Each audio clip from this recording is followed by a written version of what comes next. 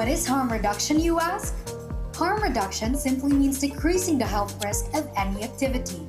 This means that people can choose alternatives without being forced to stop the activity immediately.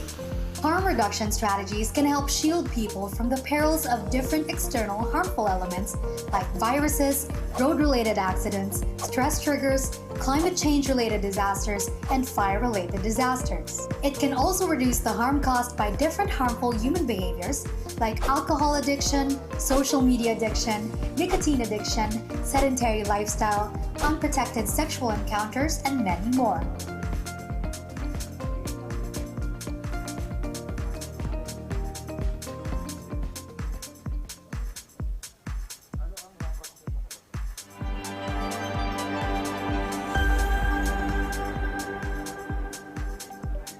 What is harm reduction?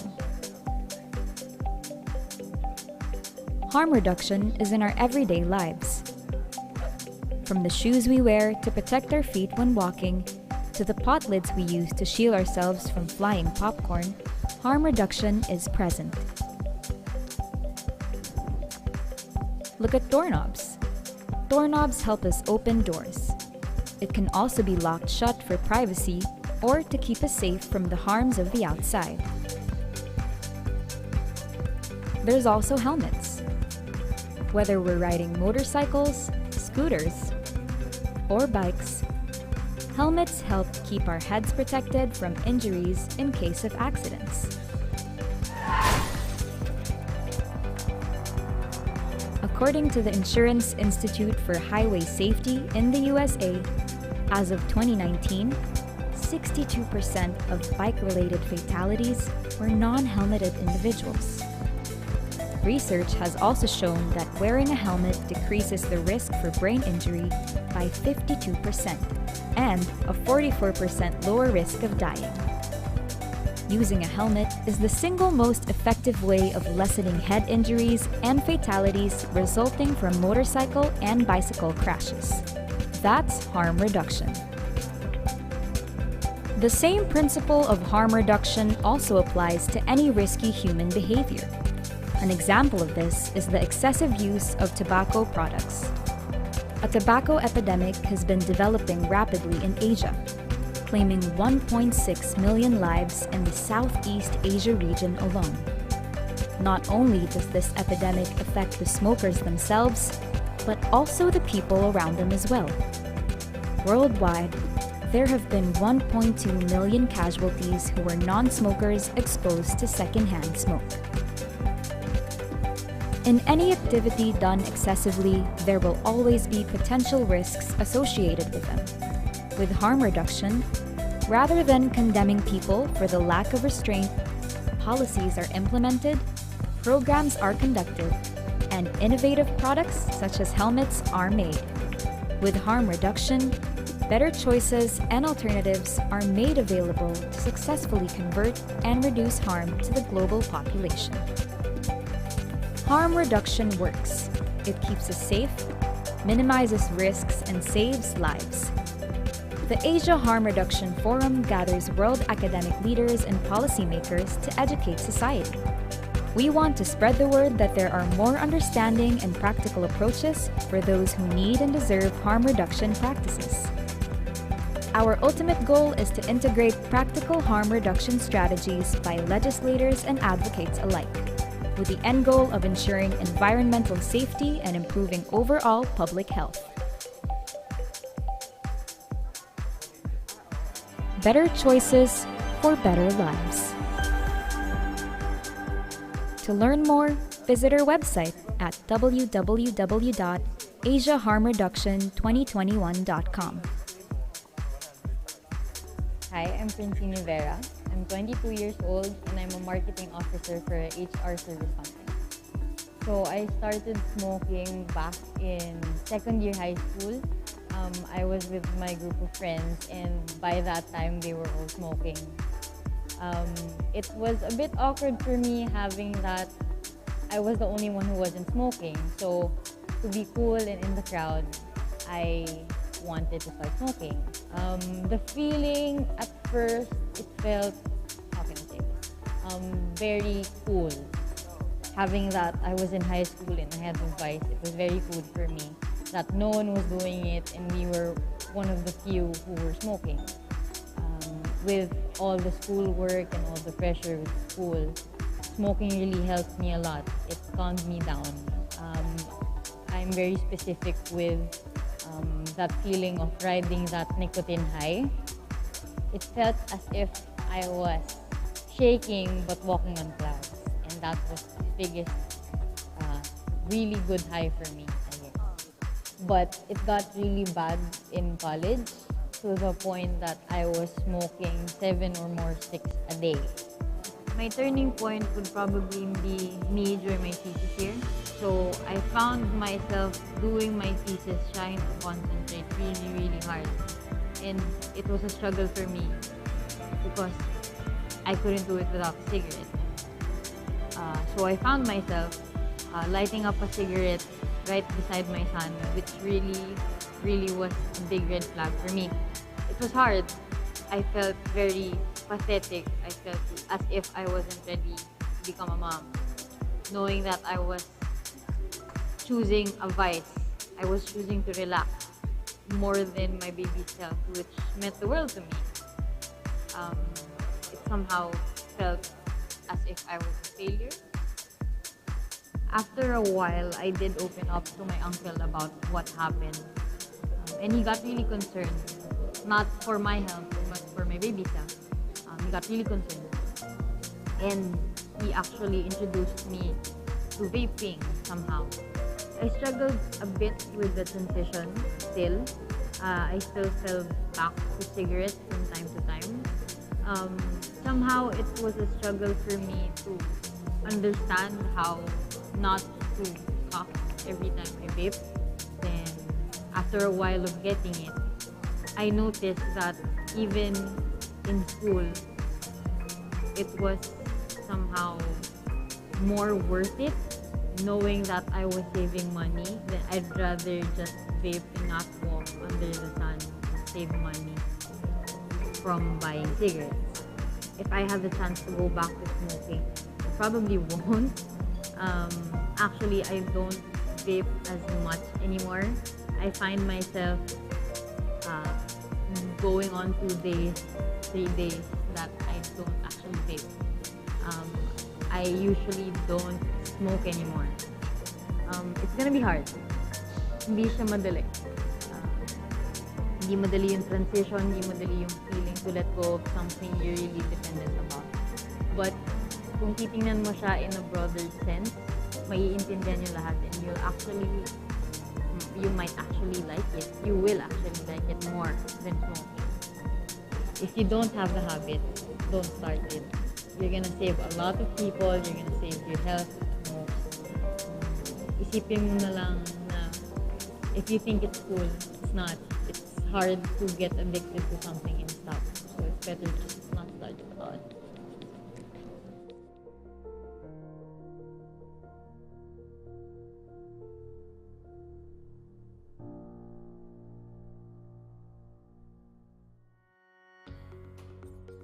Good day, I'm Peter Dotor, the president of Vapers PH, and I am honored to be invited as a speaker for the Asia Harm Reduction Forum 2022.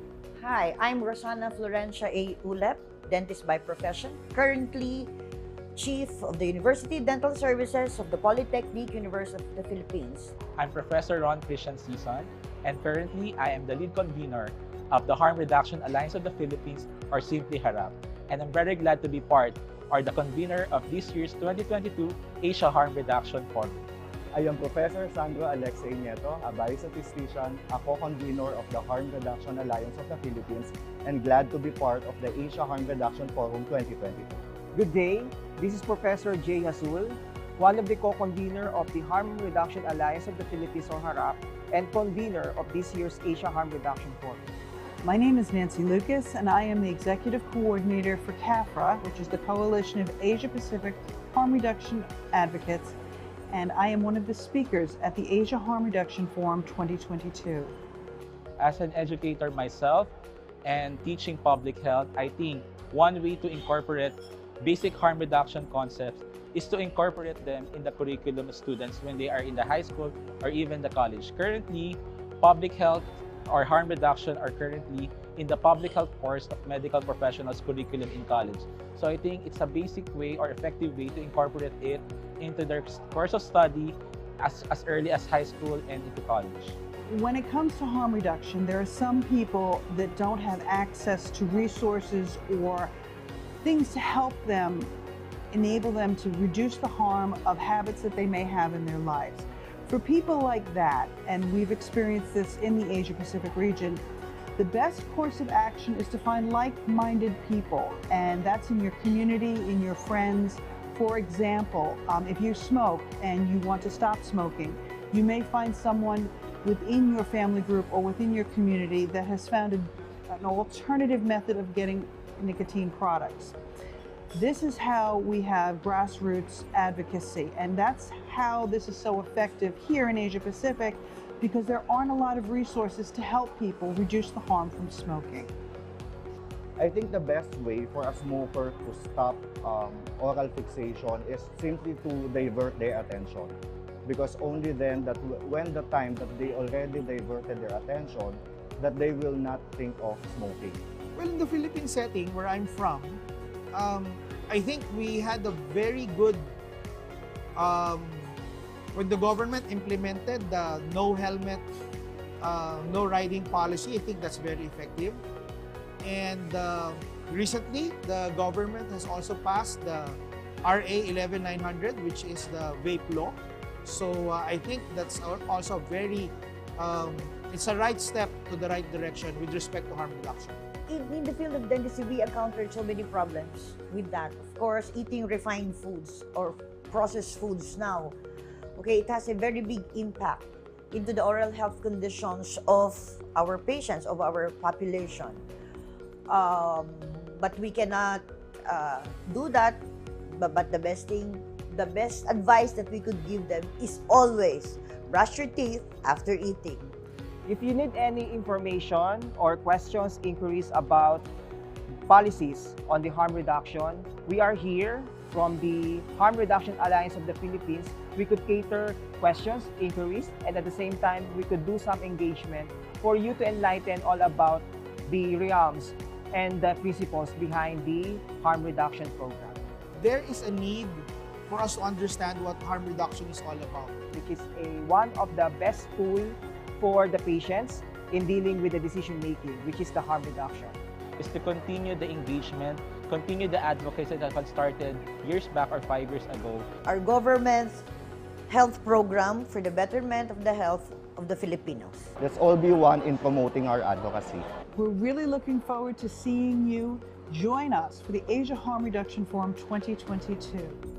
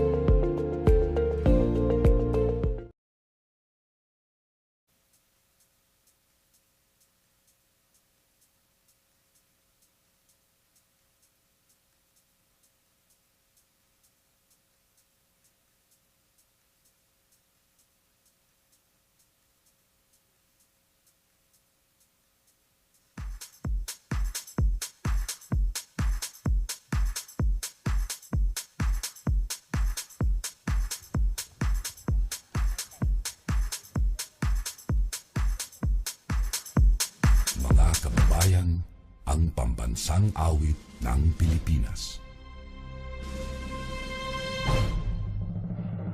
Kayang mag-ibig, telas ng sinakanan, alam ng puso, sa dikit mo'y buhay. Lupang hinirang, tuyag ka ng magiting, sa manluluping, di ka pasisigil, sa nagagang tutok sa simoy at sa langit mong pagaw, ay hinatang tulad, awit sa pagkayang minamahal. Ang isang ng matawad mo'y tagumpay na naghihingi, ang bituin at araw niya kailan pa may di magdidinig. Lumalang araw ng walhaging pagsinta, buhay langit sa piling mo. Ang inigaya ng partay mga amin, ang mamatay ng dahil sa'yo.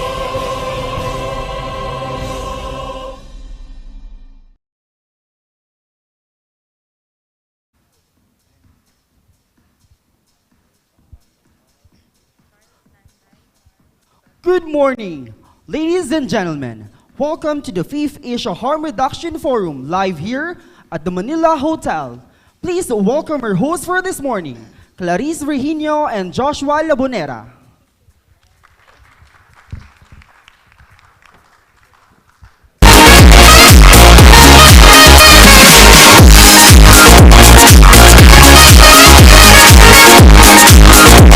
THR consumer advocate, and here is my co-host. And I'm Joshua Labonera, and I will be here with Clarice to guide you on our journey towards harm reduction for today. So now, what do we...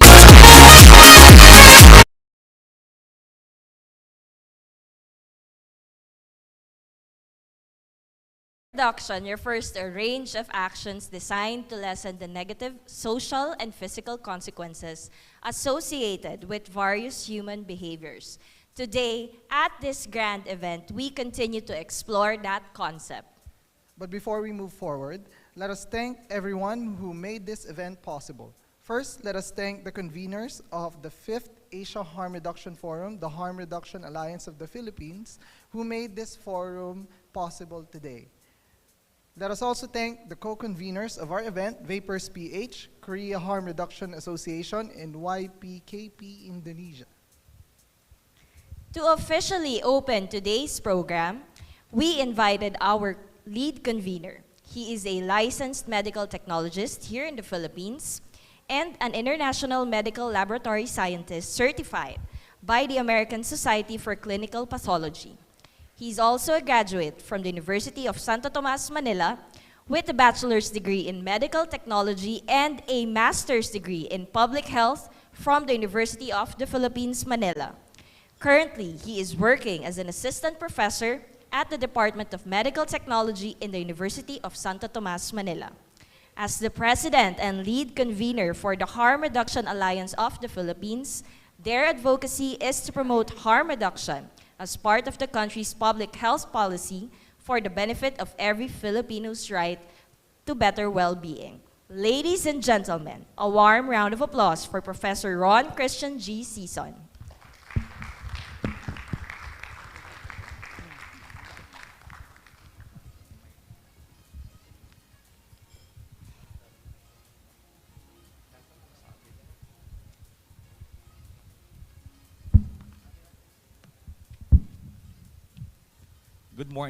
Good morning, Excellencies, distinguished delegates and guests, ladies and gentlemen. It is a great pleasure for me to welcome everyone to the 5th Asia Harm Reduction Forum of the year 2022. I am glad to acknowledge Congressman Ace Barbers of the Philippines and other distinguished delegates and equivalents in the region who is now joining us both on-site here in Manila and virtually as well. The Asia Harm Reduction Forum is the prime gathering of the scientific people in the Asian region to discuss certain causes affecting public health and countermeasures in reducing harm across the various sectors. The current global crisis showed us the crucial contribution of science, technology, and innovation in addressing the healthcare challenges brought about by the COVID-19 pandemic, but also supporting the society and economy in this time of turmoil. Today, we are holding this 5th Asia Harm Reduction Forum with the theme, Better Choices Save Lives. Better choices is not just a matter of choosing the right procedure, step, or decision. It revolves around the processes involved in the selection, comparison of various means to come up with a better, if not the best, choices or decision. Such process is the summation of various methodological and scientific discoveries and findings that allow us to discriminate and review our choices that lead to better outcome. If we are to become cautious and fact-based individuals, it will save more lives, further reduce harm, and generate more opportunities in improving public health in the Philippines. In our today's event, we are to witness and hear from our distinguished speakers topics related to tobacco harm reduction, legislation, social perceptions, health implication of smoking, challenges related to the better acceptance of tobacco harm reduction, and related policies. These topics highlight our very purpose of this day, and we are to become social and public health advocates, strongly adhering to the current United Nations Sustainable Development Goals, specifically SDG number 3, which is good health and well-being. So we're pretty much complying with that. With this, let me also highlight some concrete initiatives that happened during the second Asia Harm Reduction, also held here in Manila some 4 years ago in November 2018. And I could see some of our speakers were also present during that year in 2018, with the theme of changing perception on tobacco harm reduction in Asia. And these are the first steps and initiatives on the regulation of alternatives products in the region during that time, more of the Asian scientific evidences favoring the reduced harm products, the various statuses of tobacco harm reduction in specific areas, regions like India, Indonesia, and Japan, identified effective harm reduction approaches observed in New Zealand, Singapore, South Africa, and the United States, courtesy of, should I refer to, one of the quote-unquote rock stars of harm reduction, not just in Asia, but internationally, namely Dr. Marewa Glover, Dr. Hiroya Komamaru, Dr. Kigosi Leplape, Professor Tiki Pangetsu, and Professor Helen Redmond. They were the great peoples who have graced our Asia harm reduction in the 2018 here in Manila. So we are very thankful of them.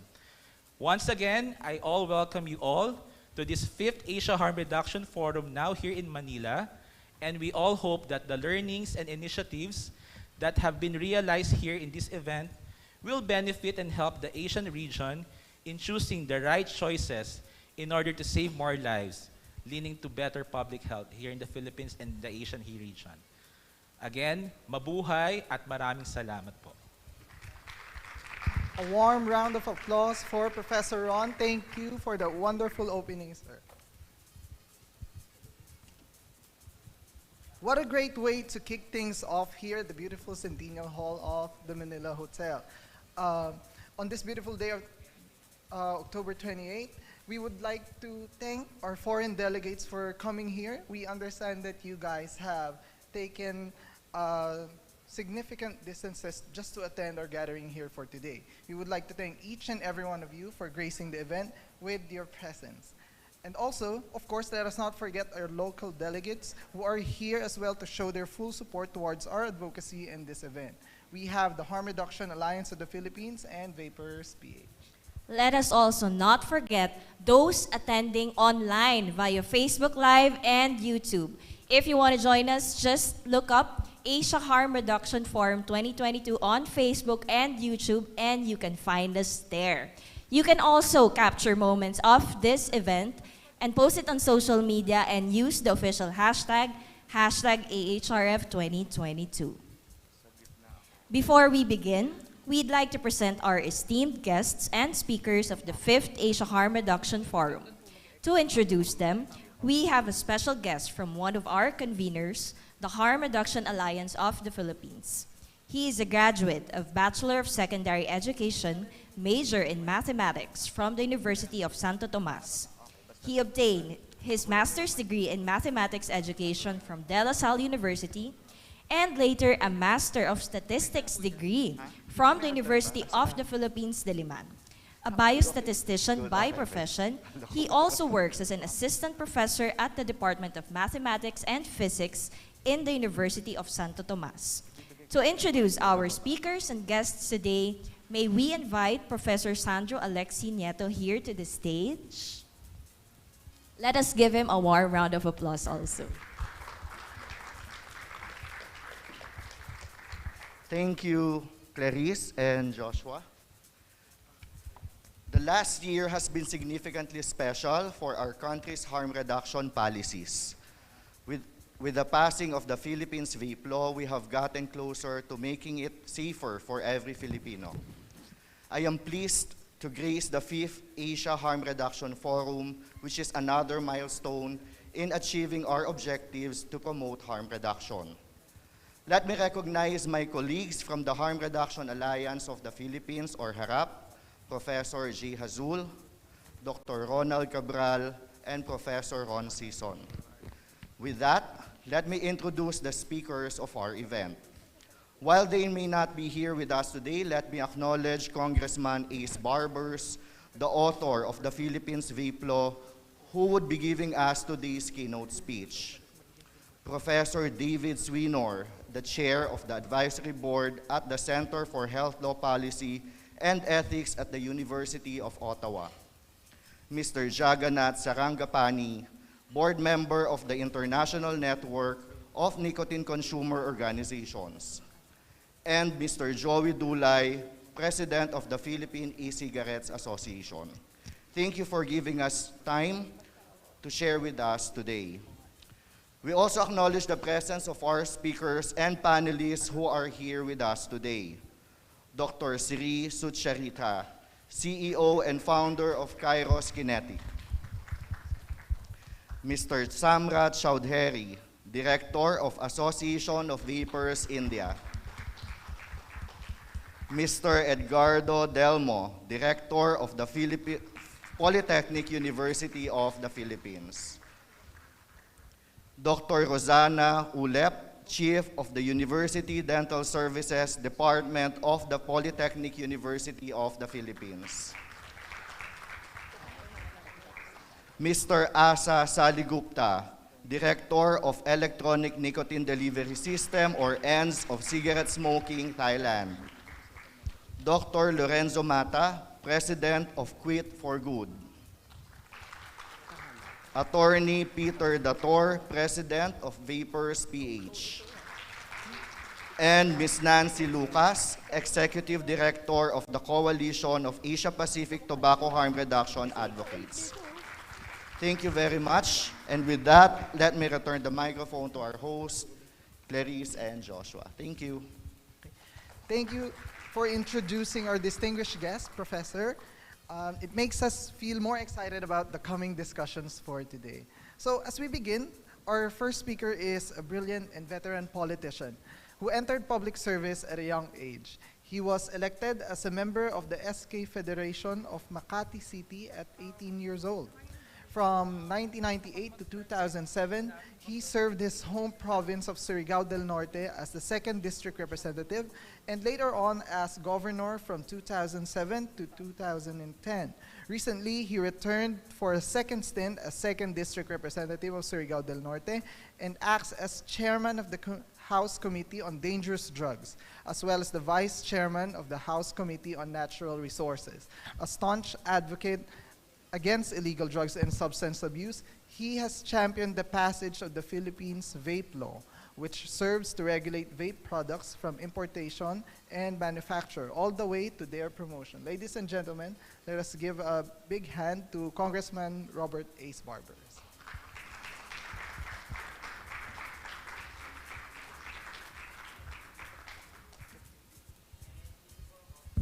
The Vaporized Nicotine and Non-Nicotine Products Law, which I co-authored in the House of Representatives, was first filed in the 17th Congress and finally passed in the 18th Congress. Congress passed this law with harm reduction in mind for our adult smokers who would like to switch from smoking, one that will give them access to vapor products and heated tobacco products that have passed strict product standards, and one that will also prevent minors from buying or trying these products. The law recognizes a category of products that provide nicotine without combustion. These includes vaporized nicotine and non-nicotine products, which include vapor products and heated tobacco products, as well as novel tobacco products, which include non-combusted products other than VNNPs that are either made partly of tobacco leaf or containing nicotine from tobacco intended to be used as a substitute for cigarettes or other tobacco products like SNUS and nicotine pouches.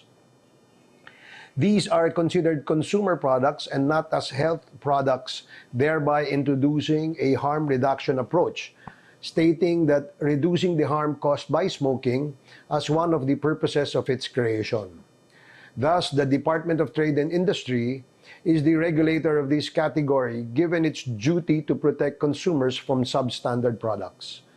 The law has put in place a product registration process where manufacturers and importers are required to register the products with the DTI to show conformity with product standards.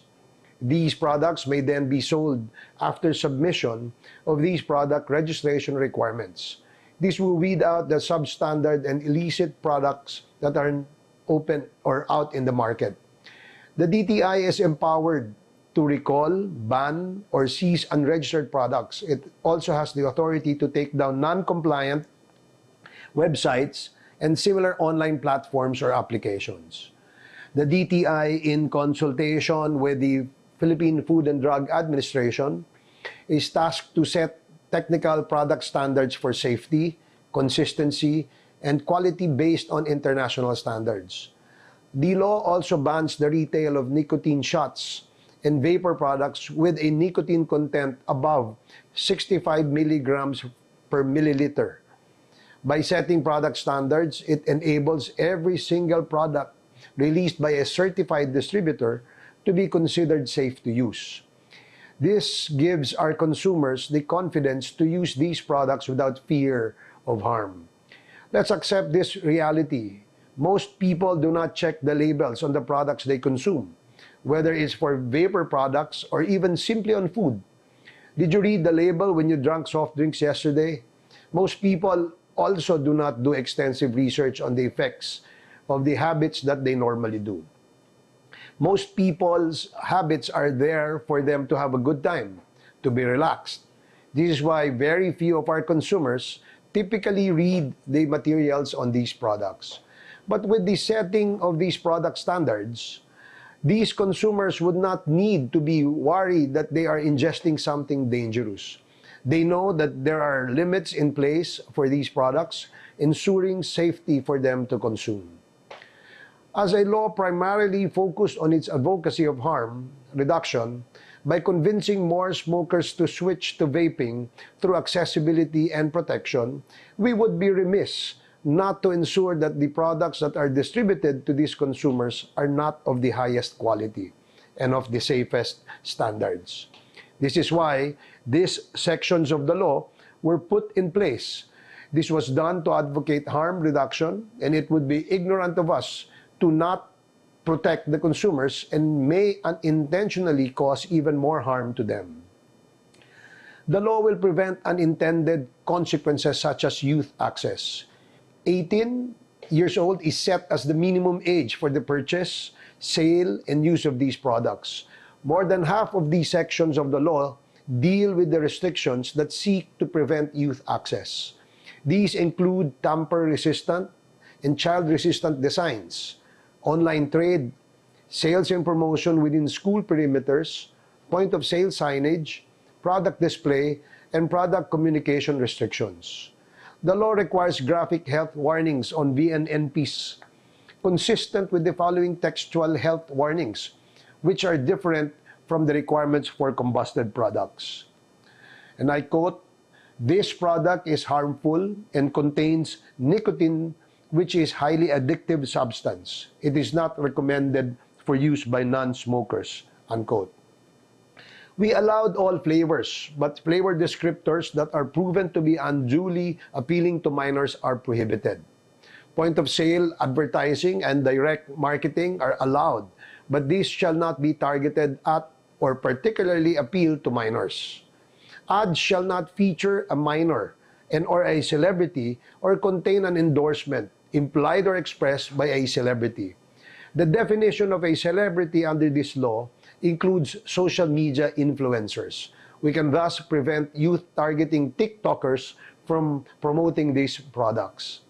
The use of VNNPs is prohibited in all indoor places, except in designated vaping areas or DVA, or points of sale for the purpose of product demonstration. Tobacco smoking is prohibited inside a DVA. Minors and pregnant women are also prohibited access to DVAs. The public place restrictions do not apply to novel tobacco products because these products do not emit vapor that can affect the people around them. The goal of this section of the law is to have an area where vaping is allowed, without giving our non-smokers the impression to join them. By having a specific area distance from our smoking areas, no smoke residue will be left on our consumers, creating a cleaner environment. This also helps our objective, as these conditions may convince several of smokers to switch to vaping, which is the point of the law. Minors and pregnant women are prohibited in these areas as well, because the essence of the law is to provide a harm reduction alternative, not ultimately cause harm to any individual. Once again, let me emphasize our point.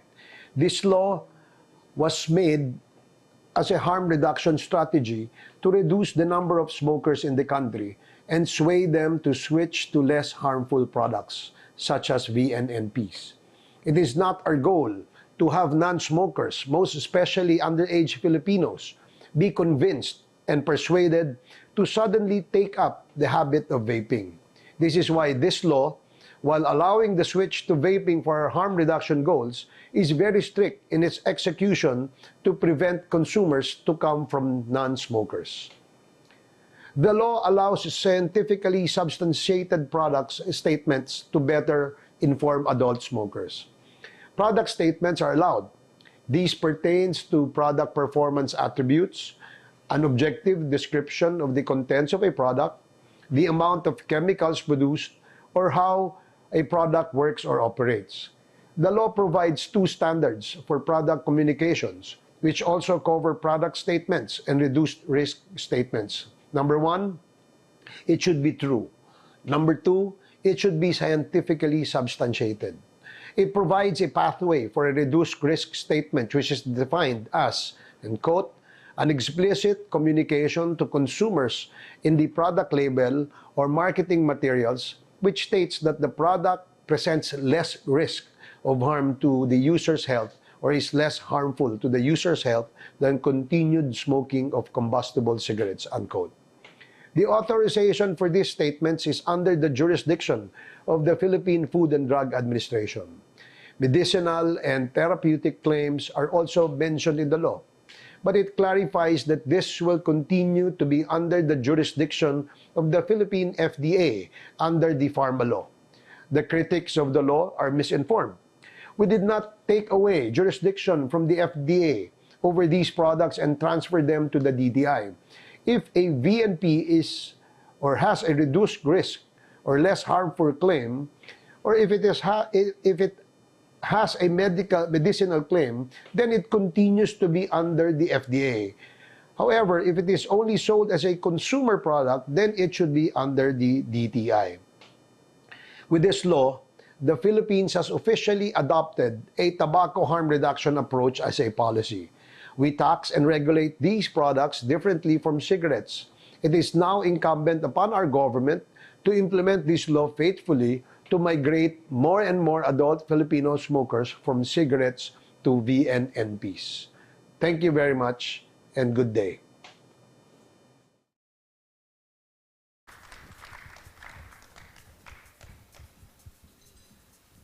Thank you, Congressman Barbers, for taking the time to send us and share with us your insights. I'm sure everyone here appreciates the work that you have done for the harm reduction community.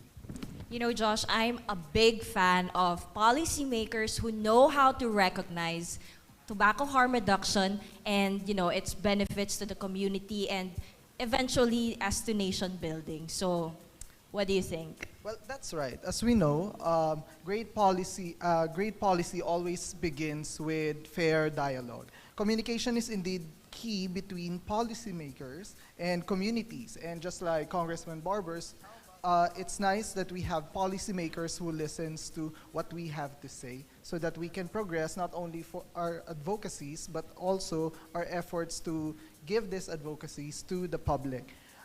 Simply, we innovate by continuing conversations about matters that are important to us. Speaking of policy making, our second speaker hails from the other side of the world. He has worked for decades on public health policy, primarily focusing on the reduction of global cigarette smoking. Currently, he serves as an adjunct professor of law at the University of Ottawa and chair of the advisory board at the Center for Health, Law, Policy, and Ethics in the same institution. His interest and expertise on the interaction of law and economics as a determinant of public health has allowed him to spearhead the development of world-leading tobacco initiatives across the globe.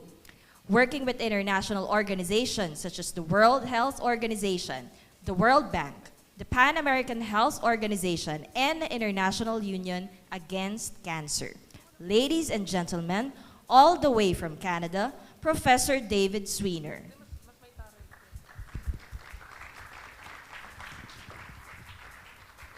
Hello, good morning, and thank you for inviting me again to talk to the Asian Harm Reduction Forum.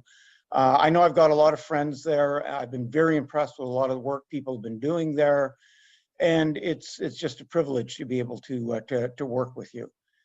I'm David Sweener. I'm a lawyer. I'm based here in Canada, and I've been working on measures to reduce cigarette smoking for about 40 years. I was actually the first lawyer in the world to work full-time on policy measures to try to deal with the carnage from cigarette smoking, on the idea that doctors and scientists can tell us why people are getting sick, but it's really a matter of public policy to deal with it, to find solutions.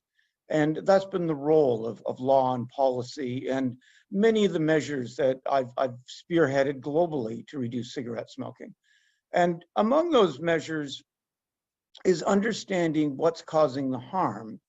And in this case, it's been straightforward. It was straightforward since before the time I ever got involved, which is that we've not only known for 60 years that cigarette smoking is just an enormous cause of death and disease, but we've known since at least the work of Mike Russell in the 1970s that it isn't the nicotine that people are seeking that's killing them.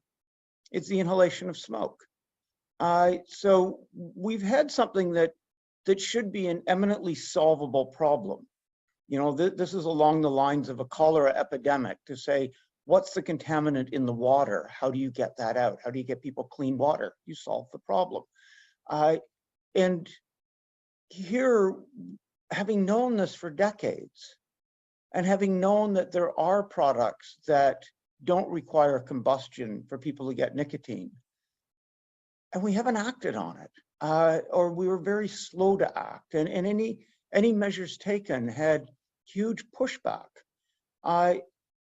And to try to put this into perspective, you know, if we look at the history of innovation for harm reduction, because, you know, I'm here to talk about how innovative products and policy can really bolster efforts on harm reduction. And there's such a long history of this on so much else. You know, if we look at the work of somebody like Steven Pinker in his book Enlightenment Now, talking about how using the principles of the Enlightenment, of of using science and reason and humanism, of finding risks and seeking to reduce them. And we have done amazing things in terms of the length and quality of life.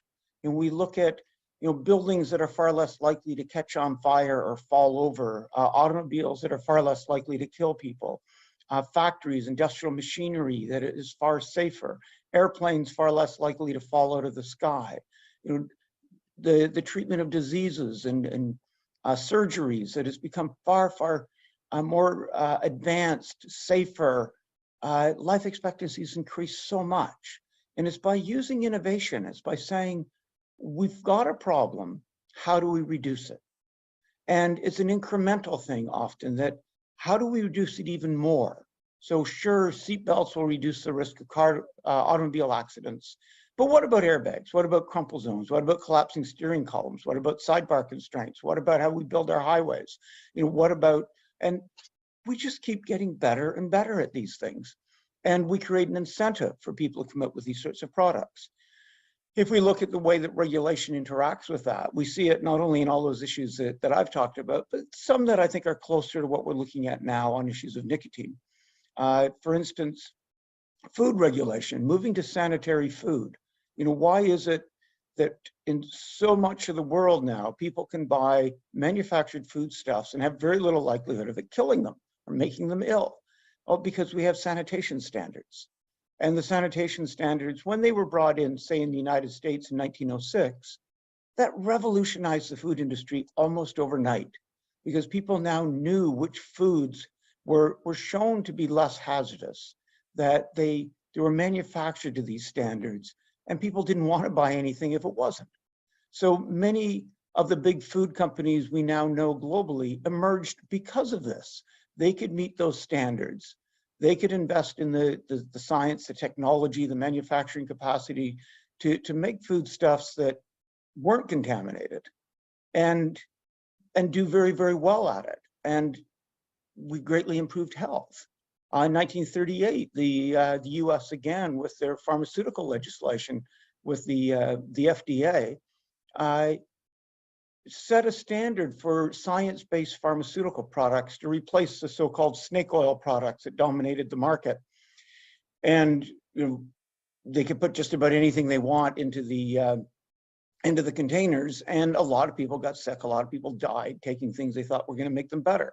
Well, once they moved to science-based pharmaceuticals to show something is safe and effective, those products didn't exist at the time, or very few of them did, but there was now an incentive that if you could meet this standard, you could tell the public that it's FDA approved, that this is a safe and effective product.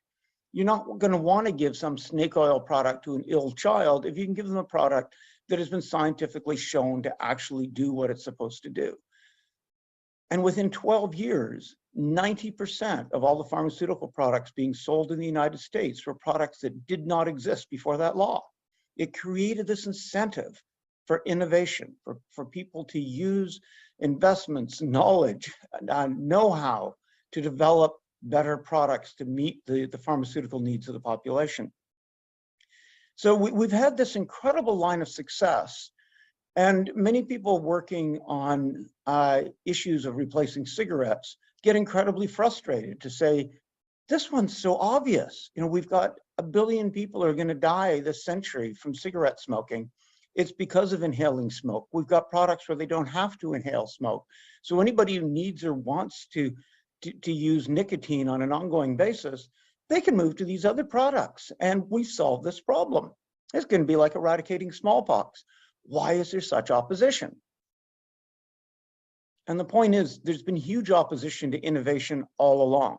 The sort of stuff that Thomas Kuhn writes about in his book, The Structure of Scientific Revolutions, the way people feel challenged when you challenge a paradigm and say that the world can be different than the way you see it. But on innovation itself, and I'm not sure if this will show up on screen, no, I don't think so. Never mind. It's Juma's book, Innovation and Its Enemies. And he talks about why people resist new technologies, why there's such opposition to innovation. And just a quote from that book, debates over new technology are part of a long history of social discourse over new products. Claims about the promise of new technology are at times greeted with, and pay attention to this when we're working on this issue, are greeted with skepticism, vilification, or outright opposition, often dominated by slander, innuendo, scare tactics, conspiracy theories, and misinformation. The assumption that new technologies carry unknown risks guide much of the debate. This is often amplified to levels that overshadow the dangers of known risks. The focus tends to be, continuing, this is what Juma says, the focus tends to be on the unintended risks of new products rather than on unintended benefits. Another characteristic of the debate is the assumption that adopting new technologies comes with new risks, while doing nothing is risk-free. As a result, most communication efforts do not include the risks of inaction. Bingo. I mean, that's what we're dealing with when we've got, the attacks on alternative products, the conspiracy theories, the vilification, the misinformation, acting like these products are coming out of the blue, that there's no such thing as cigarettes, we don't have to compare them to cigarettes. This is standard. This has just happened through the history of innovation. We're living through it now. The good news, and there's lots of it, is that other writers looking at the nature of innovation, like Downs and Nunes in their book, Big Bang Disruption, talk about how the nature, especially now because of the internet for getting information and sharing information, is that you can't stop innovation. All the efforts to try to stop this from happening. And they make the point that you can slow innovation. Nothing can slow it more than regulation. No regulations can slow it more than health regulations. No health regulations can slow it more than FDA regulations, which what we're seeing now in the United States on these products. But even FDA regulations can't stop it. It's still going to happen. People are going to find out about the products. People are going to be moving to the products. The innovation happens. It's only a matter of how long it gets delayed. And I think one of the ways of looking at this is that what we have is a public health catastrophe in terms of all the people who are becoming ill and dying as a result of smoking cigarettes. But it's a technological, scientific, engineering challenge of how do you replace these deadly products? And in that, there's a huge opportunity. There's an opportunity in terms of public health, that billion deaths this century, and how many of those lives could easily be changed simply by changing the delivery system. But there's also a huge business opportunity. So those people who are looking at new technologies, innovative things to replace cigarettes, they're looking at a market that's worth somewhere in the range of, depending on what's happening to the values of currencies at any given day, somewhere in the range of about 800 billion US dollars a year. And that money is so big because cigarettes are taxed so much and have all these built-in expenses, including huge profit margins for the cigarette companies who operate very much like a cartel globally. That creates a huge profit potential for anybody who comes up with an alternative, even for a very small part of that market. So if we look at the idea of subdividing the global cigarette market into its component parts, what will meet the needs of different segments of the consumers who are using those products? Maybe vaping products, maybe heated products, maybe oral products, maybe modern oral nicotine products like Zyn, pharmaceutical products. I mean, products many of us haven't even heard of yet. Some products that haven't even been discovered, developed yet.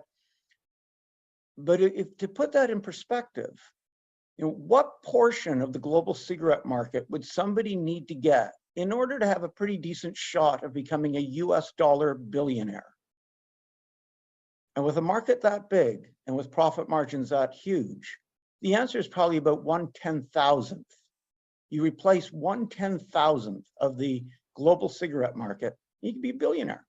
Well, what an incentive for people to say, so I can do something that could make me phenomenally wealthy while saving millions of lives. Like, what a combination. So the idea that people will just stop trying to do that, I think is fantasy. It's happening. We're seeing it go on. It's going to continue happening. And we're already seeing the results. So we've known historically, for anybody willing to open their eyes, that the biggest declines that we've seen in cigarette smoking, and thus the lowest rates that we see nationally of cigarette smoking, are in places where people have had access to alternatives. We have a substitution effect, just like we have substitution effects with all those other products I mentioned before, that we can substitute safer airplanes for unsafe ones, safer cars for unsafe cars, safer industrial machinery, safer food, safer pharmaceuticals. And people can do that with nicotine products. So Sweden, they moved with snus a long time ago, trying to move people from cigarettes to snus. They have the lowest rates of cigarette smoking, the lowest rates of tobacco-caused illness in the European Union, despite having quite high levels of nicotine use, because people are using nicotine in a way that doesn't require the inhalation of smoke. It's not causing those diseases. Norway's replicated this, where in a 10-year period, they reduced cigarette smoking by half. And they did that because of having products like snus, primarily snus, available to them. But we're seeing this with other products. We're seeing countries that have access to vaping products see a more rapid decline in cigarette smoking. No surprise, it's a substitution effect. One of the classic examples now is Japan. Japan has heated tobacco products. And those heated tobacco products are associated with a 40% decline in cigarette sales in just 6 years. Once people had an alternative, they moved to it. And to put all of that into perspective, because this is incredible, where you have a major market that was seen as so difficult to crack to reduce smoking, suddenly cigarette sales are down 40%. Norway, 50% in a decade. And yet, these are happening with just partial efforts. So if we consider these countries, usually this happens with only one product. Like in Japan, heated product is it. You don't have vaping products widely available. You don't have smokeless products widely available. You don't have other alternatives available. You've got one product. In Norway, it was snus. In Sweden, it was snus. It wasn't that they had a wide range of possibilities to meet the needs of different consumers. They also had huge opposition from, ironically, unless we listen to Juma, coming from people who are supposed to be anti-smoking groups. We've had all that misinformation, the innuendo, the misrepresentations, the conspiracy theories, the people who are trying to oppose these products. We've had institutionalized misinformation, from bodies like the World Health Organization, an organization that used to be leading efforts to reduce cigarette smoking, that now seems really intent on trying to protect the cigarette business. Why? I mean, Juma probably gives us the answer to that.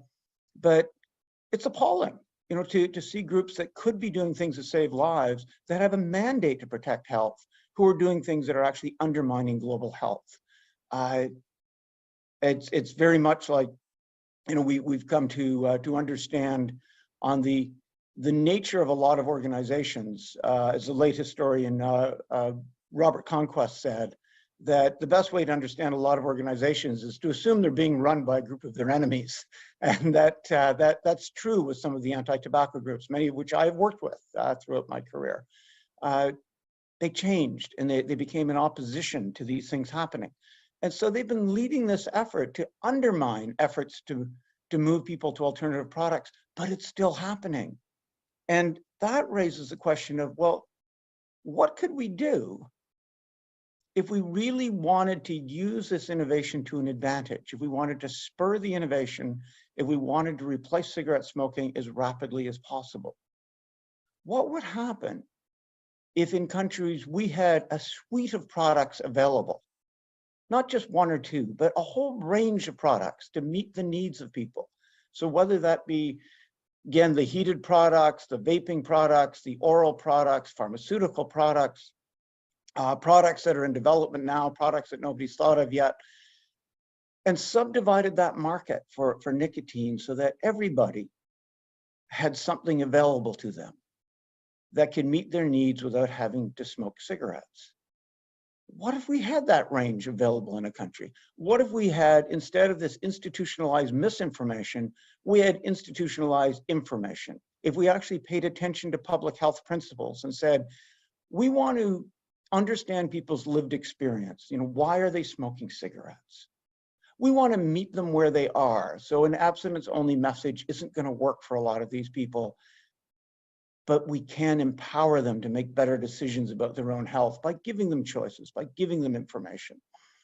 And what if we use legislation, if we use policy, the sorts of things I spent my career working on, to give an advantage to these products so people were truthfully informed, but also that the lower risk products were much less expensive than cigarettes, were more readily available than cigarettes, that people knew that these were good replacements. The way that in many countries, the move from leaded to unleaded petrol was spurred by having differential taxes. So it was a differential price at the pump. You save money by using the unleaded fuel. We could be doing that sort of thing with these alternative products. And what would we see if we started doing something like that? Well, if we can get a 40% reduction in cigarette sales in just 6 years in Japan with just one product, without a lot of information, without a lot of policy aimed at trying to facilitate this change, imagine what we could get. Just imagine where we could be if we got everything working for us. If we said that here's the range of products, here's truthful information about them. These products are less expensive than cigarettes. They don't make you stink like cigarettes. They're not going to turn you into a social pariah like cigarettes. You can easily get these products. They're much more readily available now, even more readily available than cigarettes. And they're marketed to tell people about relative risk. And we're going to spur this. We're going to work with innovation. We're going to acknowledge consumer rights, and we're going to transform the market. And I think if we start moving in that direction, we would do something similar to what happened with food in the United States in 1906. I mean, even faster than pharmaceuticals in 1938, because we already know how to do this. We already have the products that can do this. So much closer to food, where we knew how to make sanitary food. So it isn't like we have to wait 12 years to revolutionize the market, as happened with pharmaceuticals, because those products had to be developed. In this case, a lot of it could be overnight. And it could be much more rapid than we saw with things like moving to safer automobiles or safer building standards or safer industrial machinery, because many of those other things take years before somebody replaces them. With cigarettes, people are buying them every day. If you have a safer alternative there, and people know about it, and it's less costly, it's easier to access, they can make that decision today. And if they don't make it today, they can make it tomorrow. So we could have this very, very rapid transformation that would be on par with moving to sanitary food. And I think it's reasonable to say that in many countries, we could be reducing cigarette sales not by 40% in 6 years like Japan, or 50% in 10 years like Norway, but probably by over 50% in a year, probably by much more than that, by simply using the tools we have available, working with innovation rather than opposing innovation, and recognizing that we have an opportunity now for one of the biggest breakthroughs in public health history. All the pieces are available. We know what to do. We just have to do it. And we know from the history of innovation, it will happen, but our job is to make it happen faster. Thank you very much.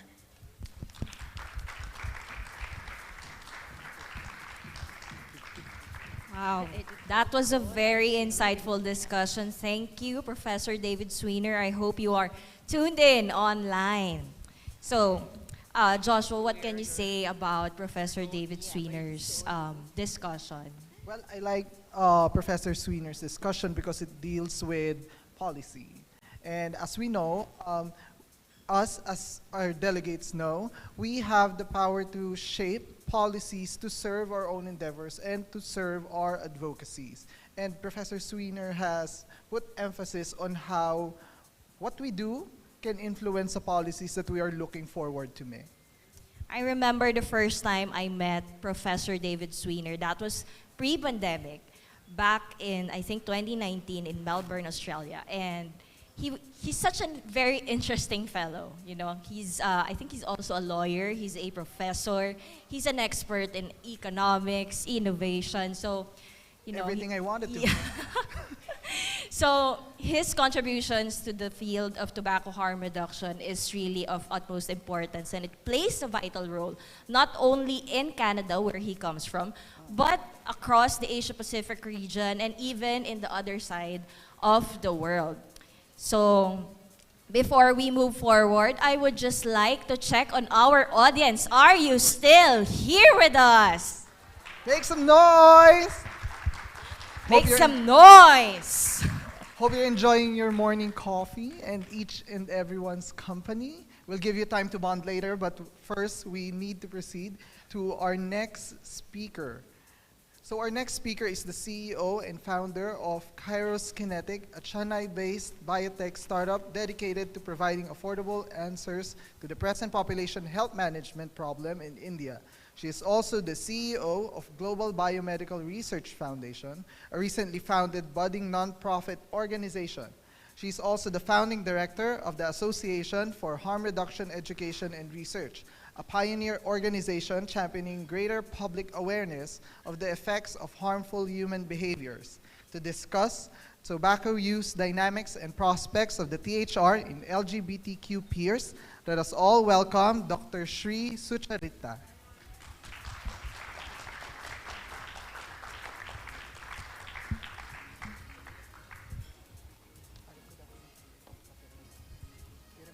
Thank you for that introduction. Yes, I am here representing India and I'm from Chennai.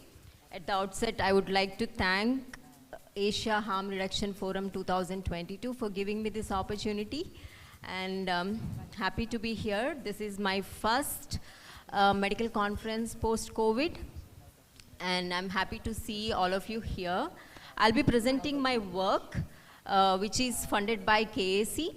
And this work is very important to me to speak and share the findings, because this work is very meaningful. Coming from India, addressing LGBTQ is a very challenging time in post-COVID period, which we have undertaken this work, and sharing these findings is important in the sense, like when we are talking about innovation, accessibility, primary health care, the challenges. In India, it is 10x times challenging, because this population in general face a lot of challenges to seek primary health care. And in that context, when we are talking about tobacco harm reduction, innovation, electronic nicotine delivery systems, you will see the findings and you will be astonished to see how much work we have to do when we talk about tobacco harm reduction and marginalized populations. So let me start my presentation. It's tobacco use dynamics and prospects of tobacco harm reduction in LGBTQ peers. So as I said, this is a research findings funded by KAC. So I'll be sharing both quantitative study findings as well as a qualitative study which we have done in COVID. If you look at this slide, you can see the globe's smoking stronghold is Asia, China, India. The major burden of this population is distributed in these two countries. And if you look at India, again, the data speaks for itself. I don't have to read it for you. You can see that adults, women are emerging as the focus, but not much has been done in this population except for reading the numbers. Ground reality is women are still neglected. When Government of India releases smoking ads or tobacco related ads, women are not featured there. And targeted smoking cessation ads do not feature women again.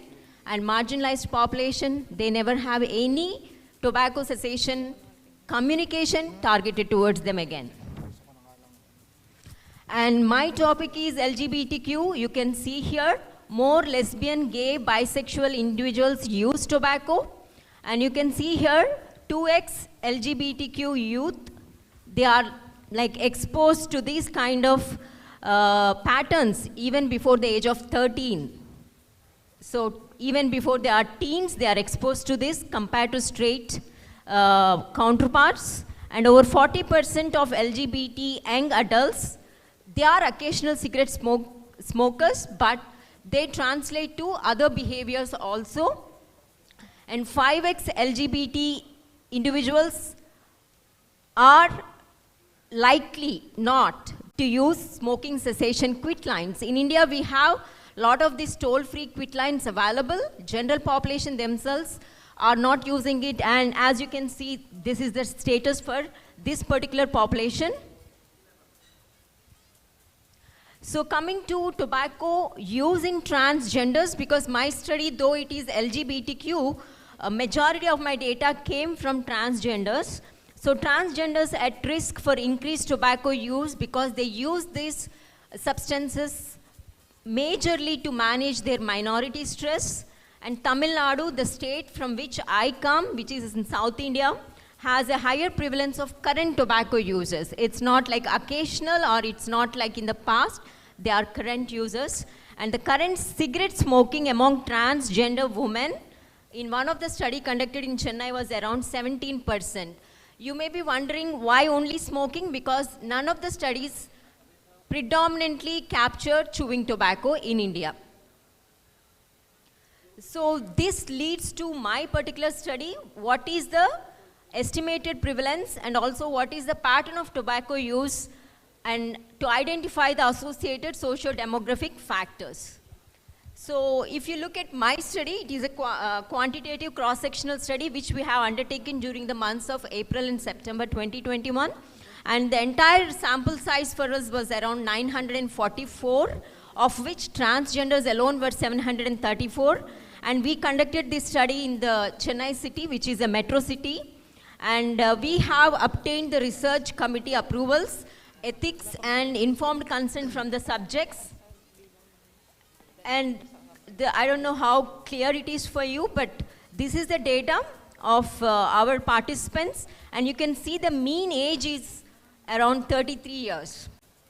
So 744 transgenders are there, of whom the mean age is 33 years. So you can see like this is the aged population. And I'll show you another slide where you can see like the tobacco use in any form in this population. You can see that it's matching up to 65%. And you can see the predominant product is smokeless tobacco, chewing tobacco. Unlike other studies which are only focusing on smoking 17%, chewing tobacco is more common here and it is around 52%. And if you look at the age of tobacco use initiation, 20 years and below, 60%. 60% of these subjects are starting their tobacco use before 20 years. And you have seen majority of my population are around 33 years.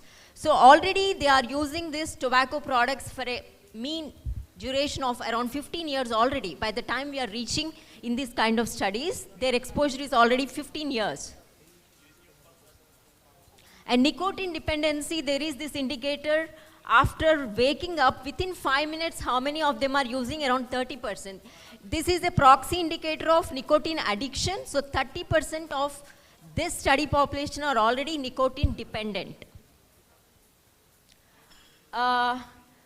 This slide is more about distribution of study participants, about their tobacco use. Clearly says like, are they interested in quitting? You can see that some of them are not really interested.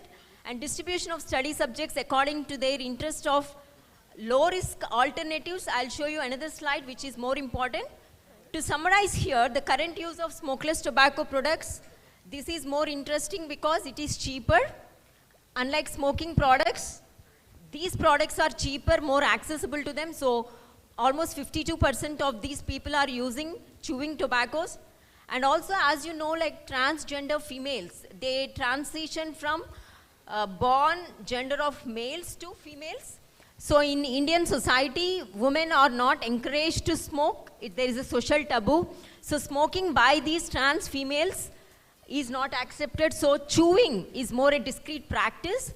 And also there is a misperception about health benefits of these chewing tobacco products, that it causes them some belief that it helps their health issues. So there is also an increased use of smokeless tobacco products. So all these cumulatively lead this particular population to use more of chewing products. Also, you can see from the data, which I have shown in other tables, 16% of this population are using poly tobacco. That means they use smoking product, they use chewing product, alternatively, whichever is available to them. And 7.2% use more than 2 types of tobacco product on a day, on average. So today, they can buy yellow one, red one, green one, whichever is available. They don't stick to one particular chewing product. This is more dangerous in India because these products are unregulated. You don't know the ingredients. So it is like a very, very dangerous situation. So the intentions to quit. So the blue, 27% tried quitting during the pandemic because there was so much of scare and interested to quit at the time of the survey. When we asked them, at that particular time, 28% were interested and another 25% not at all interested in quitting. So this is what I'm trying to tell you, like 30% are already nicotine dependent. Within 5 minutes of getting up, they are actually consuming the product, and another 30% are not interested in quitting. So in this kind of scenario, when we say like there are toll-free quit lines to help people, I don't think the situation will improve in India. Education, socio-economic status and their occupation, it significantly is associated with their current use of tobacco product, that is again chewing product. This is what is the scope of tobacco harm reduction, the prospects in this particular population. When we ask, do they know any lower risk product? Only 5 people know about nicotine gums. Only one person said they know about e-cigarette. And this is the prospect of tobacco harm reduction in this particular Chennai city, which is the state capital, and among this transgender population. So that is where it actually made me reflect how much work needs to be done grounds up, at least in this population. So this is again summary. The prevalence of any type of tobacco, whether it is smoking or chewing, cumulatively comes to 65% in this population. That is that thing. As I said, this is my scholarship work from KSE. We published this paper. And coming to the COVID, during COVID also we tried to do one more study qualitatively exploring what could be the reasons, whether they are trying to quit during COVID, and we tried to do this qualitative exploration. And we had group discussions with all these LGBTQ peers. And these are the major themes which emerged. Are there any changes in their tobacco consumption because of COVID? Did they change from one product to another product? Did they reduce the frequency and all that?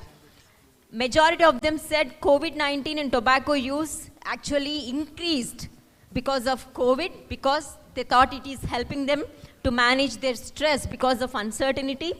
And a lot of people started buying more and more tobacco products and started hoarding them, because in India, people said like chewing tobacco and spitting is banned in public places. So they started purchasing and keeping it at home. And majority of them said they did not try to quit during COVID.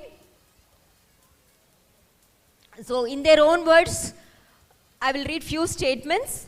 Did they change tobacco use behaviors? We are forced into lockdowns. We are not aware of any such harms. We have no idea that tobacco is harmful corona. That's why they did not even change any of their behaviors. COVID-19 and tobacco use, as I said, it helped me to manage my stress as there was so much fear of corona. Patients' purchasing behaviors. During pandemic, I used to search, buy and store cartons and bags full of cool lip packets for future lockdown periods. quit attempts, I really want to quit chewing tobacco and alcohol with your support. Because when we are interviewing, because now I am aware I crossed my limit, because during lockdown they consumed so much, please include me in any of your treatment programs. So again, we presented this in one of the conference. So in summary, that is our work which we have done. Tobacco use patterns and what is the prospect of tobacco harm reduction in this particular population. And I am here to answer any questions if you have, but data speaks for itself. There is so much work to be done in this particular population when we talk about harm reduction. The basic awareness is lacking. Still people in India, especially this population, thinks when it comes to smoking, that is the only thing which is harmful to them. Whereas chewing tobacco, they connect it with certain health benefits like toothaches, relieving constipation. So they think it is harmless. We need to do a lot of education there to start off with. And coming to lower risk alternatives, again, we have to raise awareness for them to understand there are certain lower risk alternatives. Then only they will be in a position to accept that they can switch or translate into that kind of behaviors. Thank you so much for your patient attention.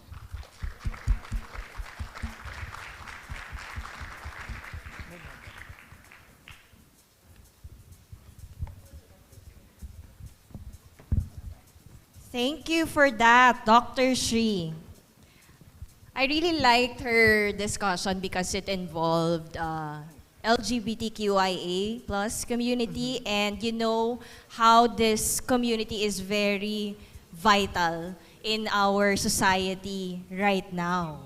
Yeah, and actually Dr. Shri has emphasized that the LGBT community is one of those sectors that is most affected by tobacco addiction. And it helps that we inform them of our advocacies for harm reduction, because the LGBTQ is a strong voice in any discussion, and if we are to advance our own advocacies, of course, inclusivity is key. I agree with that, Joshua. I used to handle actually gender and society classes in Mapua University. And I think some of the slides from Shri would be very helpful in my lectures in the future. So I hope everyone got a thing or two from her discussion, and I would just like to remind everyone that you can post questions, you can submit questions to our organizers or drop them, I think, there at the box at the end. And for our online viewers, of course, we're not going to forget you, no. You can also post or comment the questions that you might have in the Pigeonhole link provided in the post. So aside from that, I think it is also a good time to remind everyone to be attentive in our discussions because there might be a quiz later. Of course, I'm just kidding. So, Joshua.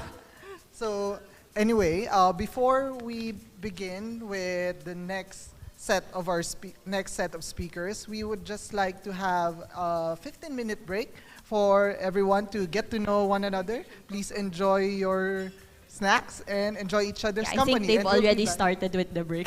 Well, that's okay. So anyway, we'll see you again in 15 minutes, and please enjoy each other's company.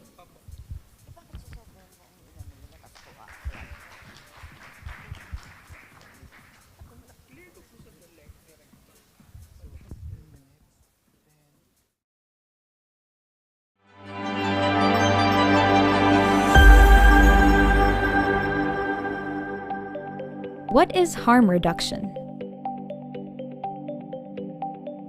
Harm reduction is in our everyday lives. From the shoes we wear to protect our feet when walking, to the pot lids we use to shield ourselves from flying popcorn, harm reduction is present. Look at doorknobs. Doorknobs help us open doors. It can also be locked shut for privacy or to keep us safe from the harms of the outside. There's also helmets. Whether we're riding motorcycles, scooters, or bikes, helmets help keep our heads protected from injuries in case of accidents. According to the Insurance Institute for Highway Safety in the USA, as of 2019, 62% of bike-related fatalities were non-helmeted individuals.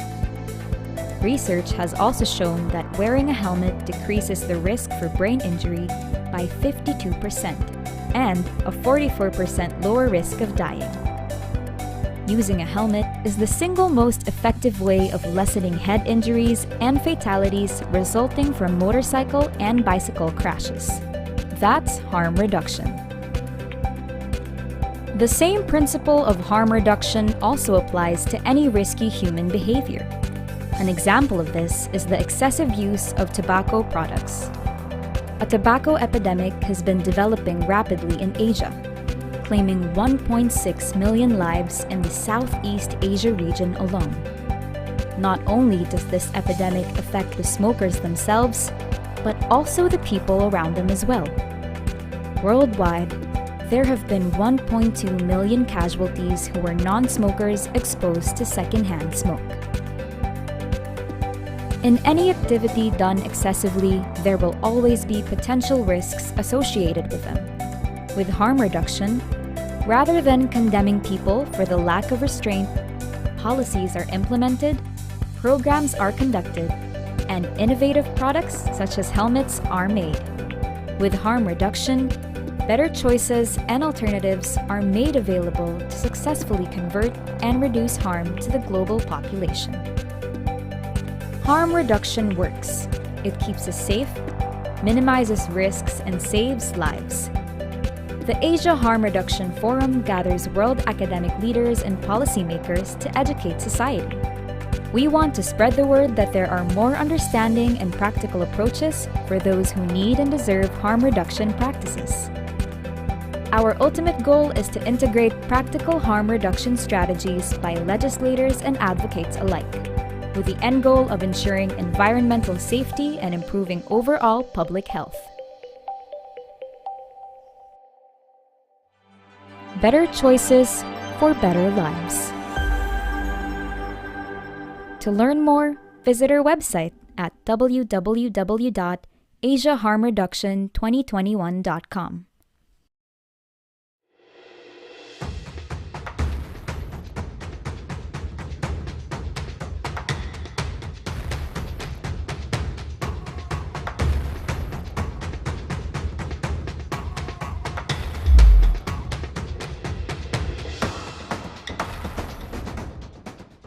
Quit or switch.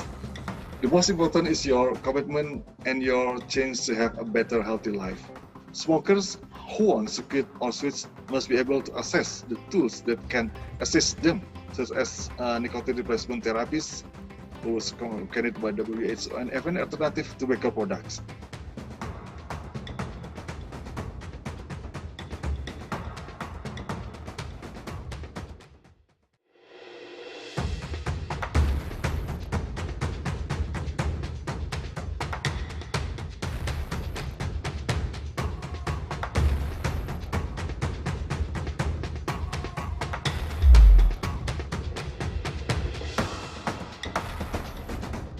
Public health comes first, and this is one of the health issues that we are trying to help people to quit smoking. If you can quit smoking, then of course better health is waiting for you. So yeah, this is I think it's a drive that needs to be looked at.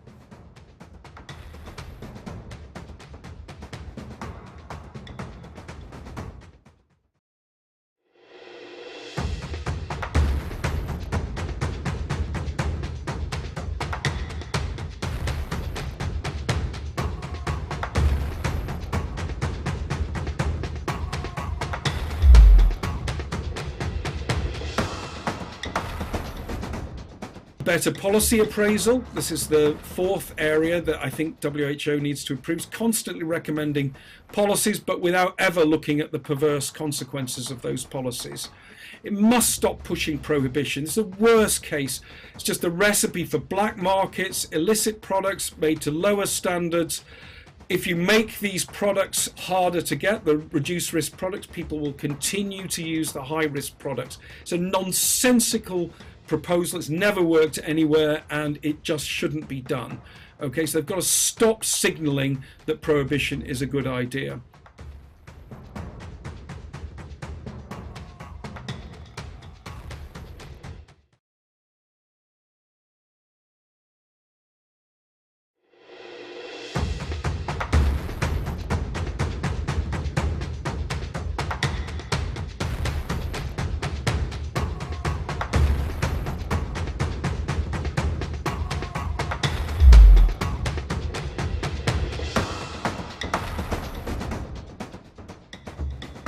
The view of the wider community in Indonesia that vaping is the same or even worse than cigarettes, and this is not correct.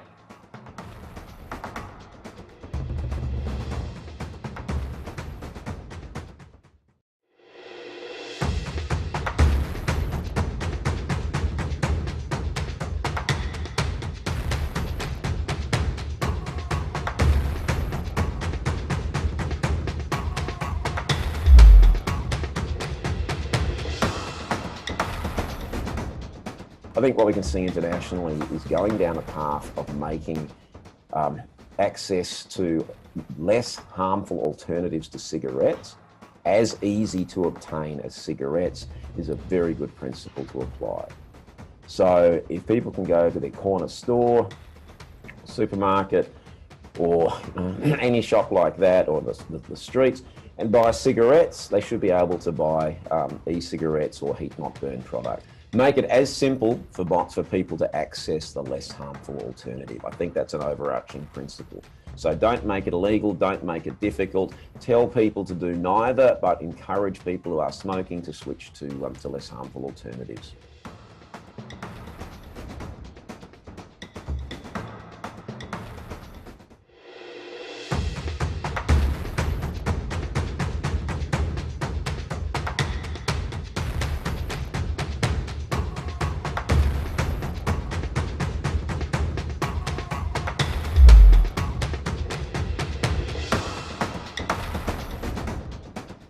Inasmuch as we want all smokers to quit, in reality, not everyone would want to quit.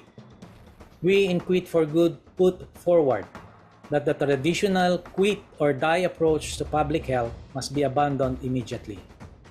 The third option must be provided for adult smokers who do not wish to quit. Tobacco harm reduction through the use and promotion of safer alternatives to combustible tobacco should be employed to substantially reduce the risk of death and disease of smoking.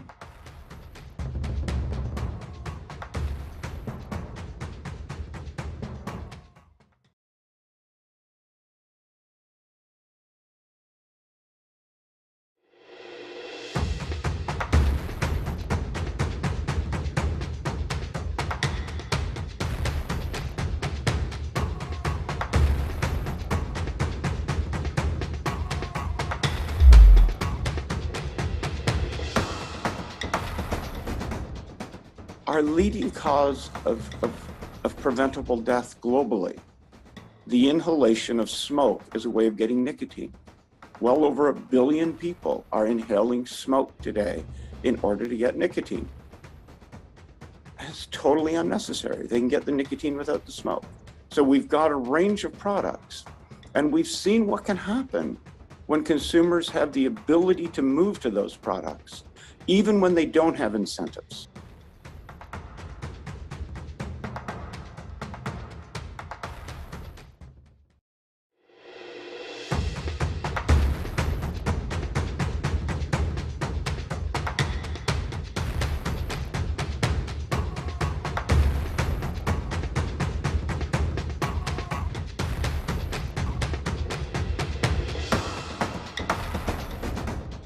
For the harm reduction principles uphold commitment to scientific evidence, commitment to social justice, and human and stigma avoidance.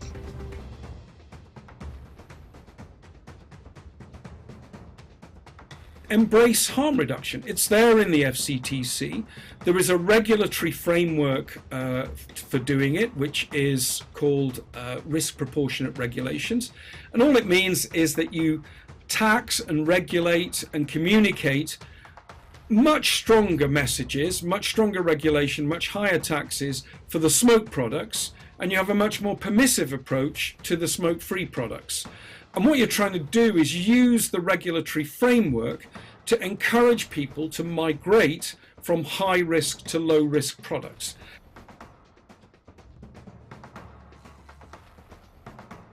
You know, once countries move to science-based pharmaceutical products to replace what were referred to as the snake oil products, the products that were all about marketing rather than any effect that the products truly had. Many of them were incredibly dangerous. But once people could substitute science-based pharmaceuticals for those old products, they did. When we use the principles of the Enlightenment, when we use science and reason and humanism, we accomplish amazing things. You know, we have dramatically increased human life expectancy. We've dramatically increased the quality of those years of life. And it's because when we find a risk, we seek to reduce it.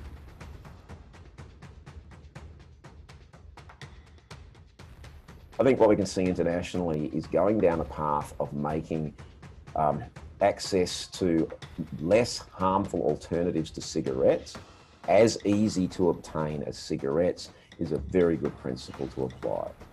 So if people can go to their corner store, supermarket, or any shop like that, or the streets, and buy cigarettes, they should be able to buy e-cigarettes or heat-not-burn product. Make it as simple for people to access the less harmful alternative. I think that's an overarching principle. So don't make it illegal, don't make it difficult. Tell people to do neither, but encourage people who are smoking to switch to less harmful alternatives.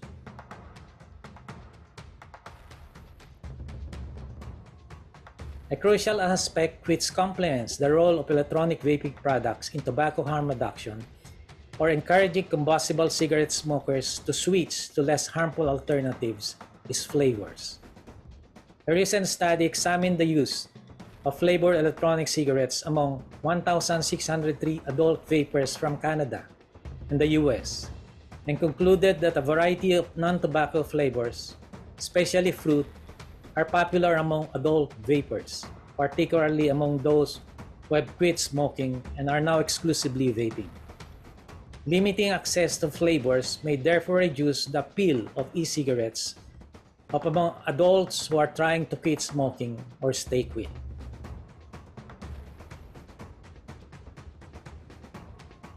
Public health comes first.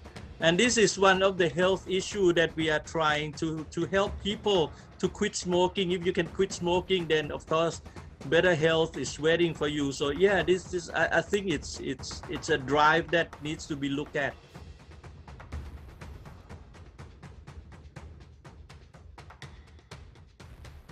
The view of the wider community in Indonesia that vaping is the same or even worse than cigarettes, and this is not correct.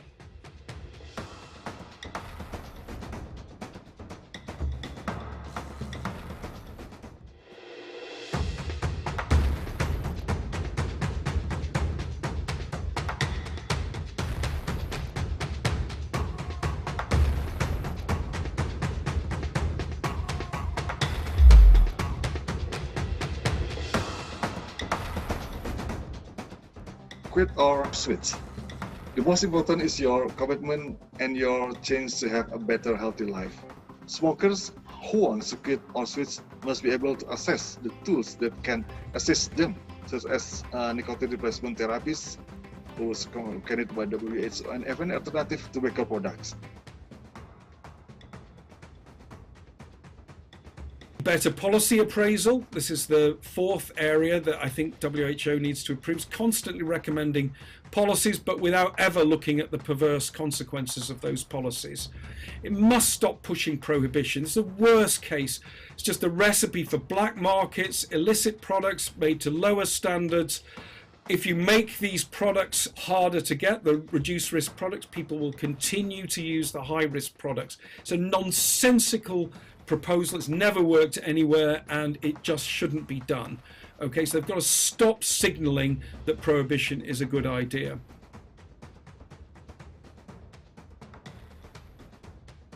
our leading cause of preventable death globally. The inhalation of smoke is a way of getting nicotine. Well over 1 billion people are inhaling smoke today in order to get nicotine. It's totally unnecessary. They can get the nicotine without the smoke. So we've got a range of products, and we've seen what can happen when consumers have the ability to move to those products, even when they don't have incentives.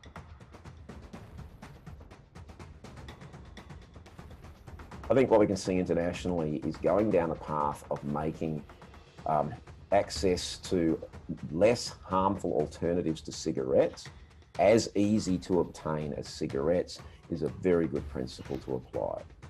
So if people can go to their corner store, supermarket, or any shop like that, or the streets, and buy cigarettes, they should be able to buy e-cigarettes or heat not burn product. Make it as simple for people to access the less harmful alternative. I think that's an overarching principle. So don't make it illegal, don't make it difficult. Tell people to do neither, but encourage people who are smoking to switch to less harmful alternatives.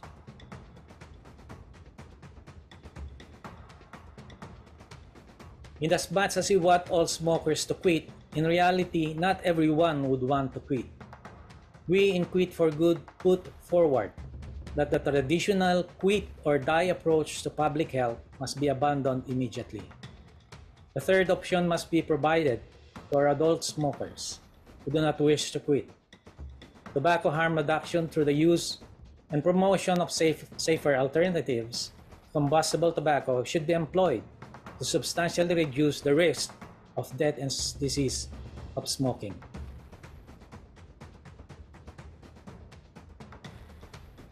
Public health comes first. And this is one of the health issues that we are trying to help people to quit smoking. If you can quit smoking, then of course, better health is waiting for you. So yeah, this is, I think it's a drive that needs to be looked at.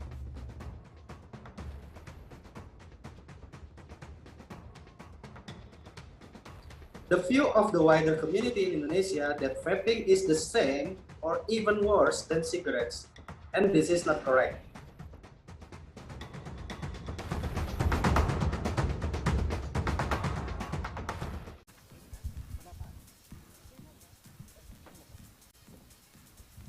Welcome back, everyone. I hope you did not miss Hello, us. everyone. That was a quick 15 minutes, right? Yeah, I know. Welcome to our new attendees who just arrived. So please make yourself at home. Here at the Manila Hotel. Yes, and enjoy the rest of the day. So we'll be hearing more. Yeah, we still have a few more before we hit lunch break, and then we proceed to the afternoon session of this forum.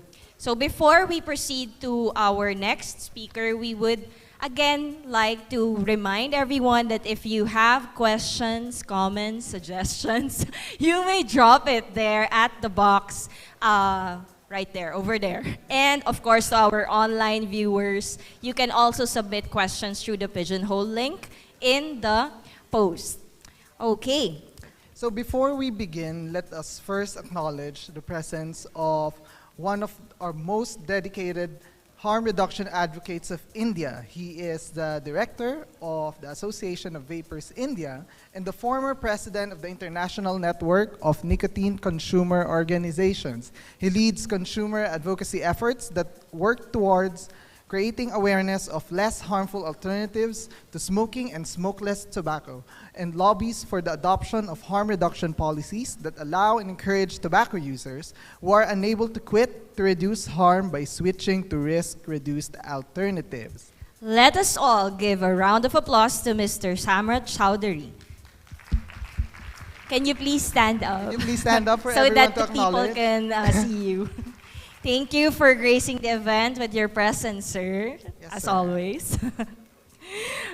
And our second round of presentations, of course, will begin with a talk from another stalwart of tobacco harm reduction advocates from India.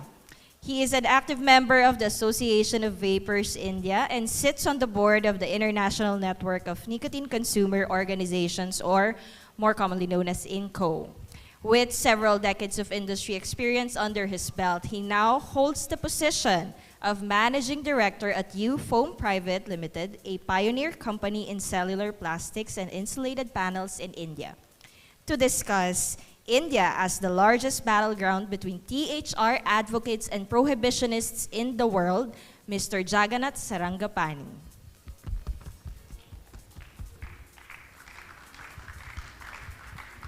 Thank you for inviting me to this Asia Harm Reduction Forum at the Philippines. I'm Jagannath Sarangapani, and I'm a member of AVI and a board member of INCO. And I'm not able to make it to the conference as much as I would have loved to because of a family emergency.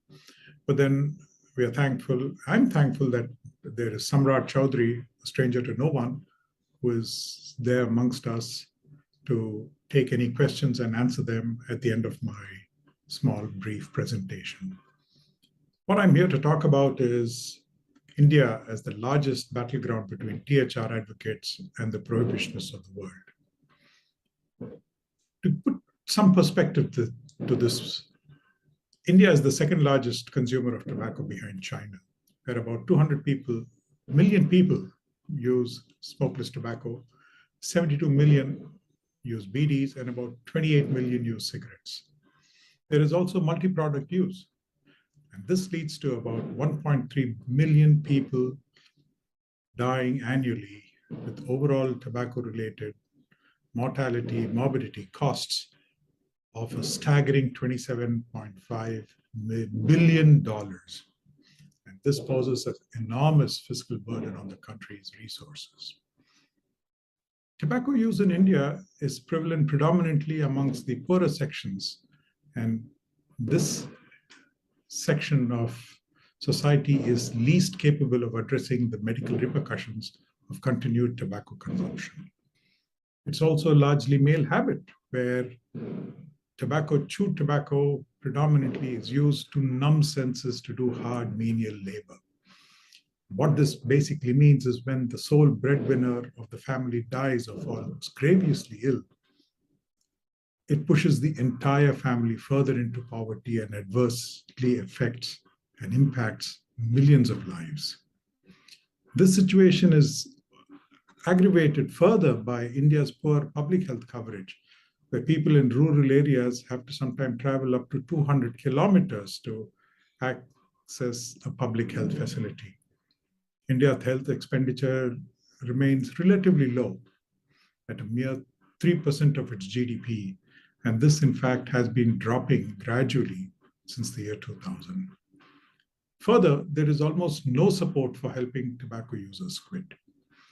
There are either none or very few state-run cessation centers, and where these exist, they do not provide pharmacological assistance in any form, like nicotine gums or patches. There is, of course, the much touted quit line, whose effectiveness in combating tobacco dependence remains circumspect. We've all tried it. The Bloomberg philosophy or quit or die, and, things like that, and they've never worked. Well, nicotine gums at their current prices still remain out of reach, even for existing cigarette smokers in India, leave alone the vast majority that use BDs and smokeless tobacco products. Though a few months ago, the Indian government took this welcome step of including NRTs in the list of essential medicines, which is expected to bring the prices down and increase availability. What happens on the ground remains to be seen. As of now, nearly 70% of the tobacco users want to quit. Only 0.5% manage to do so. And this number is perhaps amongst the lowest quit rates anywhere in the world. In this situation where both medical and cessation support are almost non-existent and users from the lower economic backgrounds are incapable of meeting their medical expense, it's a no-brainer that promoting harm reduction strategies and tobacco control, where tobacco users, both smokers and smokeless tobacco users, are encouraged, incentivized to manage risk by availing less harmful alternatives at competitive prices, thereby reducing the incidence of severe morbidity and mortality, will yield immediate results. And yet the Indian government, ostensibly under pressure from the WHO and its allies, the Bloomberg network, and this coupled with financial considerations as the government is a significant stakeholder in the country's cigarette monopoly, plus directly controls tobacco cultivation and trade. Safer nicotine alternatives such as vaping and heated tobacco products were banned in late 2019. This came as a shock to THR proponents as this decision defies logic, given India's tobacco burden and the government's absolute inability to control it.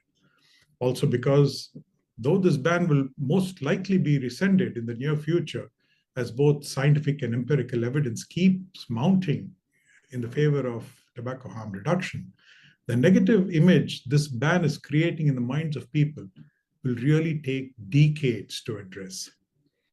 This is also leading many vapers who successfully quit smoking going back, surely because they do not want to deal with the black market, the higher prices, inconsistent availability, and proliferation of fakes. Understandably, the most impacted by this ban are women vapers. One of them is my niece, and I feel particularly discomforted by this. The way this ban was issued is an absolute undemocratic manner, by way of an executive order, without consultation with any stakeholders, especially the vapers and smokers who are directly impacted by this decision.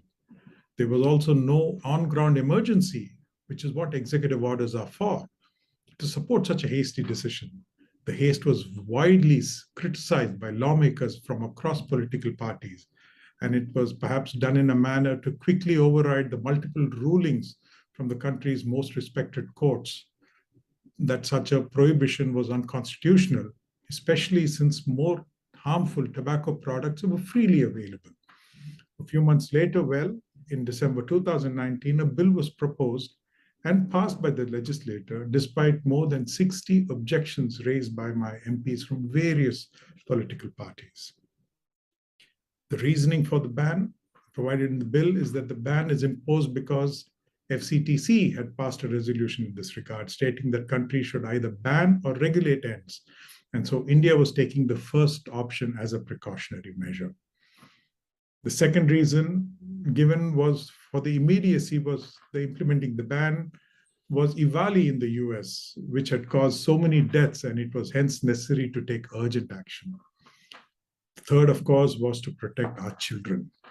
Of course, amongst the unstated reasons could well be the protection against competition being provided to cigarette industry, which is the government, in which the government is a significant stakeholder.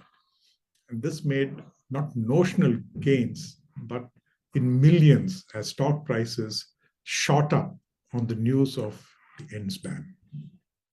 Now, the ban has unfortunately put India at the center of the fight between the prohibitionists and the THR advocates. India is the largest nation to have implemented such a total sales ban on ENDS. It has amongst the highest consumption rates. Nearly half of Indian adult males use tobacco in some form or the other.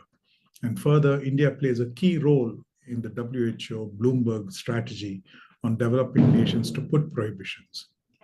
You'll have to excuse any sounds of firecrackers because I'm recording this during Diwali. Well, lower and middle income countries, or LMICs, where 80% of tobacco users live, are places where WHO and its allies wield the most influence, often directly paying for health and other initiatives which give them a seat at the policy table. It takes a lot more resources to shape policy in a developing world. Most of these have been moved in the regulatory direction anyway. While many developing nations are still forming and finalizing their THR stance, this provides an opportunity and also the justification for further funding these organizations. In this context, the prohibitionists are fighting tooth and nail and applying all manners of pressure to ensure that India remains in their camp so that it can use it as an example to influence other developing countries to follow suit. We are seeing this happening right in India's neighborhood, from Bangladesh to Pakistan, in Africa and in Latin America too, where Mexico is being nudged towards banning THR alternatives in a startling copycat manner employed in India. India's ban was imposed by the then health minister, who had been a long-time WHO advisor on tobacco control and was thus deeply steeped in this fantastical philosophy of eradicating tobacco use from the world, no matter how long it took or how many lives were lost in the pursuit of this lofty goal. He was, however, not very good as an overall health minister and was fired midway through his term for grossly mismanaging the COVID response, which led to millions of lives being lost.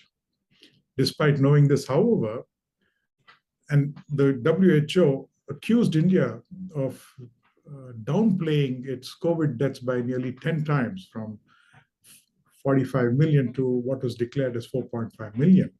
In an attempt to apply pressure on the Indian government not to change its course, the WHO gave our ex-health minister the top award days before he relinquished office. In Mexico too, the tactics of award for pressure to ban safer alternatives was applied earlier this year with some success. Other ways in which the WHO Bloomberg network keeps its grip on tobacco control agenda is exclusion and by misapplying Article 5.3 of the FCTC to ensure even consumers are not allowed to participate in the deliberations and policy discussions on tobacco policies. This is quite evident in India, and I'm sure it's elsewhere too, where most of tobacco control seminars where government officials are present are funded and organized by Bloomberg groups, where on the pretext of implementing Article 5.3, all dissenting voices are banned from even attending. This includes anyone who does not toe the anti-THR line, be it established and acclaimed doctors, psychologists, legal counsel, or even consumers themselves. In many cases, the government departments are also forced to adopt similar draconian measures such that citizens of the land are themselves barred from approaching their state officials.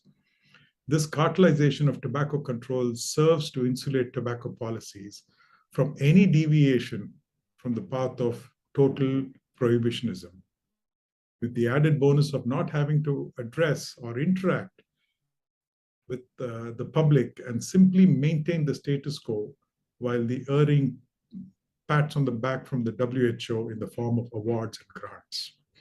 Of course, the victims of these are the people who use tobacco and safer nicotine products who, in the case of India, are being marginalized, and a vulnerable 270 million strong group urgently needs state support and meaningful intervention to ensure that their quality of life improves.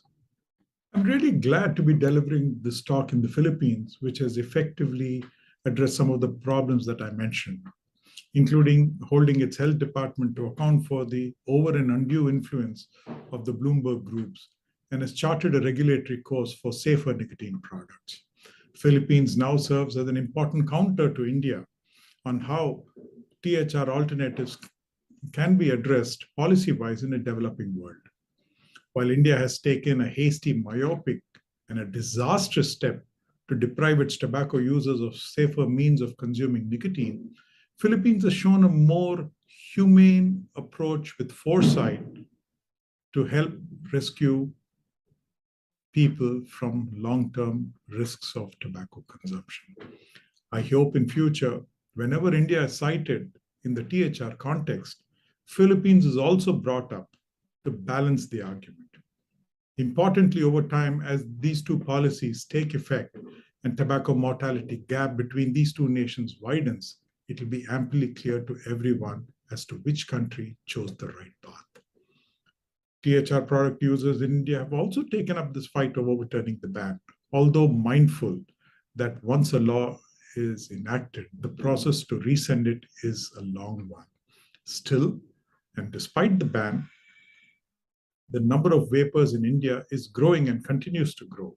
And knowing what happened in Thailand, and in today's internet-connected world, it is impossible to hide facts, and people will one way or the other find out that even though the government has banned vaping and not smoking, people will realize that it is the former that is significantly less harmful and a safer means of consuming nicotine.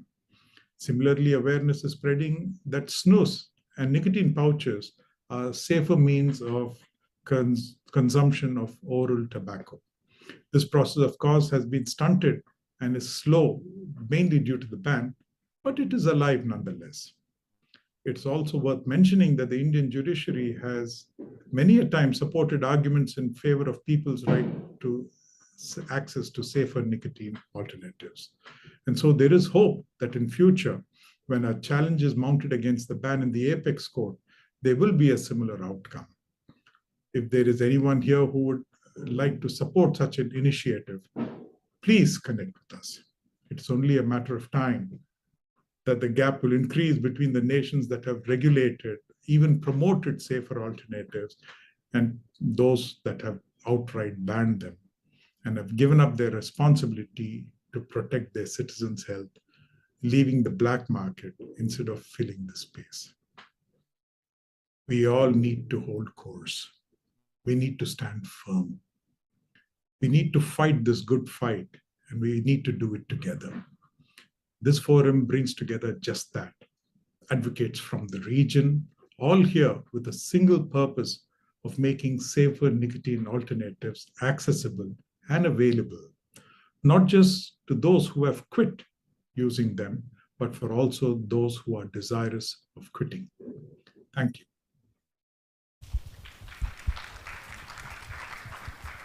Thank you for that wonderful discussion, Sir Jaggi, and I'm sure everyone, each of our delegates are taking notes so that they can learn from your experiences in India, and you know, if the same thing happens in their countries, they know what to do. So Joshua, since this is your first rodeo in tobacco harm reduction, have you sensed that there are a lot of countries with their own struggles when it comes to the fight for tobacco harm reduction? Because there are a lot of countries specifically in the Asia-Pacific region that don't really believe the idea of harm reduction as a science and, you know, as backed up by research. So what can you say that there are different struggles for different countries, I guess? Well, thank you for that wonderful question, number one. So, well, it's nice to know that we are not alone in the Asia-Pacific region. Some of the problems that the Philippines is experiencing when it comes to how our society views harm-reducing alternatives, such as vaping, is experienced not only here, but also around the Asia-Pacific region. So it's nice to be around and in the presence of experts who are able to shed light on these topics, especially for those who are also attending here for the first time. So before we continue with our next discussion, we would like to acknowledge the presence of one of the two brilliant individuals involved in the research that we are going to discuss further in our forum. So he is the head of the research. He has been heading research for decades in the private and public sectors. Currently, he is serving as one of the directors of the Polytechnic University of the Philippines, where he shares his advocacy in the pursuit of knowledge through scientific research to the next generation. Ladies and gentlemen, let us acknowledge the presence of Mr. Edgardo Delmo. Hi, sir. Hi, sir. Of course, with over 2 decades of exceptional service in the public health sector, she is a proud graduate of the University of the East College of Dentistry and a master's degree in public health from the Institute of Community and Family Health Incorporated. Having an esteemed name in the industry, her genuine passion and advocacy have produced worthwhile contributions to civic organizations and local and international NGOs. Presently, she serves as the chief of the University Dental Services Department at the Polytechnic University of the Philippines, presenting their research entitled Smoking as a Risk Factor to Other Diseases, a Meta-Analysis, Dr. Rosana Ulab. Let's give her a round of applause. Good morning, everyone.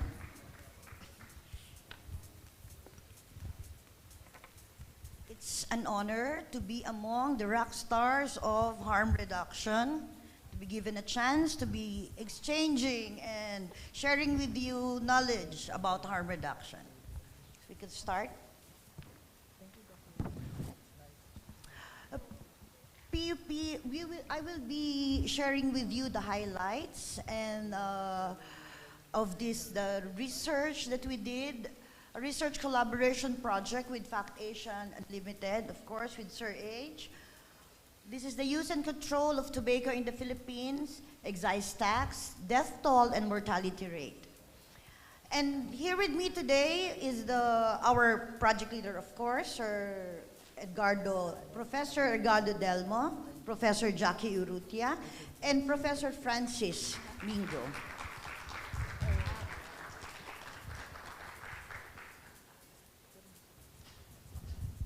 Okay. According to the Global Adult Tobacco Survey of 2009, the Philippines is one of the countries with the largest percentage number of smokers among its adult population, with 28% averaging around 17 million.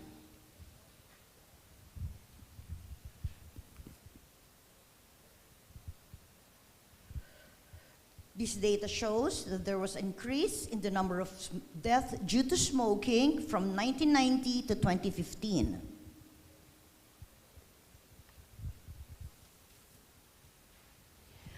This data shows the mortality rates with increase in percentage since year 2000 to 2012 due to tobacco. Locally, about 10 Filipinos die every hour in tobacco-related diseases.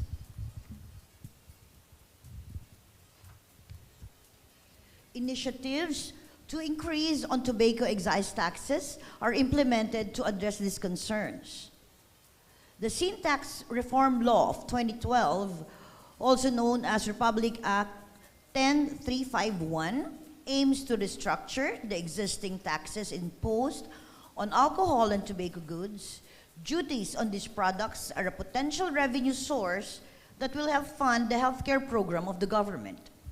Likewise, higher taxes and consequently higher costs are seen as deterrent to the consumption of sin products, whose adverse effects are mostly borne by the poor segments of the society.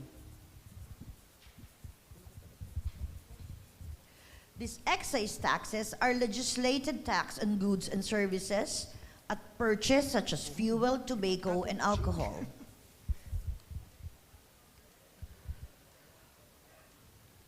Additional government revenues are used to cover the societal cost created by the consumption of these harmful goods and allows the government to implement and subsidize different health programs. Additional tobacco excise taxes was implemented in 2019. And in January 2020, there's an increase of 45 pesos per pack. 2021, we have 50 pesos per pack. In 2022, there's 55 pesos increase per pack. And in 2023, there is a 60 pesos increase per pack. And on January 24th, to the onwards, we have a 5% annual tax hike.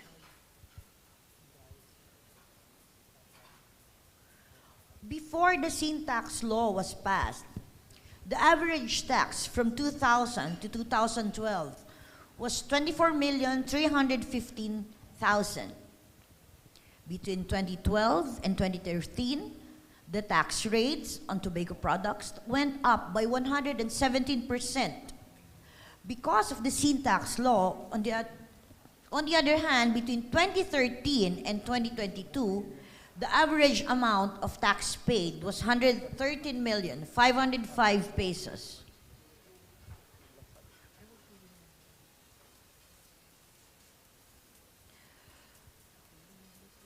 It is also significant to see that after the implementation of the additional tobacco excise taxes, the country has seen a decrease in the total prevalence rate of Filipino smokers.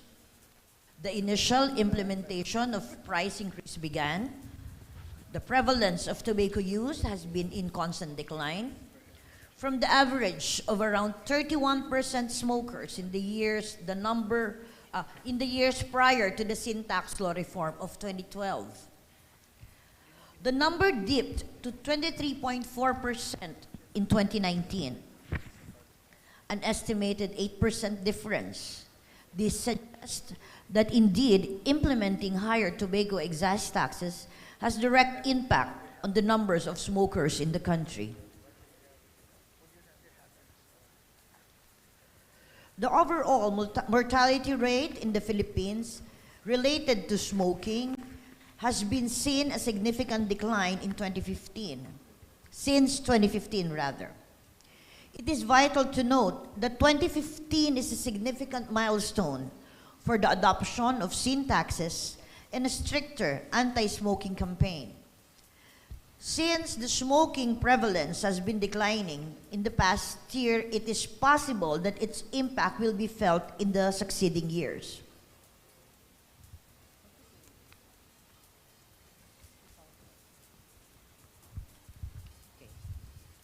This is a comparison of data before and after the passing of the sin tax law. Can be observed on these three aspects. A, there was an increase, of course, in taxes in millions from 25,498,000 to 108 to 349,000. There was a decrease in the number of smokers, but not as dramatic as expected. This may be due to the presence of rampant smuggling of tobacco products here in the Philippines. But with the above figure, we can conclude that implementing higher tobacco excise taxes has direct impact on the number of smokers in the country. And another aspect is the increased total death, which is risk of smoking. Let us take into consideration this one. As you would notice, there is still an increase in the death of causes all risk is smoking. Let us take into consideration that the number of populations after 2015, the total death caused by smoking has still been reduced when contextualized based on the current number of populations.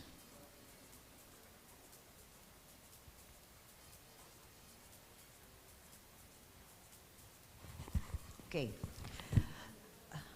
This is the leading causes of mortality in the Philippines. According to the Department of Health's 2019 Philippines Health Statistics Report, comparing the percentage change from 2000 to 2019, there have been a significant increase with ischemic heart disease of 32.9%, stroke at 20.3%, lower respiratory infection at 16.17%, hypertensive heart diseases at 54.6%, and COPD at 26.7%. In the Philippines, 87 individuals die annually due to tobacco smoking.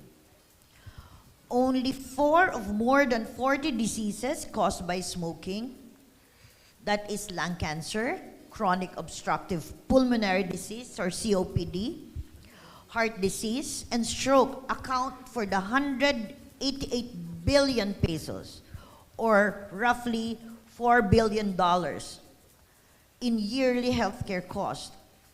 The lost income is due to illness, premature death caused by tobacco use. And this puts the Philippines among the top 15 countries globally that face a relatively high burden of tobacco-related mortality. Sorry.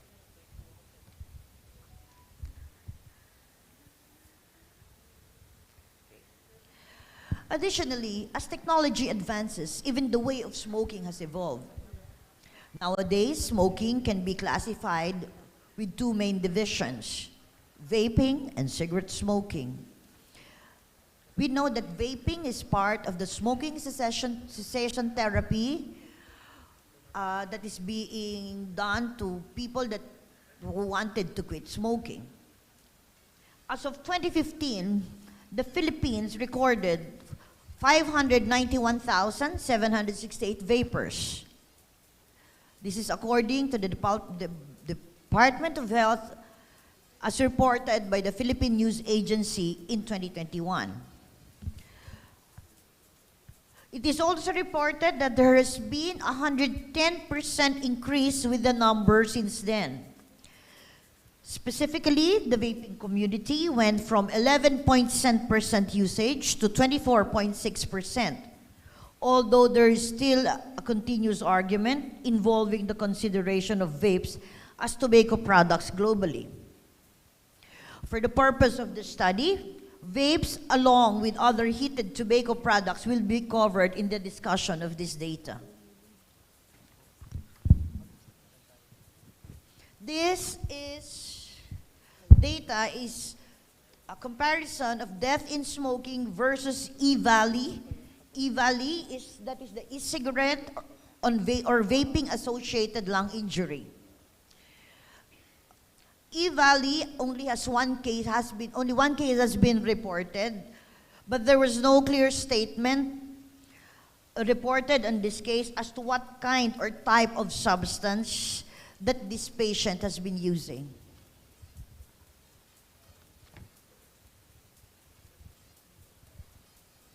Okay. And to conclude, the findings from the collated studies and documents are able to show that there are indeed significant and positive impacts from the related to the diminishing negative effects of tobacco smoking in the Philippines.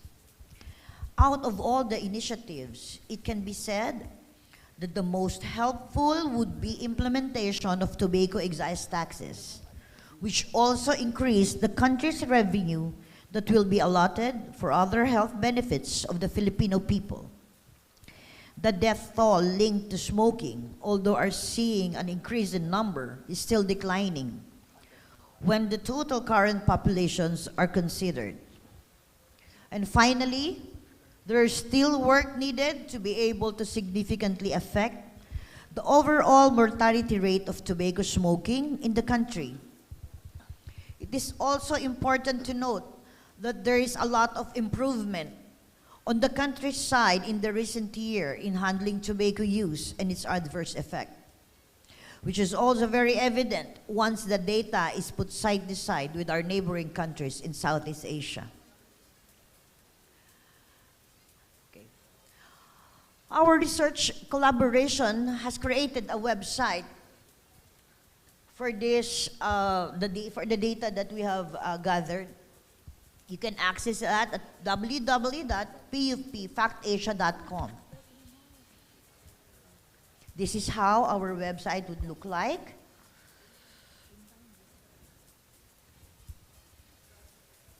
And in the content, there are the tobacco taxes in the Philippines, number of deaths in smoking, mortality rate in terms of tobacco, different diseases, death, Southeast Asian countries, and smoking as a risk factor, death caused by external factors, total number of vapors in the Philippines, and total number of smokers in the Philippines. Okay, this is how, if you're going to explore the website, you can see that we have a graph, a table, the source, the prediction, and additional info. Thank you very much, and good morning, everyone.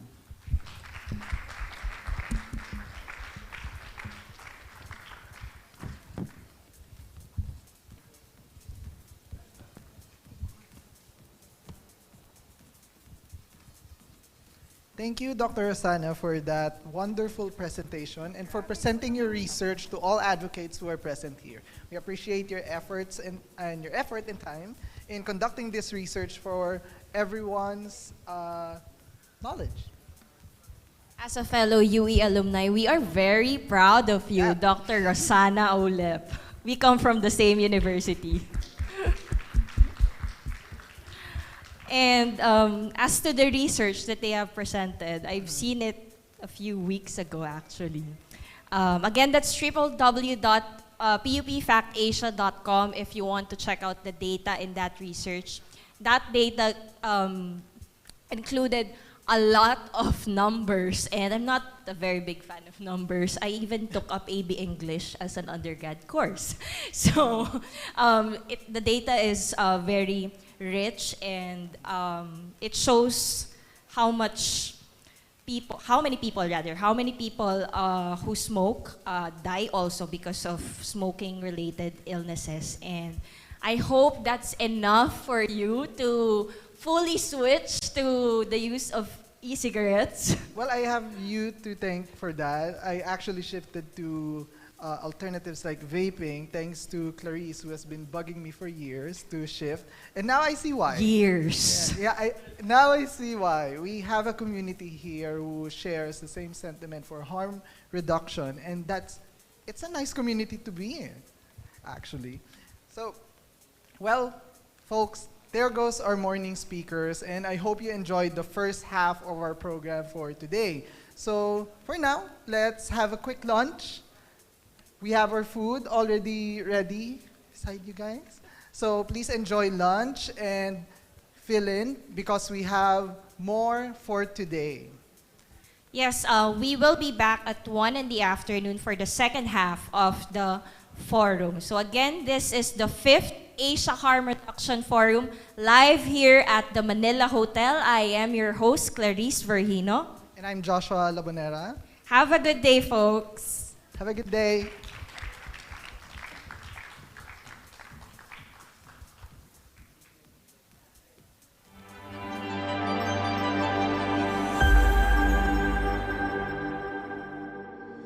What is harm reduction, you ask?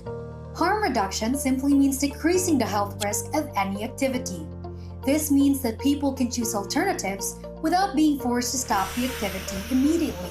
Harm reduction strategies can help shield people from the perils of different external harmful elements like viruses, road-related accidents, stress triggers, climate change-related disasters, and fire-related disasters. It can also reduce the harm caused by different harmful human behaviors like alcohol addiction, social media addiction, nicotine addiction, sedentary lifestyle, unprotected sexual encounters, and many more.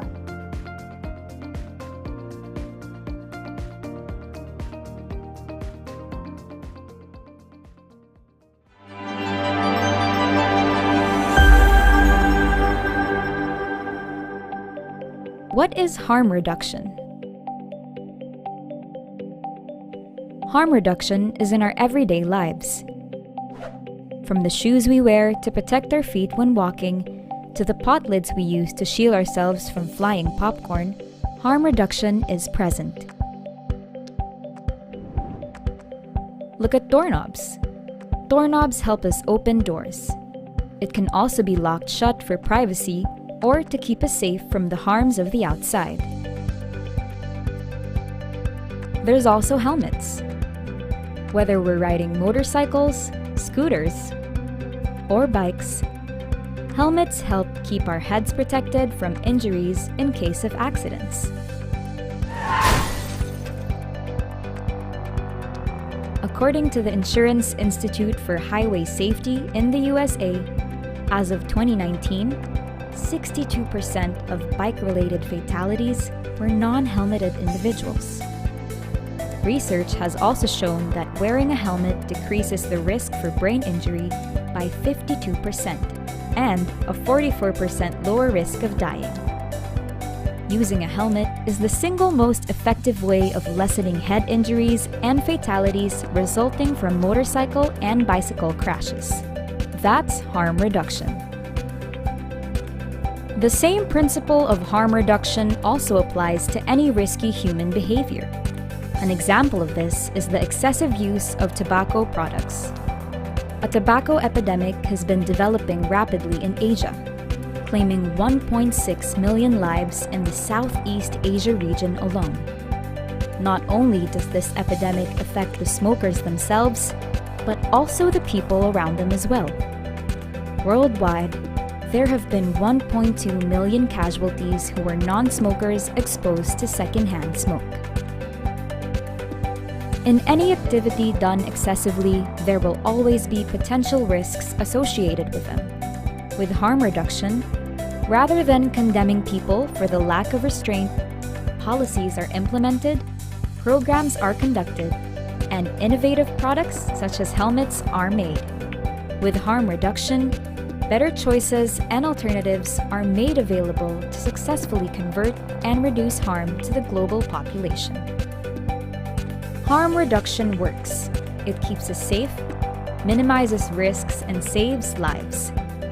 The Asia Harm Reduction Forum gathers world academic leaders and policymakers to educate society.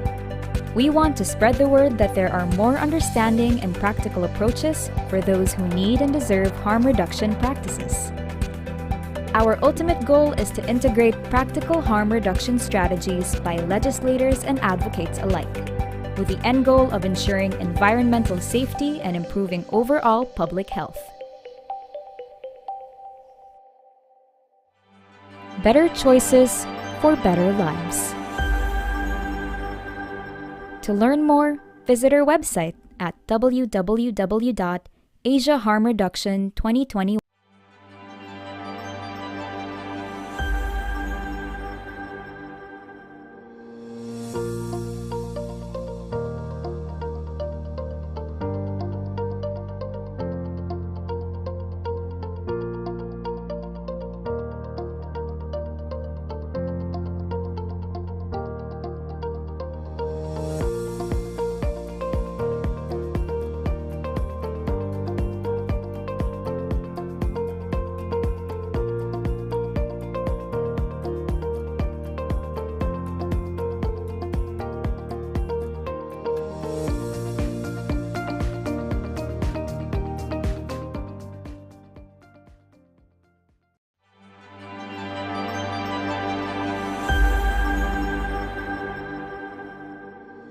What is harm reduction, you ask? Harm reduction simply means decreasing the health risk of any activity. This means that people can choose alternatives without being forced to stop the activity immediately.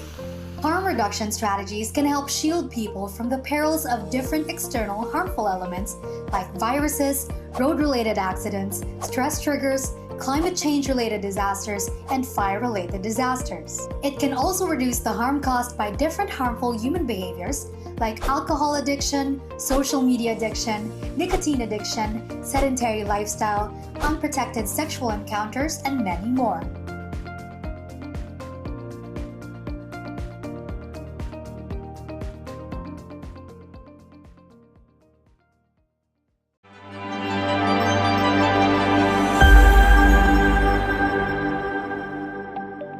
What is harm reduction?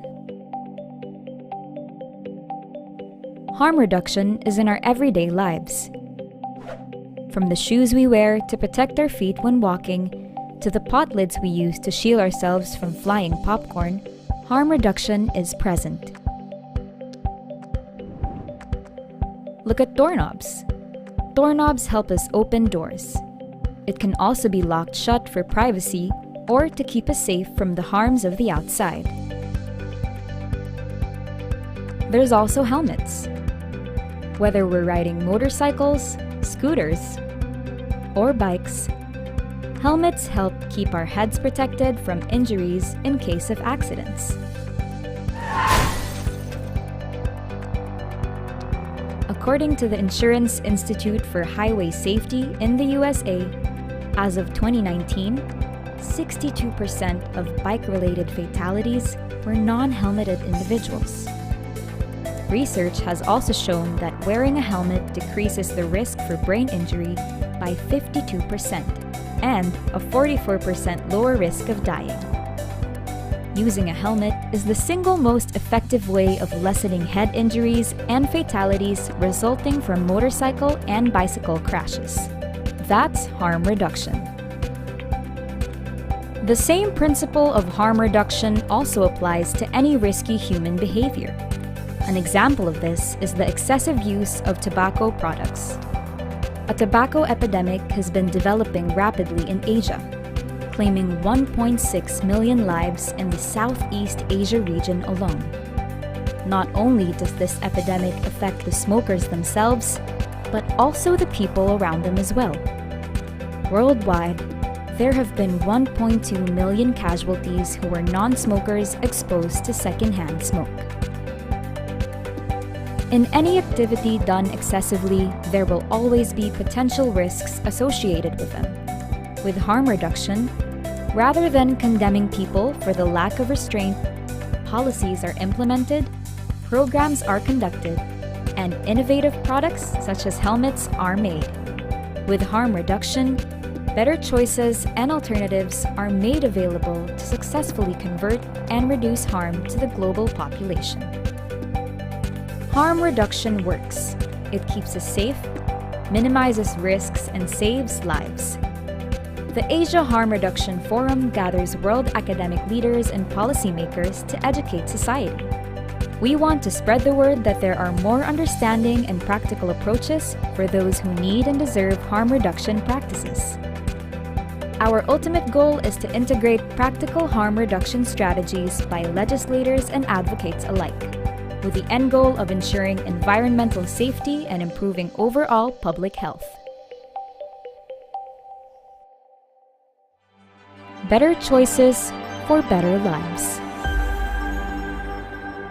To learn more, visit our website at www.asiaharmreduction2021.com. Hi, I'm Francine Vera. I'm 22 years old and I'm a marketing officer for a HR service company. So I started smoking back in second year high school. I was with my group of friends and by that time they were all smoking. It was a bit awkward for me having that I was the only one who wasn't smoking. So to be cool and in the crowd, I wanted to start smoking. The feeling at first, it felt, how can I say this, very cool. Having that I was in high school and I had the vice, it was very cool for me that no one was doing it and we were one of the few who were smoking. With all the schoolwork and all the pressure with school, smoking really helped me a lot. It calmed me down. I'm very specific with that feeling of riding that nicotine high. It felt as if I was shaking but walking on clouds, and that was the biggest, really good high for me, I guess. But it got really bad in college to the point that I was smoking 7 or more sticks a day. My turning point would probably be me during my thesis year. So I found myself doing my thesis, trying to concentrate really, really hard. And it was a struggle for me because I couldn't do it without a cigarette.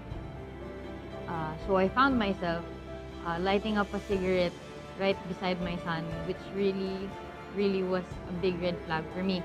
It was hard. I felt very pathetic. I felt as if I wasn't ready to become a mom, knowing that I was choosing a vice. I was choosing to relax more than my baby's health, which meant the world to me. It somehow felt as if I was a failure. After a while, I did open up to my uncle about what happened.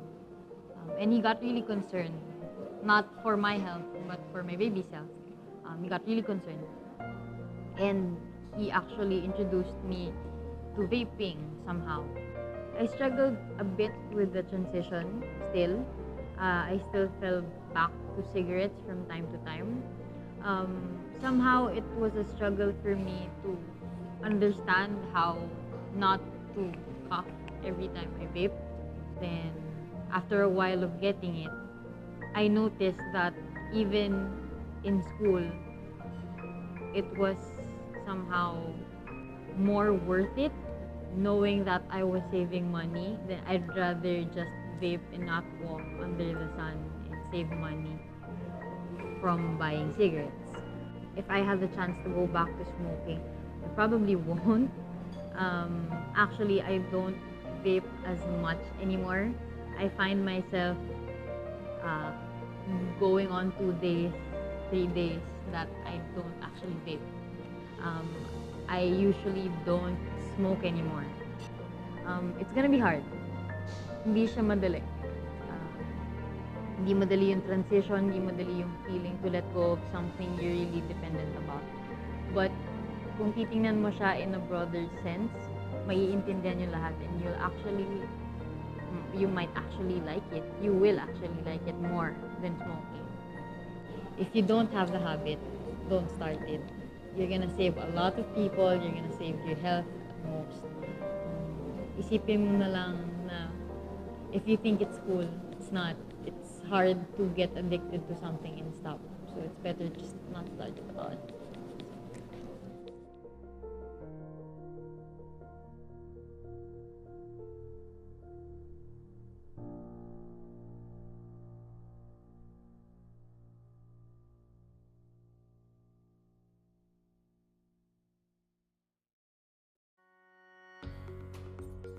Good day, I'm Peter Dotor, the president of Vapors PH, and I am honored to be invited as a speaker for the Asia Harm Reduction Forum 2022. Hi, I'm Rosana Florencia A. Ulep, dentist by profession, currently Chief of the University Dental Services of the Polytechnic University of the Philippines. I'm Professor Ron Christian Season, and currently I am the lead convener of the Harm Reduction Alliance of the Philippines, or simply HARAP.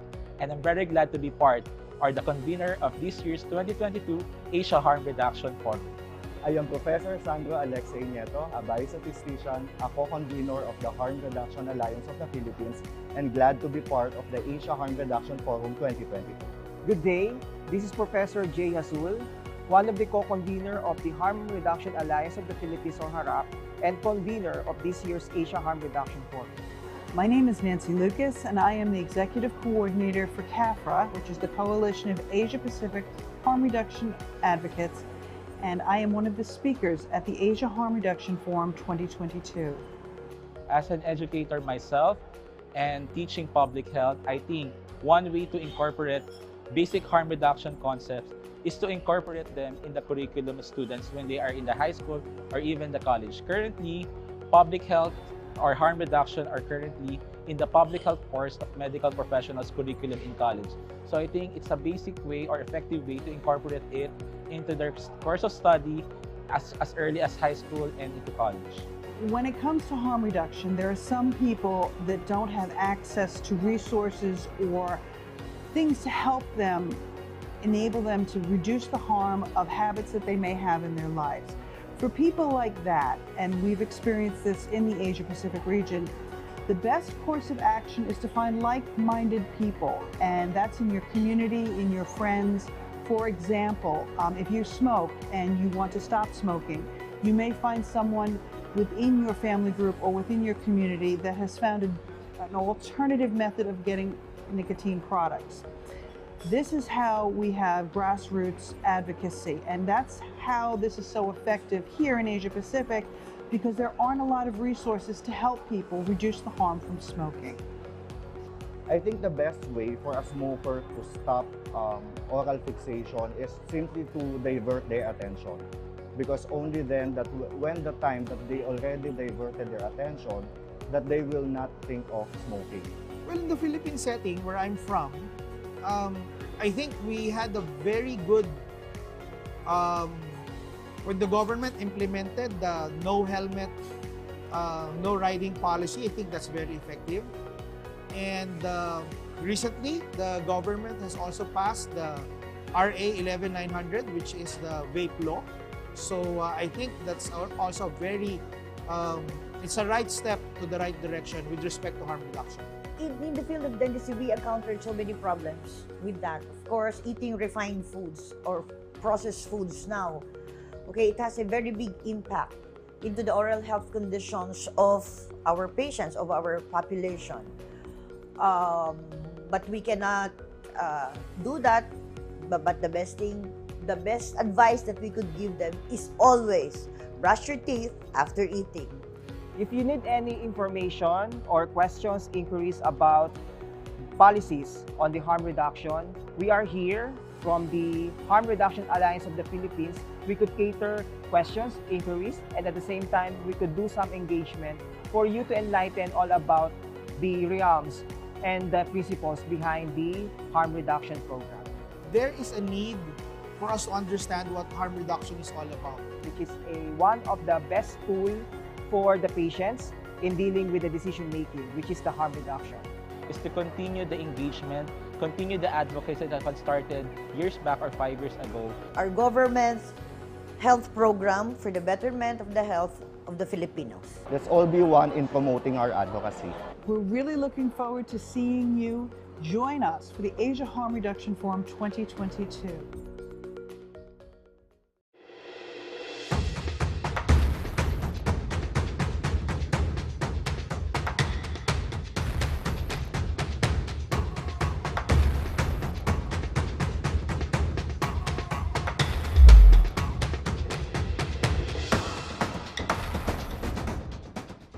Quit or switch. The most important is your commitment and your change to have a better, healthy life. Smokers who want to quit or switch must be able to access the tools that can assist them, such as nicotine replacement therapies, was recommended by WHO, and even alternative tobacco products.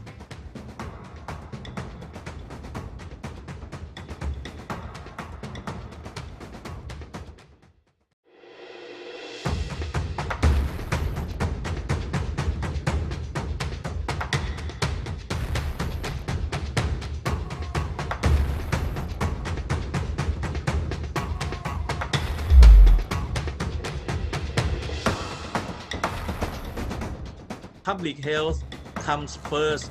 And this is one of the health issue that we are trying to help people to quit smoking. If you can quit smoking, then of course, better health is waiting for you. So yeah, this is, I think it's a drive that needs to be looked at.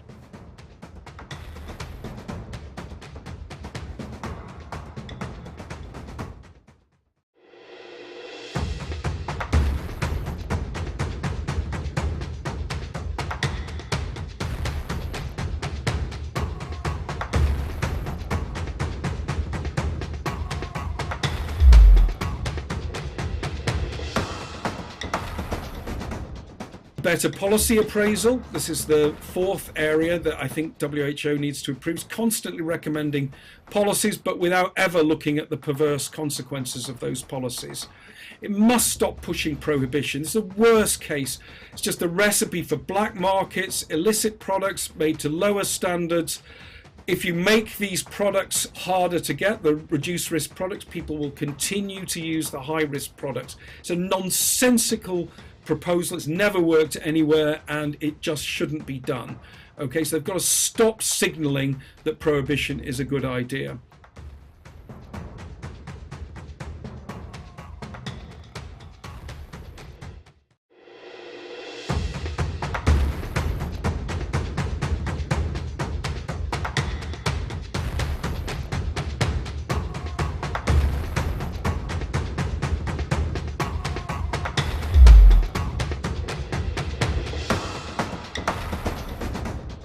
I think what we can see internationally is going down a path of making access to less harmful alternatives to cigarettes as easy to obtain as cigarettes is a very good principle to apply. So if people can go to their corner store, supermarket, or any shop like that, or the streets, and buy cigarettes, they should be able to buy e-cigarettes or heat-not-burn product. Make it as simple for people to access the less harmful alternative. I think that's an overarching principle. So don't make it illegal, don't make it difficult. Tell people to do neither, but encourage people who are smoking to switch to less harmful alternatives.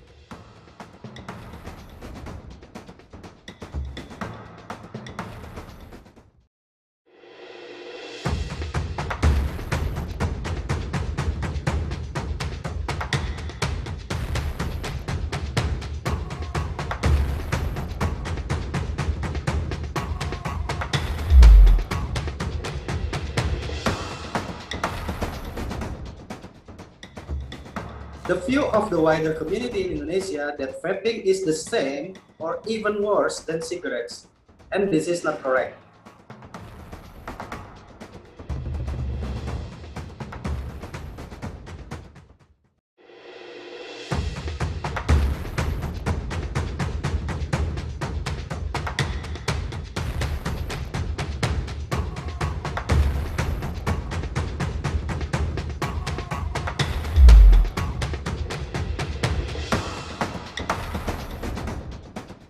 In as much as we want all smokers to quit, in reality, not everyone would want to quit.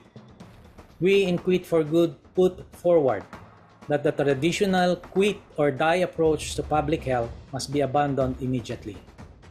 The third option must be provided for adult smokers who do not wish to quit. Tobacco harm reduction through the use and promotion of safer alternatives to combustible tobacco should be employed to substantially reduce the risk of death and disease of smoking.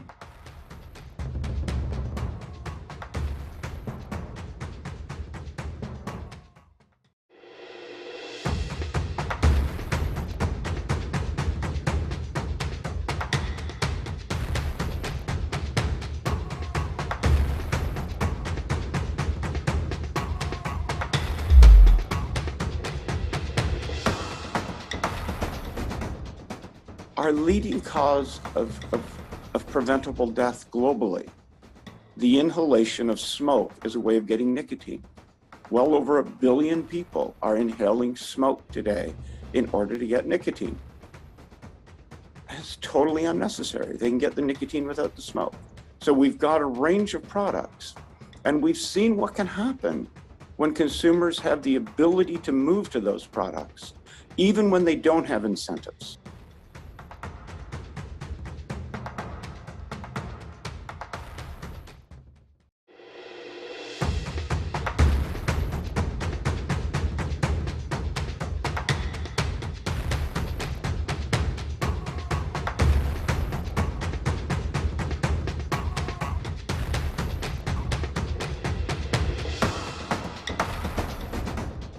For the harm reduction principles uphold commitment to scientific evidence, commitment to social justice, and human and stigma avoidance.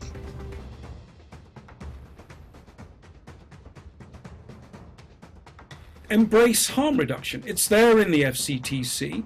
There is a regulatory framework for doing it, which is called risk proportionate regulations. And all it means is that you tax and regulate and communicate much stronger messages, much stronger regulation, much higher taxes for the smoke products, and you have a much more permissive approach to the smoke-free products. And what you're trying to do is use the regulatory framework to encourage people to migrate from high risk to low risk products.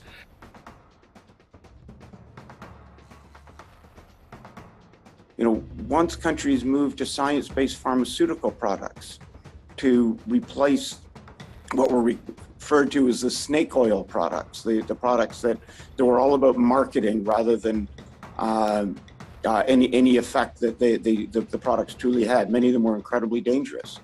But once people could substitute science-based pharmaceuticals for those old products, they did. When we use the principles of the Enlightenment, when we use science and reason and humanism, we accomplish amazing things. You know, we have dramatically increased human life expectancy. We've dramatically increased the quality of those years of life. And it's because when we find a risk, we seek to reduce it.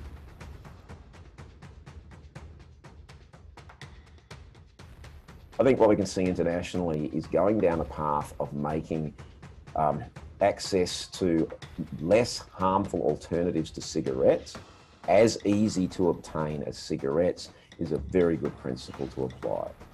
So if people can go to their corner store, supermarket, or any shop like that, or the streets, and buy cigarettes, they should be able to buy e-cigarettes or heat-not-burn product. Make it as simple for people to access the less harmful alternative. I think that's an overarching principle.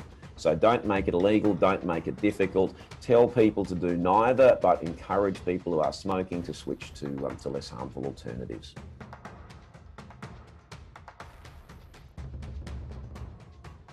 A crucial aspect which complements the role of electronic vaping products in tobacco harm reduction or encouraging combustible cigarette smokers to switch to less harmful alternatives is flavors. A recent study examined the use of flavored electronic cigarettes among 1,603 adult vapers from Canada and the US and concluded that a variety of non-tobacco flavors, especially fruit, are popular among adult vapers, particularly among those who have quit smoking and are now exclusively vaping. Limiting access to flavors may therefore reduce the appeal of e-cigarettes among adults who are trying to quit smoking or stay quit.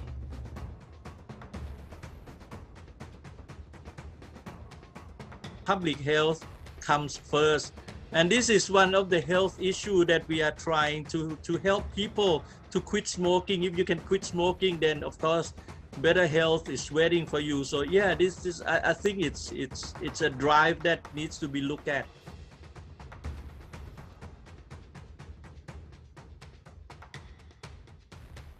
The view of the wider community in Indonesia that vaping is the same or even worse than cigarettes, and this is not correct.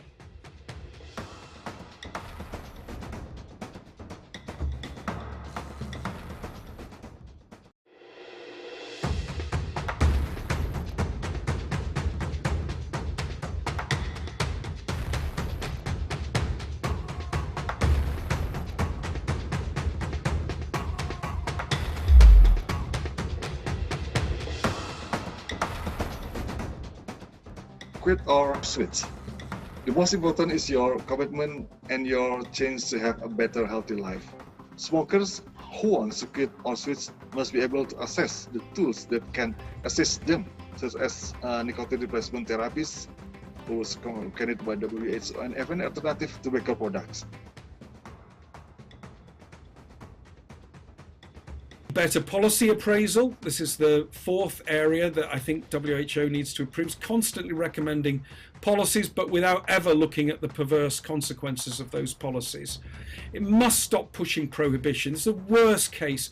It's just a recipe for black markets, illicit products made to lower standards. If you make these products harder to get, the reduced risk products, people will continue to use the high risk products. It's a nonsensical proposal. It's never worked anywhere, and it just shouldn't be done. Okay, so they've got to stop signaling that prohibition is a good idea.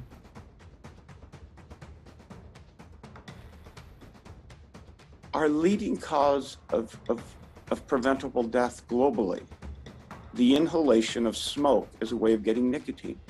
Well over 1 billion people are inhaling smoke today in order to get nicotine. It's totally unnecessary. They can get the nicotine without the smoke. So we've got a range of products, and we've seen what can happen when consumers have the ability to move to those products, even when they don't have incentives.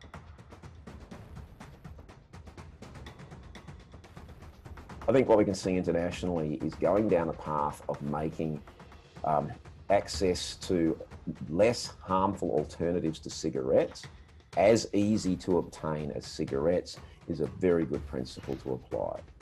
So if people can go to their corner store, supermarket, or any shop like that, or the streets, and buy cigarettes, they should be able to buy e-cigarettes or heat-not-burn product. Make it as simple for people to access the less harmful alternative. I think that's an overarching principle.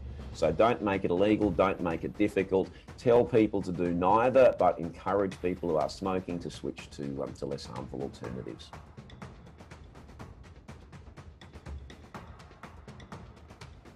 Inasmuch as we want all smokers to quit, in reality, not everyone would want to quit. We in Quit for Good put forward that the traditional quit or die approach to public health must be abandoned immediately. The third option must be provided for adult smokers who do not wish to quit.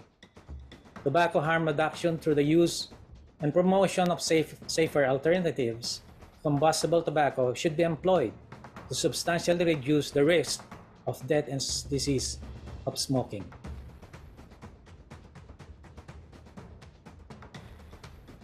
Public health comes first. And this is one of the health issue that we are trying to help people to quit smoking. If you can quit smoking, then of course better health is waiting for you. So yeah, this is I think it's a drive that needs to be looked at.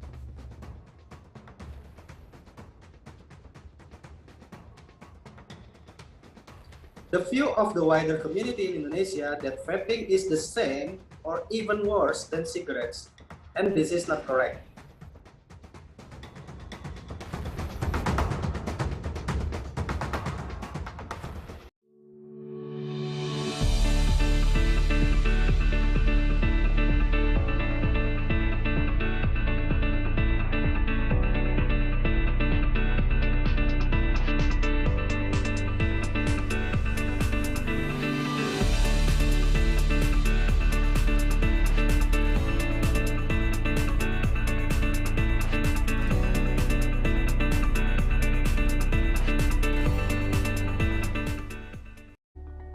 Hi, I'm Francine Vera. I'm 22 years old and I'm a marketing officer for a HR service company. So I started smoking back in second year high school. I was with my group of friends and by that time they were all smoking. It was a bit awkward for me having that I was the only one who wasn't smoking. So to be cool and in the crowd, I wanted to start smoking. The feeling at first, it felt, how can I say this, very cool. Having that I was in high school and I had the vice, it was very cool for me that no one was doing it and we were one of the few who were smoking. With all the schoolwork and all the pressure with school, smoking really helped me a lot. It calmed me down. I'm very specific with that feeling of riding that nicotine high. It felt as if I was shaking but walking on clouds. And that was the biggest, really good high for me, I guess. But it got really bad in college to the point that I was smoking 7 or more sticks a day. My turning point would probably be me during my thesis year. So I found myself doing my thesis, trying to concentrate really, really hard. And it was a struggle for me because I couldn't do it without a cigarette. So I found myself lighting up a cigarette right beside my son, which really, really was a big red flag for me. It was hard. I felt very pathetic. I felt as if I wasn't ready to become a mom, knowing that I was choosing a vice. I was choosing to relax more than my baby's health, which meant the world to me. It somehow felt as if I was a failure. After a while, I did open up to my uncle about what happened. And he got really concerned, not for my health, but for my baby's health. He got really concerned. And he actually introduced me to vaping somehow. I struggled a bit with the transition still. I still fell back to cigarettes from time to time. Somehow it was a struggle for me to understand how not to cough every time I vape. Then after a while of getting it, I noticed that even in school, it was somehow more worth it, knowing that I was saving money. Then I'd rather just vape and not walk under the sun and save money from buying cigarettes. If I had the chance to go back to smoking, I probably won't. Actually, I don't vape as much anymore. I find myself going on 2 days, 3 days that I don't actually vape. I usually don't smoke anymore. It's gonna be hard. Hindi siya madali. Hindi madali yung transition, hindi madali yung feeling to let go of something you're really dependent about. But kung titingnan mo siya in a broader sense, maiintindihan yung lahat and you might actually like it. You will actually like it more than smoking. If you don't have the habit, don't start it. You're gonna save a lot of people, you're gonna save your health at most. Isipin mo na lang na if you think it's cool, it's not. It's hard to get addicted to something and stop. So it's better just not start at all.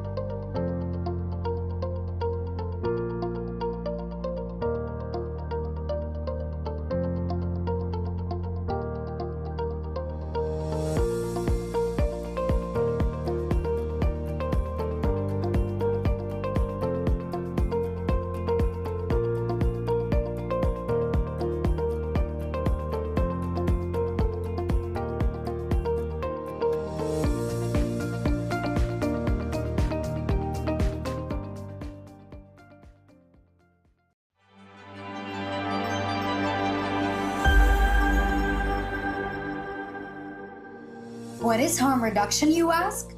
Harm reduction simply means decreasing the health risk of any activity.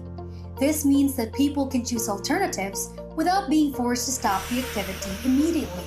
Harm reduction strategies can help shield people from the perils of different external harmful elements like viruses, road-related accidents, stress triggers, climate change-related disasters, and fire-related disasters. It can also reduce the harm caused by different harmful human behaviors like alcohol addiction, social media addiction, nicotine addiction, sedentary lifestyle, unprotected sexual encounters, and many more.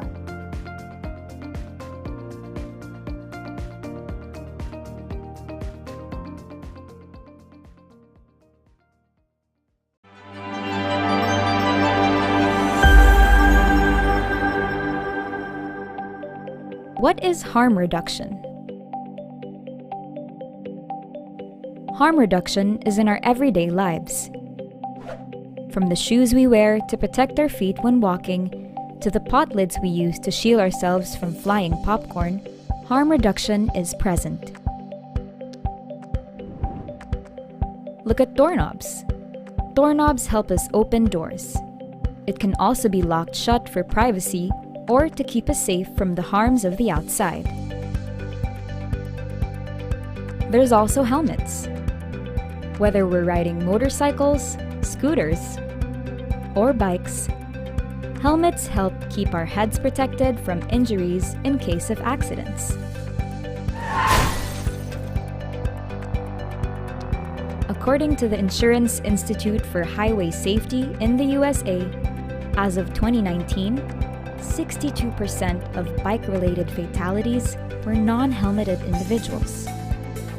Research has also shown that wearing a helmet decreases the risk for brain injury by 52% and a 44% lower risk of dying. Using a helmet is the single most effective way of lessening head injuries and fatalities resulting from motorcycle and bicycle crashes. That's harm reduction. The same principle of harm reduction also applies to any risky human behavior. An example of this is the excessive use of tobacco products. A tobacco epidemic has been developing rapidly in Asia, claiming 1.6 million lives in the Southeast Asia region alone. Not only does this epidemic affect the smokers themselves, but also the people around them as well. Worldwide, there have been 1.2 million casualties who were non-smokers exposed to secondhand smoke. In any activity done excessively, there will always be potential risks associated with them. With harm reduction, rather than condemning people for the lack of restraint, policies are implemented, programs are conducted, and innovative products such as helmets are made. With harm reduction, better choices and alternatives are made available to successfully convert and reduce harm to the global population. Harm reduction works. It keeps us safe, minimizes risks, and saves lives. The Asia Harm Reduction Forum gathers world academic leaders and policymakers to educate society. We want to spread the word that there are more understanding and practical approaches for those who need and deserve harm reduction practices. Our ultimate goal is to integrate practical harm reduction strategies by legislators and advocates alike, with the end goal of ensuring environmental safety and improving overall public health. Better choices for better lives. To learn more, visit our website at www.asiaharmreduction2021.com. Hi, I'm Francine Rivera. I'm 22 years old and I'm a marketing officer for a HR service company. So I started smoking back in second year high school. I was with my group of friends and by that time they were all smoking. It was a bit awkward for me having that I was the only one who wasn't smoking. So to be cool and in the crowd, I wanted to start smoking. The feeling at first, it felt, how can I say this, very cool. Having that I was in high school and I had the vice, it was very cool for me that no one was doing it and we were one of the few who were smoking. With all the schoolwork and all the pressure with school, smoking really helped me a lot. It calmed me down. I'm very specific with that feeling of riding that nicotine high. It felt as if I was shaking but walking on clouds, and that was the biggest, really good high for me, I guess. But it got really bad in college to the point that I was smoking 7 or more sticks a day. My turning point would probably be me during my thesis year. So I found myself doing my thesis, trying to concentrate really, really hard. And it was a struggle for me because I couldn't do it without a cigarette. So I found myself lighting up a cigarette right beside my son, which really, really was a big red flag for me. It was hard. I felt very pathetic. I felt as if I wasn't ready to become a mom. Knowing that I was choosing a vice. I was choosing to relax more than my baby's health, which meant the world to me. It somehow felt as if I was a failure. After a while, I did open up to my uncle about what happened. And he got really concerned. Not for my health, but for my baby's health. He got really concerned. And he actually introduced me to vaping somehow. I struggled a bit with the transition still. I still fell back to cigarettes from time to time. Somehow it was a struggle for me to understand how not to cough every time I vape. Then after a while of getting it, I noticed that even in school, it was somehow more worth it, knowing that I was saving money. Then I'd rather just vape and not walk under the sun and save money from buying cigarettes. If I had the chance to go back to smoking, I probably won't. Actually, I don't vape as much anymore. I find myself going on 2 days, 3 days that I don't actually vape. I usually don't smoke anymore. It's gonna be hard. Hindi siya madali. Hindi madali yung transition, hindi madali yung feeling to let go of something you're really dependent about. But kung titingnan mo siya in a broader sense, maiintindihan yung lahat and you might actually like it. You will actually like it more than smoking. If you don't have the habit, don't start it. You're gonna save a lot of people, you're gonna save your health at most. Isipin mo na lang na if you think it's cool, it's not. It's hard to get addicted to something and stop. So it's better just not start at all.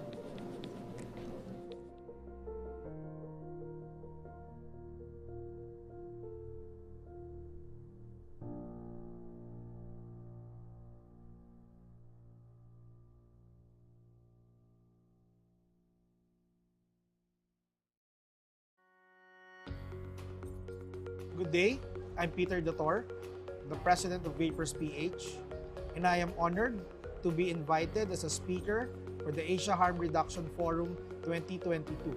Hi, I'm Rosana Florencia A. Ulep, dentist by profession, currently Chief of the University Dental Services of the Polytechnic University of the Philippines. I'm Professor Ron Christian Season, and currently I am the lead convener of the Harm Reduction Alliance of the Philippines, or simply HARAP. And I'm very glad to be part or the convener of this year's 2022 Asia Harm Reduction Forum. I am Professor Sandro Alexei Nieto, a biostatistician, a co-convener of the Harm Reduction Alliance of the Philippines, and glad to be part of the Asia Harm Reduction Forum 2022. Good day, this is Professor Jay Hasul, one of the co-convener of the Harm Reduction Alliance of the Philippines, or HARAP, and convener of this year's Asia Harm Reduction Forum. My name is Nancy Lucas, and I am the Executive Coordinator for CAFRA, which is the Coalition of Asia-Pacific Harm Reduction Advocates, and I am one of the speakers at the Asia Harm Reduction Forum 2022. As an educator myself and teaching public health, I think one way to incorporate basic harm reduction concepts is to incorporate them in the curriculum of students when they are in the high school or even the college. Currently, public health or harm reduction are currently in the public health course of medical professionals curriculum in college. So I think it's a basic way or effective way to incorporate it into their course of study as early as high school and into college. When it comes to harm reduction, there are some people that don't have access to resources or things to help them, enable them to reduce the harm of habits that they may have in their lives. For people like that, and we've experienced this in the Asia-Pacific region, the best course of action is to find like-minded people, and that's in your community, in your friends.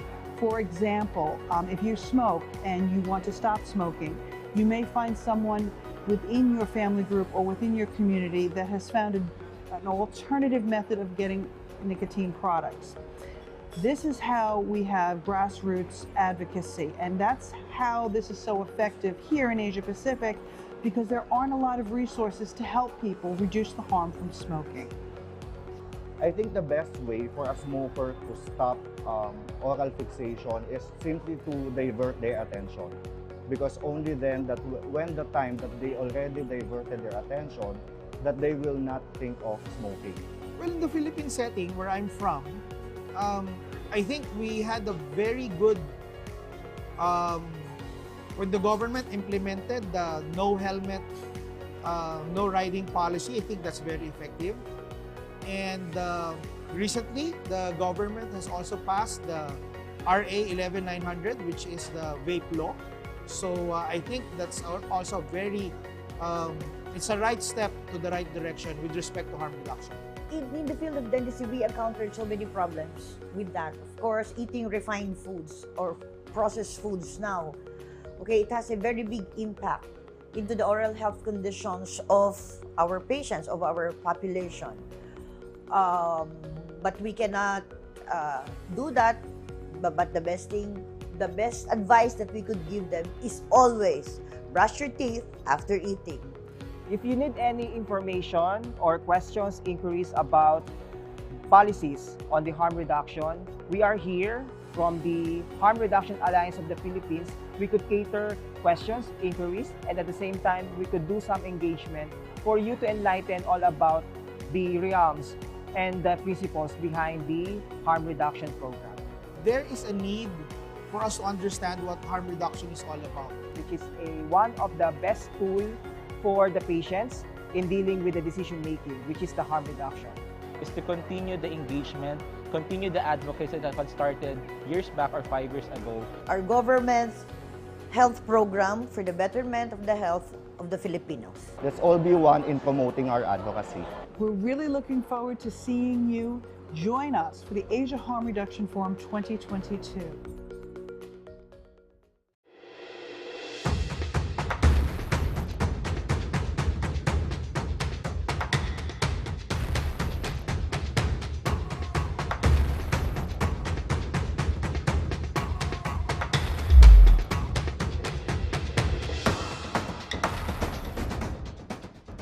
quit or switch. The most important is your commitment and your change to have a better, healthy life. Smokers who want to quit or switch must be able to access the tools that can assist them, such as nicotine replacement therapies, tools recommended by WHO, and even alternative tobacco products.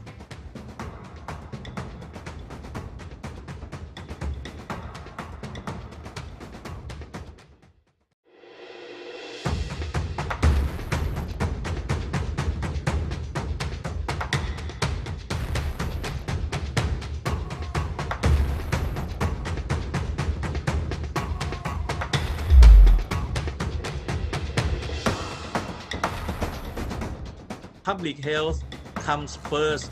And this is one of the health issue that we are trying to help people to quit smoking. If you can quit smoking, then of course better health is waiting for you. So yeah, I think it's a drive that needs to be looked at.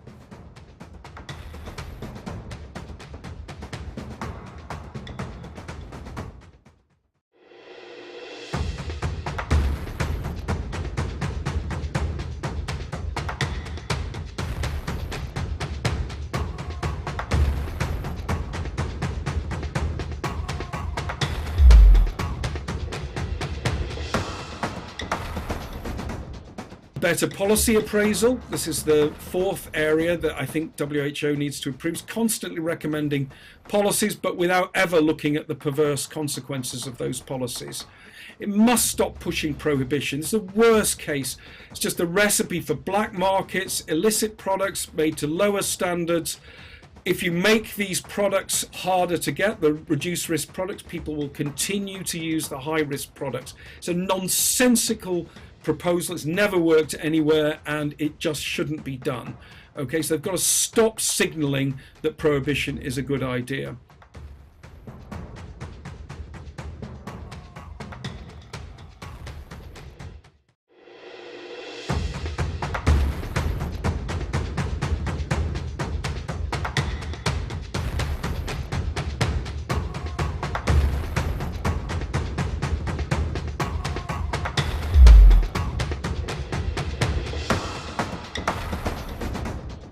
I think what we can see internationally is going down a path of making access to less harmful alternatives to cigarettes as easy to obtain as cigarettes is a very good principle to apply. So if people can go to their corner store, supermarket, or any shop like that, or the streets, and buy cigarettes, they should be able to buy e-cigarettes or heat-not-burn product. Make it as simple for people to access the less harmful alternative. I think that's an overarching principle. So don't make it illegal, don't make it difficult. Tell people to do neither, but encourage people who are smoking to switch to less harmful alternatives.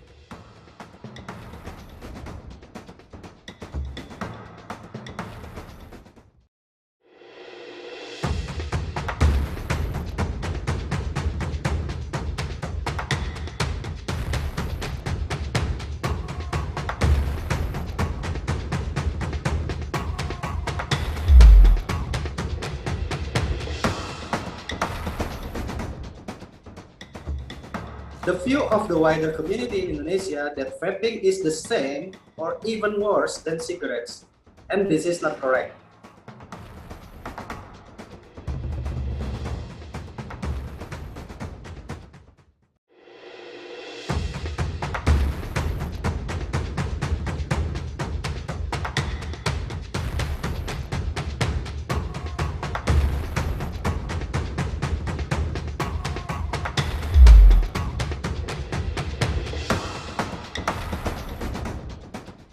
Inasmuch as we want all smokers to quit, in reality, not everyone would want to quit. We in Quit for Good put forward that the traditional quit or die approach to public health must be abandoned immediately. The third option must be provided for adult smokers who do not wish to quit. Tobacco harm reduction through the use and promotion of safer alternatives to combustible tobacco should be employed to substantially reduce the risk of death and disease of smoking.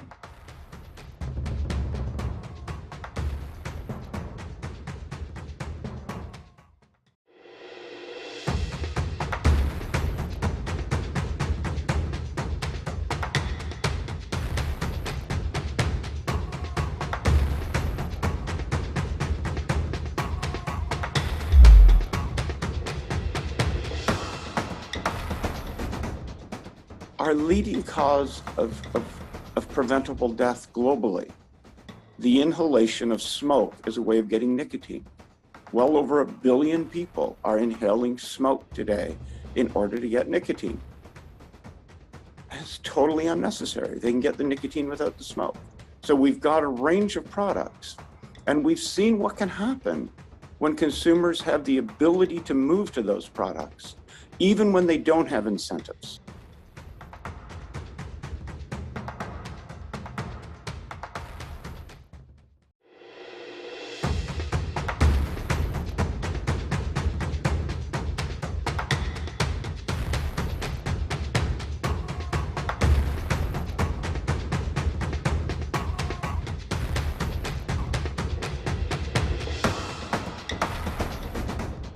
For the harm reduction principles uphold commitment to scientific evidence, commitment to social justice, and human and stigma avoided.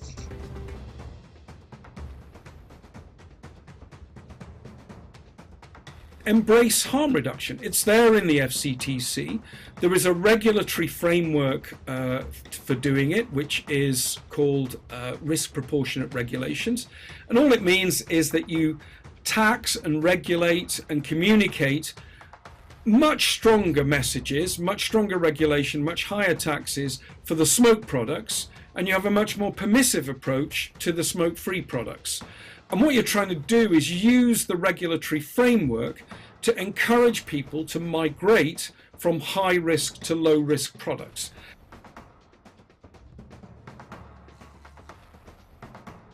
You know, once countries move to science-based pharmaceutical products to replace what were referred to as the snake oil products, the products that were all about marketing rather than any effect that the products truly had. Many of them were incredibly dangerous. But once people could substitute science-based pharmaceuticals for those old products, they did. When we use the principles of the Enlightenment, when we use science and reason and humanism, we accomplish amazing things. You know, we have dramatically increased human life expectancy. We've dramatically increased the quality of those years of life. And it's because when we find a risk, we seek to reduce it.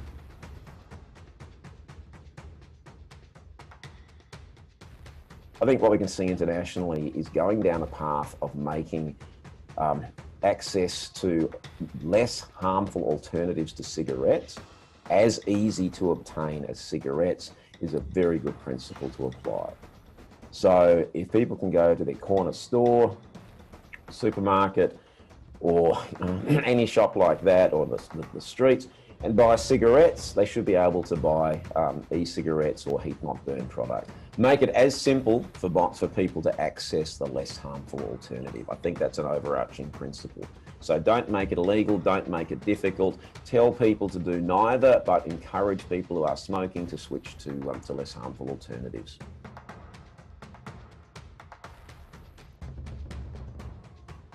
A crucial aspect which complements the role of electronic vaping products in tobacco harm reduction or encouraging combustible cigarette smokers to switch to less harmful alternatives is flavors.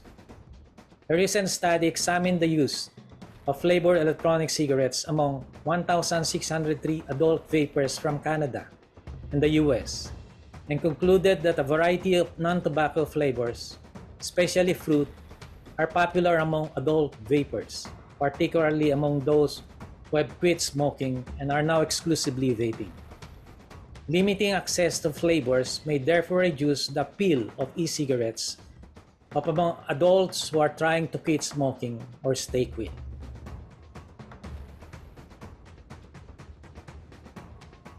Public health comes first.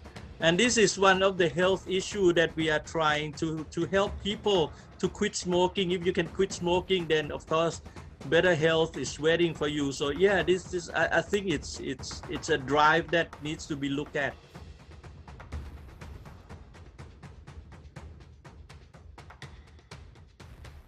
The view of the wider community in Indonesia that vaping is the same or even worse than cigarettes, and this is not correct.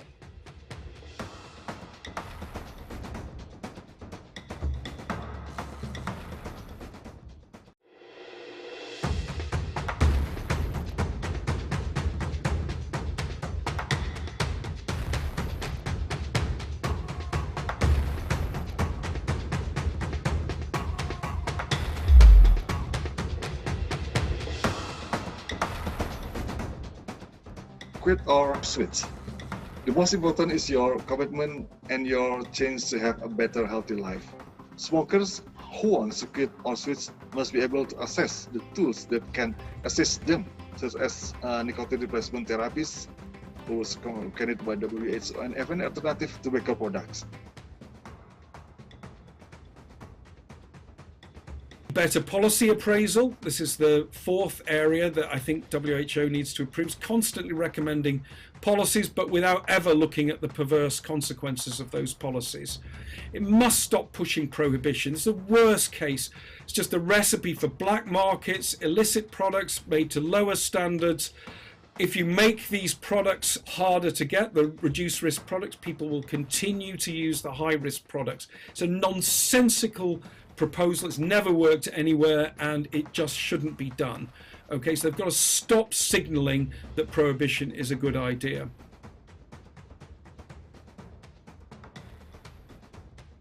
Our leading cause of preventable death globally, the inhalation of smoke is a way of getting nicotine. Well over 1 billion people are inhaling smoke today in order to get nicotine. It's totally unnecessary. They can get the nicotine without the smoke. So we've got a range of products, and we've seen what can happen when consumers have the ability to move to those products, even when they don't have incentives.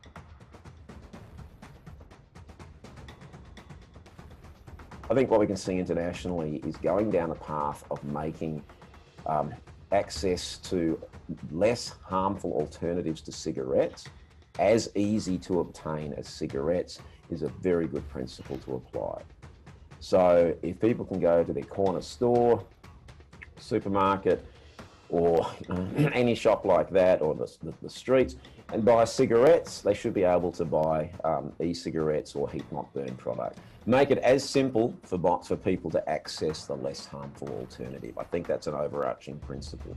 So don't make it illegal, don't make it difficult. Tell people to do neither, but encourage people who are smoking to switch to less harmful alternatives.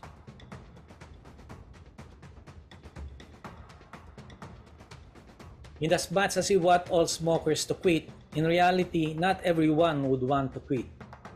We in Quit for Good put forward that the traditional quit or die approach to public health must be abandoned immediately. The third option must be provided for adult smokers who do not wish to quit. Tobacco harm reduction through the use and promotion of safer alternatives to combustible tobacco should be employed to substantially reduce the risk of death and disease of smoking.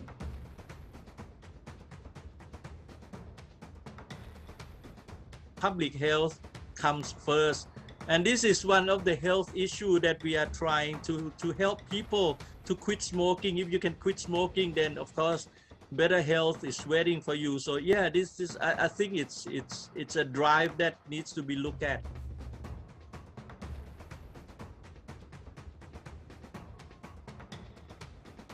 The view of the wider community in Indonesia that vaping is the same or even worse than cigarettes, and this is not correct.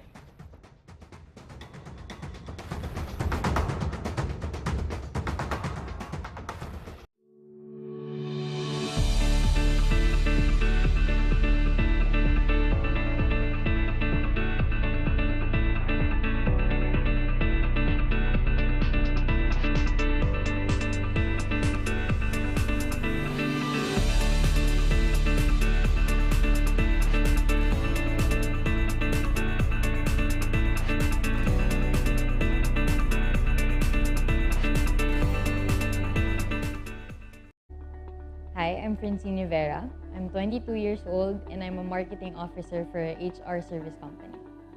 So I started smoking back in second year high school.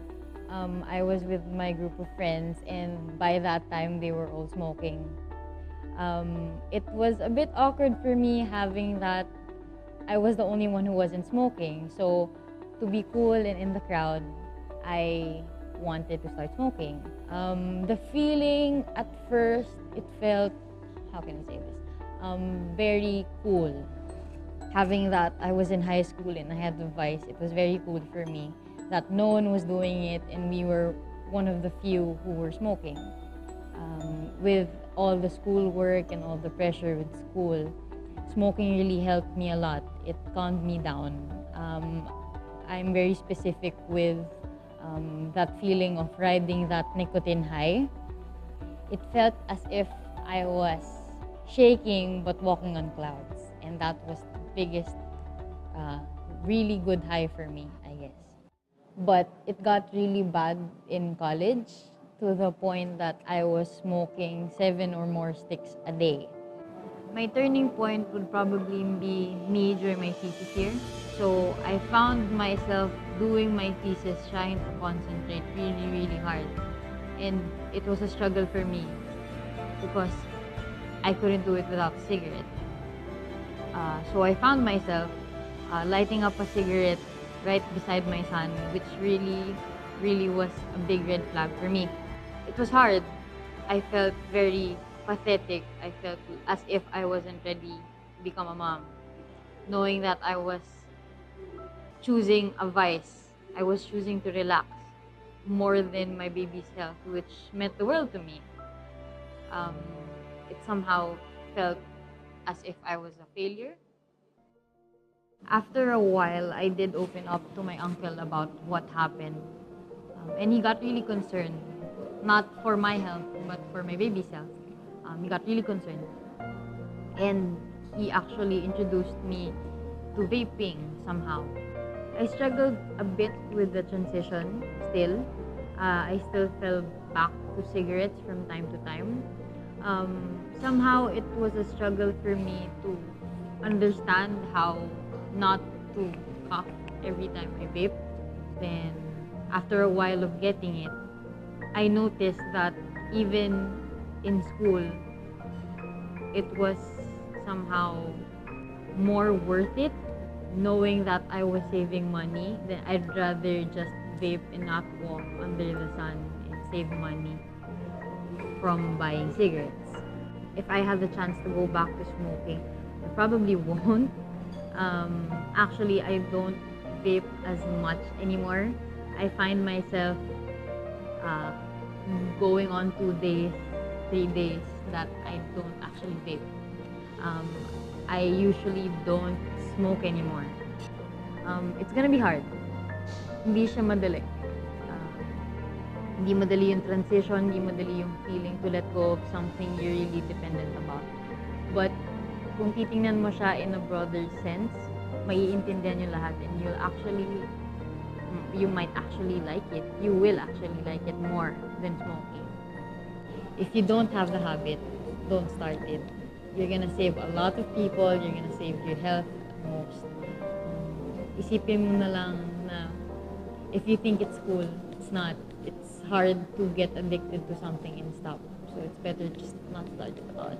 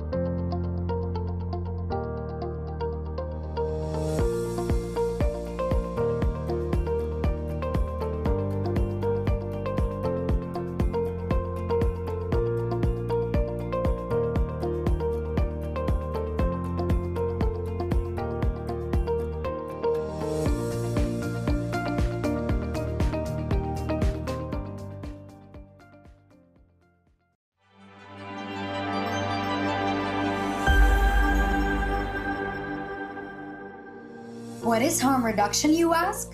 Harm reduction simply means decreasing the health risk of any activity. This means that people can choose alternatives without being forced to stop the activity immediately. Harm reduction strategies can help shield people from the perils of different external harmful elements like viruses, road-related accidents, stress triggers, climate change-related disasters, and fire-related disasters. It can also reduce the harm caused by different harmful human behaviors like alcohol addiction, social media addiction, nicotine addiction, sedentary lifestyle, unprotected sexual encounters, and many more.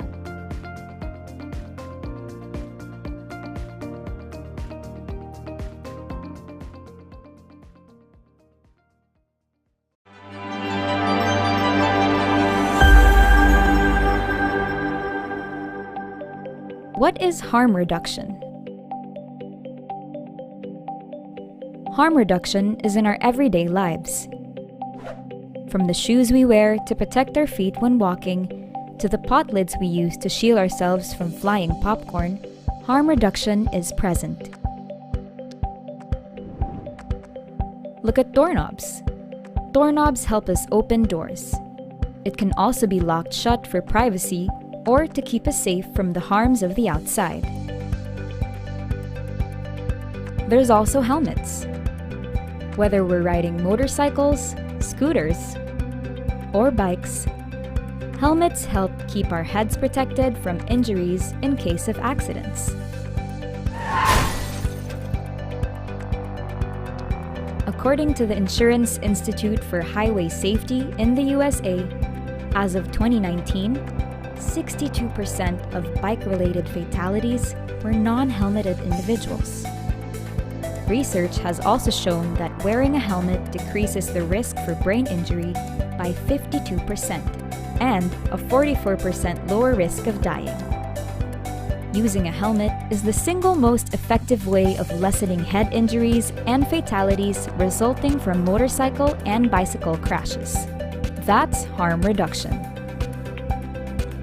The same principle of harm reduction also applies to any risky human behavior. An example of this is the excessive use of tobacco products.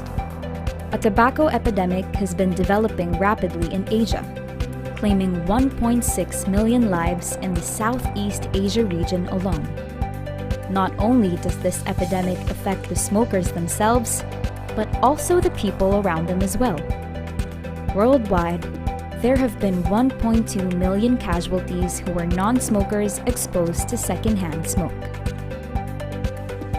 In any activity done excessively, there will always be potential risks associated with them. With harm reduction, rather than condemning people for the lack of restraint, policies are implemented, programs are conducted, and innovative products such as helmets are made. With harm reduction, better choices and alternatives are made available to successfully convert and reduce harm to the global population. Harm reduction works. It keeps us safe, minimizes risks, and saves lives. The Asia Harm Reduction Forum gathers world academic leaders and policymakers to educate society. We want to spread the word that there are more understanding and practical approaches for those who need and deserve harm reduction practices. Our ultimate goal is to integrate practical harm reduction strategies by legislators and advocates alike, with the end goal of ensuring environmental safety and improving overall public health. Better choices for better lives. To learn more, visit our website at www.asiaharmreduction2021.com. Hi, I'm Francine Rivera. I'm 22 years old and I'm a marketing officer for a HR service company. So I started smoking back in second year high school. I was with my group of friends and by that time they were all smoking. It was a bit awkward for me having that I was the only one who wasn't smoking. So to be cool and in the crowd, I wanted to start smoking. The feeling at first, it felt, how can I say this, very cool. Having that I was in high school and I had the vice, it was very cool for me that no one was doing it and we were one of the few who were smoking. With all the schoolwork and all the pressure with school, smoking really helped me a lot. It calmed me down. I'm very specific with That feeling of riding that nicotine high, it felt as if I was shaking but walking on clouds. And that was the biggest, really good high for me, I guess. But it got really bad in college to the point that I was smoking 7 or more sticks a day. My turning point would probably be me during my thesis year. So I found myself doing my thesis, trying to concentrate really, really hard. And it was a struggle for me because I couldn't do it without a cigarette. So I found myself lighting up a cigarette right beside my son, which really, really was a big red flag for me. It was hard. I felt very pathetic. I felt as if I wasn't ready to become a mom, knowing that I was choosing a vice. I was choosing to relax more than my baby's health, which meant the world to me. It somehow felt as if I was a failure. After a while, I did open up to my uncle about what happened. And he got really concerned, not for my health, but for my baby's health. He got really concerned. And he actually introduced me to vaping somehow. I struggled a bit with the transition still. I still fell back to cigarettes from time to time.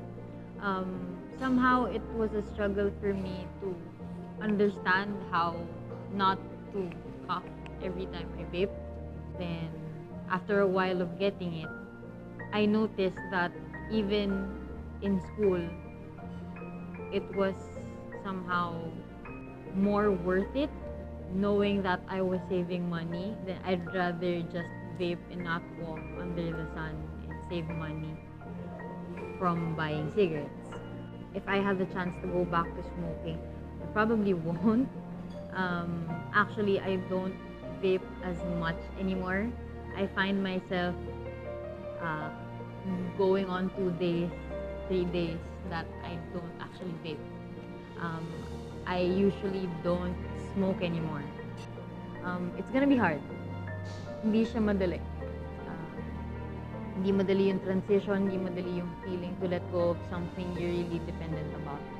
But kung titingnan mo siya in a broader sense, maiintindihan yung lahat and you might actually like it. You will actually like it more than smoking. If you don't have the habit, don't start it. You're gonna save a lot of people, you're gonna save your health at most. Isipin mo na lang na if you think it's cool, it's not. It's hard to get addicted to something and stop. So it's better just not start it at all.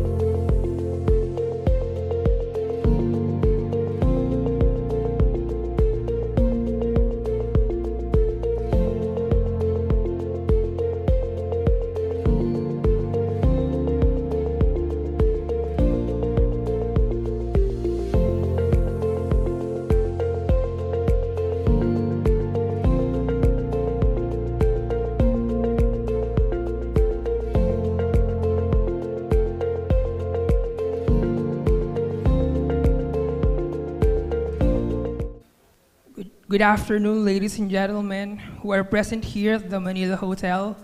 A pleasant afternoon as well to all our viewers online. Again, we are here at the 5th Asia Harm Reduction Forum, and we are about to begin the second half of our program.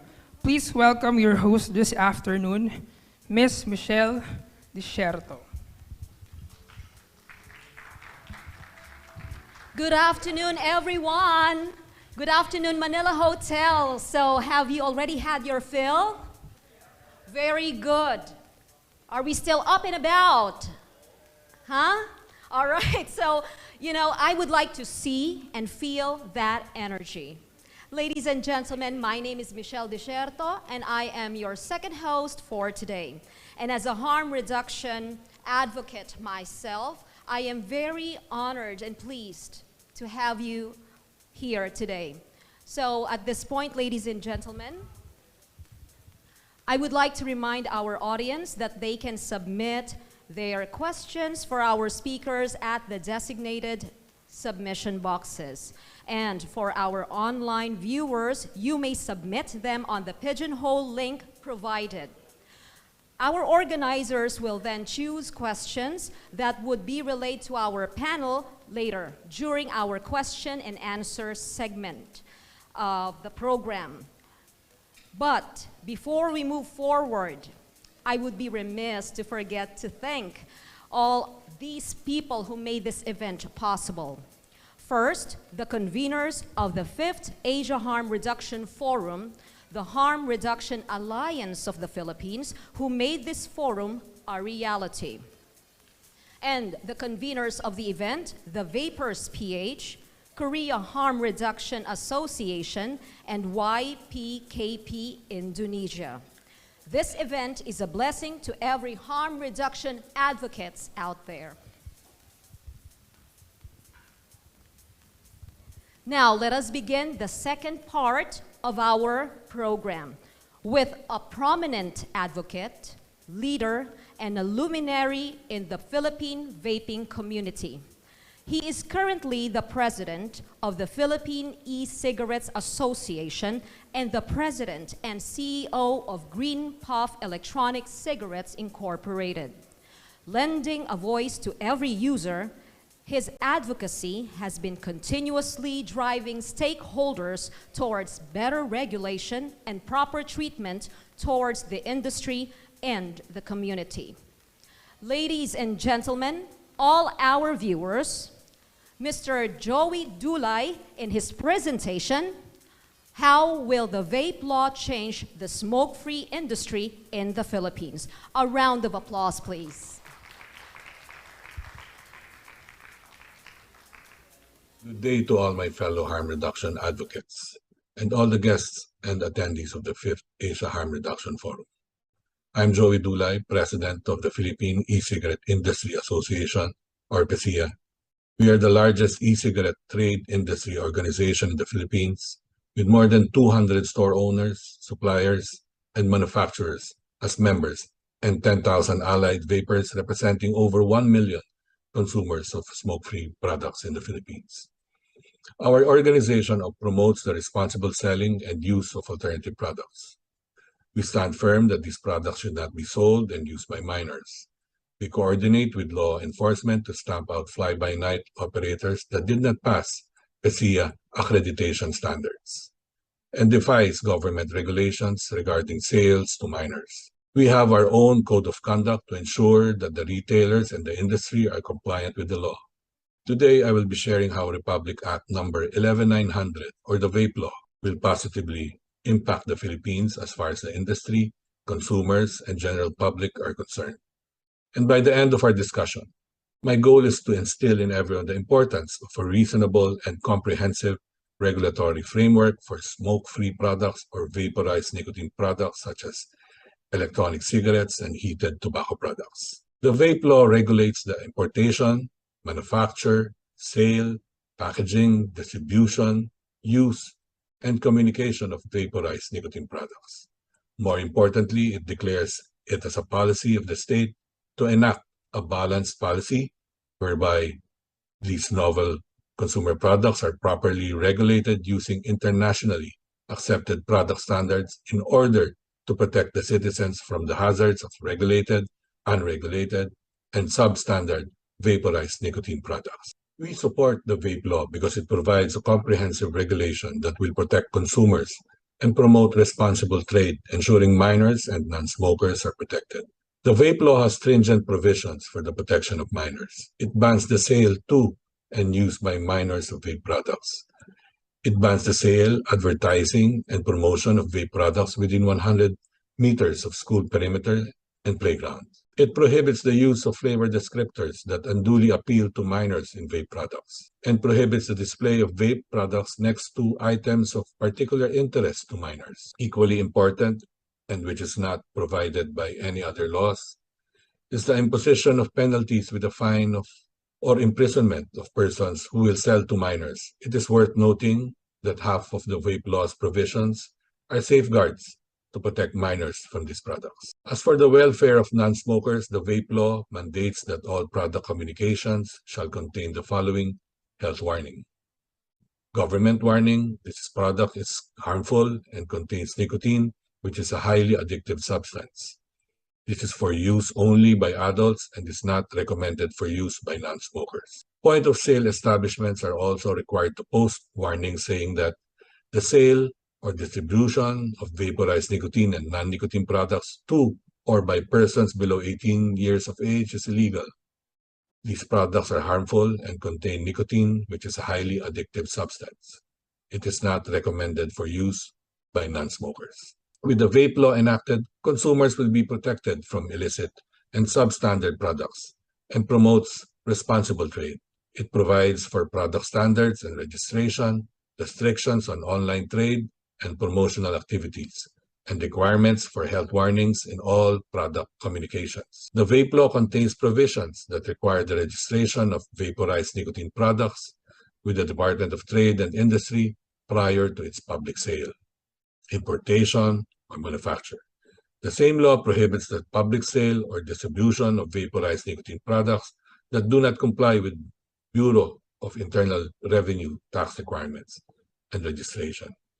Indeed, the law will stop the entry of smuggled products and fly-by-night operators, which can adversely affect not only the industry, but also the consumers themselves. Based on a 2021 annual online survey conducted in several Asian countries, 52% of the about 1,014 Filipinos surveyed nationwide said they shopped online for the first time during the pandemic through mobile apps and websites. Moreover, a study by Google showed that more than 95% of new digital consumers in the Philippines intend to continue using digital services post-COVID-19. Having said this, e-commerce has unfortunately provided a platform for unregulated and untaxed vape products. The vape law perfectly addresses this problem as it mandates even e-commerce and similar online selling platforms to only allow online sellers duly registered with the Department of Trade and Industry and Bureau of Internal Revenue. Vape law strictly requires vaporized nicotine products to be registered with the Bureau of Internal Revenue. We can expect a substantial increase in government revenues through the collection of taxes, which we can expect to boost the country's economic recovery from the COVID-19 pandemic. Finally, this new law will ultimately provide the 16 million Filipino smokers regulated and reasonable access to and information about better alternatives to cigarettes that have legitimately passed product standards set by the government. In line with the vape law's state policy of reducing the harm caused by smoking, minimizing the impact of smoking can also be achieved if adult smokers who are unwilling to quit have an option to shift from combustible cigarettes to better and legitimate alternative products which do not produce smoke. While many people abandon smoking on their own or with medicinal products, many still fail. Quit or die should no longer be the only choice for those who do not want to give up smoking. As a tobacco harm reduction advocate, I am proud to state that the vape law has struck an appropriate balance between product safety, prevention of unintended use, and maximization of the potential for smokers to switch to better smoke-free alternatives. Together with all of you harm reduction advocates, we can establish the mindset that this law is here to protect Filipinos, not harm them. This law is here to stay, so it is our duty to push for its successful implementation.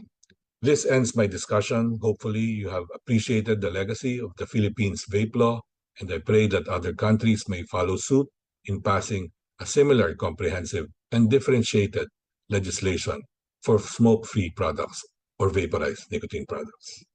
Thank you very much.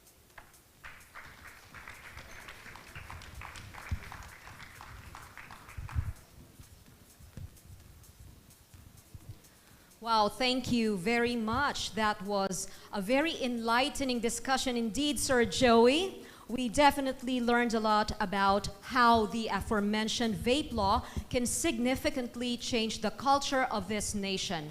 This vape law indeed is something that we are in any other kind of, smoker, non-smoker, we are all looking forward to that. And I am very sure that that would definitely change the smoke-free industry in our country today. Our next speaker, ladies and gentlemen, is the founder and director of Ends Cigarette Smoking Thailand, also a member of the International Network of Nicotine Consumer Organizations Governing Board. And as a harm reduction advocate, He has actively supported Thai and international advocates or advocacy groups in raising awareness and lobbying policies on tobacco alternatives through public campaigns, knowledge sharing, and representation in global events. Please help me welcome, ladies and gentlemen, and give him a warm round of applause, Mr. Asa A. Saligupta and his presentation, Smoking Toll and Recalcitrant Public Health Policy Makers. Woo. All right. Good afternoon, everyone. Is everyone asleep yet? I can't hear you. Really? If you're happy and you know, clap your hand. No, everybody's asleep. I want it louder. If you're happy and you know, clap your hand. Yeah, that's better. Just to wake you up. Anyway, I'm not going to be here by myself since, like my English is not that fluent. I've got a friend who's a very good friend. He's also an administrator of ECST. By the way, ECST is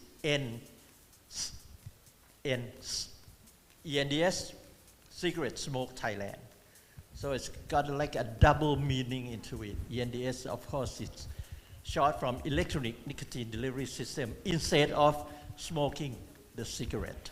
So that's ECSCS. Now I'm getting my... So I would like to introduce you to a good friend of mine. She's been working with us for a long time. Her name is Alexis Aquino Kelwan. Alexis? And I'm going to let her introduce herself in Tagalog. Magandang hapon ho sa inyong lahat. It's an honor to be here. I'm going to switch back and forth between Tagalog and English because my Tagalog is not that good anymore. It's good. Since I don't know any Tagalog, right? Okay, well, who we are, thanks for the MC, had already introduced a little bit, and I have stated a little bit about like who we are. We got together about seven-ish years ago. Around 7 years ago. Before that, vaping in Thailand is completely in the vacuum. Nobody's knowing nothing about it. And the beginning of our downfall, so to speak, was that the Prime Minister at that time asked his cabinet, saying like, hey, listen, let's do something about chicha. The pipe chicha with coals burning. About 7 or 8 years, about 8 years ago. Yeah, almost 8 years ago. So it was really popular, and he was afraid for the youth, trendy. the younger generation, because like everywhere in Thailand, not only in Bangkok or in like Pattaya and Samui. If you go and hang out in public spaces and bars or anywhere to recreate R&R, you would always see shishas and people smoking them, and it got quite trendy, and it reached the youth sector, which alarmed the government. Yeah, we were worried about that also. Yeah. So the Prime Minister had stated like he gave the cabinet an order to the Rong Nayok, the vice Prime Minister. Yeah. Right. Saying like, look into it. Now at that same time was about the time of COP6 in India. Mm. If you remember, there are delegates from Thailand going up on stage saying, hey, let's all country ban vaping. You remember that? And well, of course, at that time at COP6, vaping is not really well known, but there are some delegates from other countries saying like, hey, where's your evidence? We are doctors. We are talking about evidence. a little bit has changed since COP6 in India. And you remember that, right? You were there. So, yeah, and this team of delegates, there are a few doctors, this group of doctors who's also like, had been called mafia in Thailand, right? Came back and said like, hey, the COPS, FCTC said that we must ban vaping. We're going like, Yeah, what? it hasn't really changed that much since then. 7 years has passed, and the environment, the tone, the key messages delivered to the public and to the government administration and policymakers is still complete prohibition. Yeah, so back to the beginning of 7 years ago, the order came down for only for chicha, you know, doesn't include anything else. But this team of doctors, since, you know, like they work with the CDC and other medical fields, you know, and so they had sent in, they submitted evidence of chicha, saying how dangerous it is and it's more alluring to the younger generation. And they said, let's ban chicha, electronic chicha, and vaporizers or electronic cigarettes. But the researchers and the results only came, you know, they only use chicha paper. Right. Of course, they are burning, there are combustion in chicha, and yes, because of the flavoring. So the government decided to ban, well, actually the first one is to ban the importation of electronic cigarette. So we're not going to talk about chicha or electronic chicha. We're going to come back to what we use as harm reduction. I've been smokers for almost 40 years.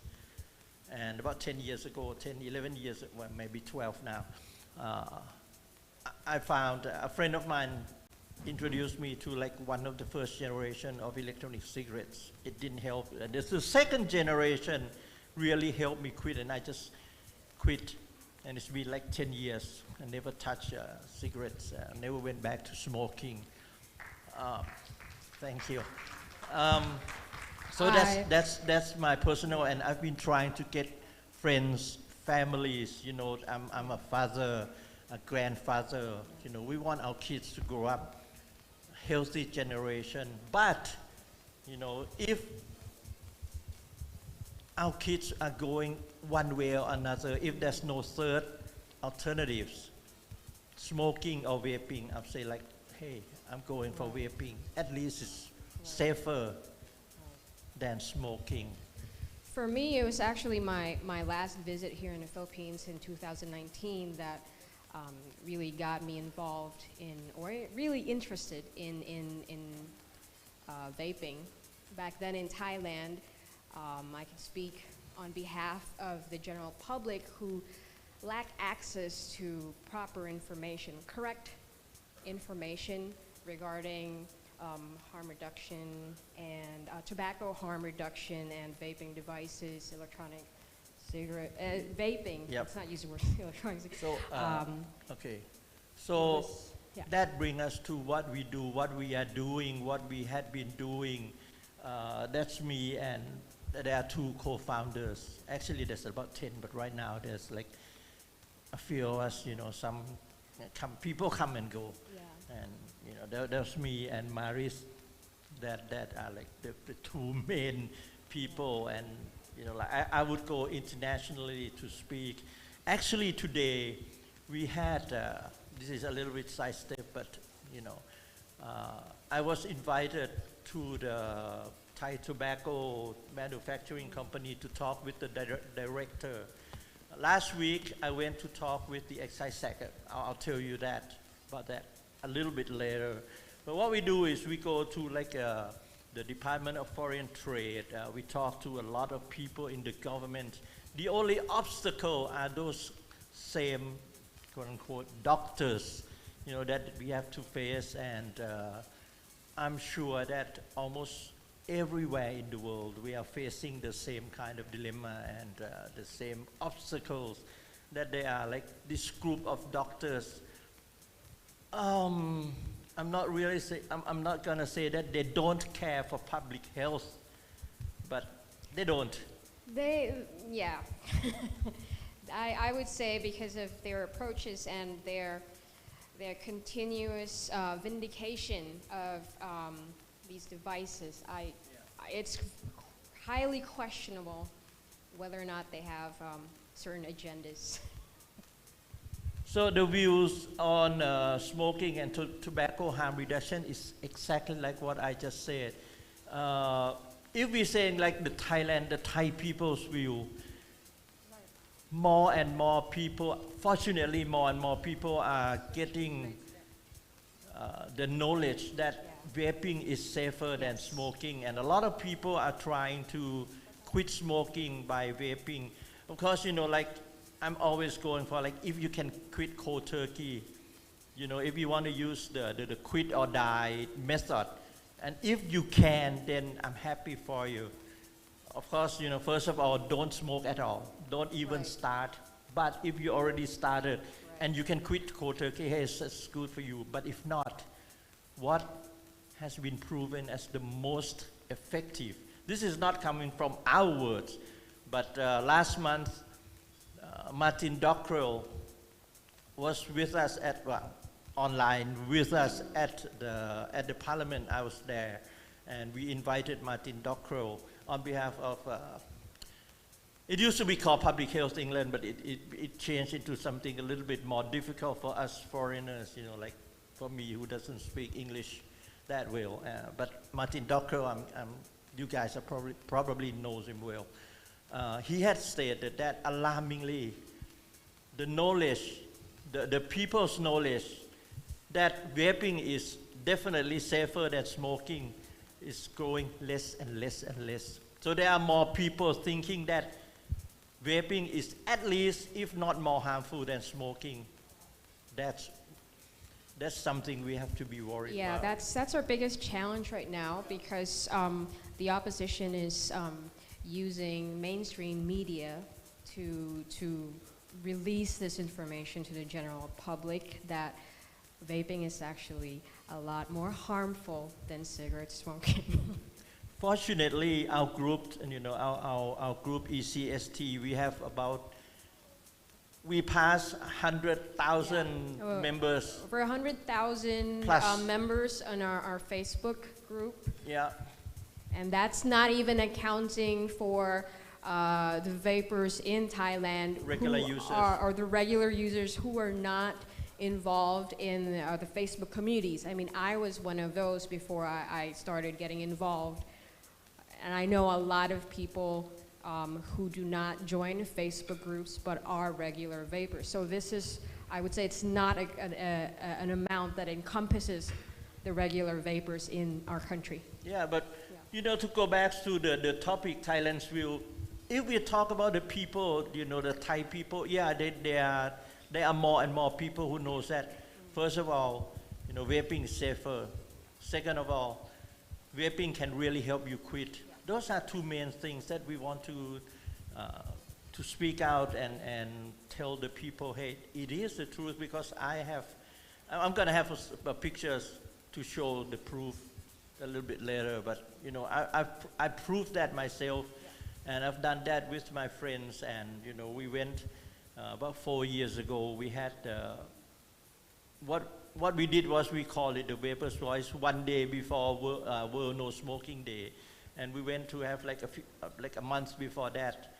We had our chest, our lungs x-rayed, plus we blow the capacity, the lung capacity. So you have to do these two things, right? And it turned out that personally, while I was smoking, I went to the same hospital, talking to the same director of this hospital, and I started having spots in my lungs.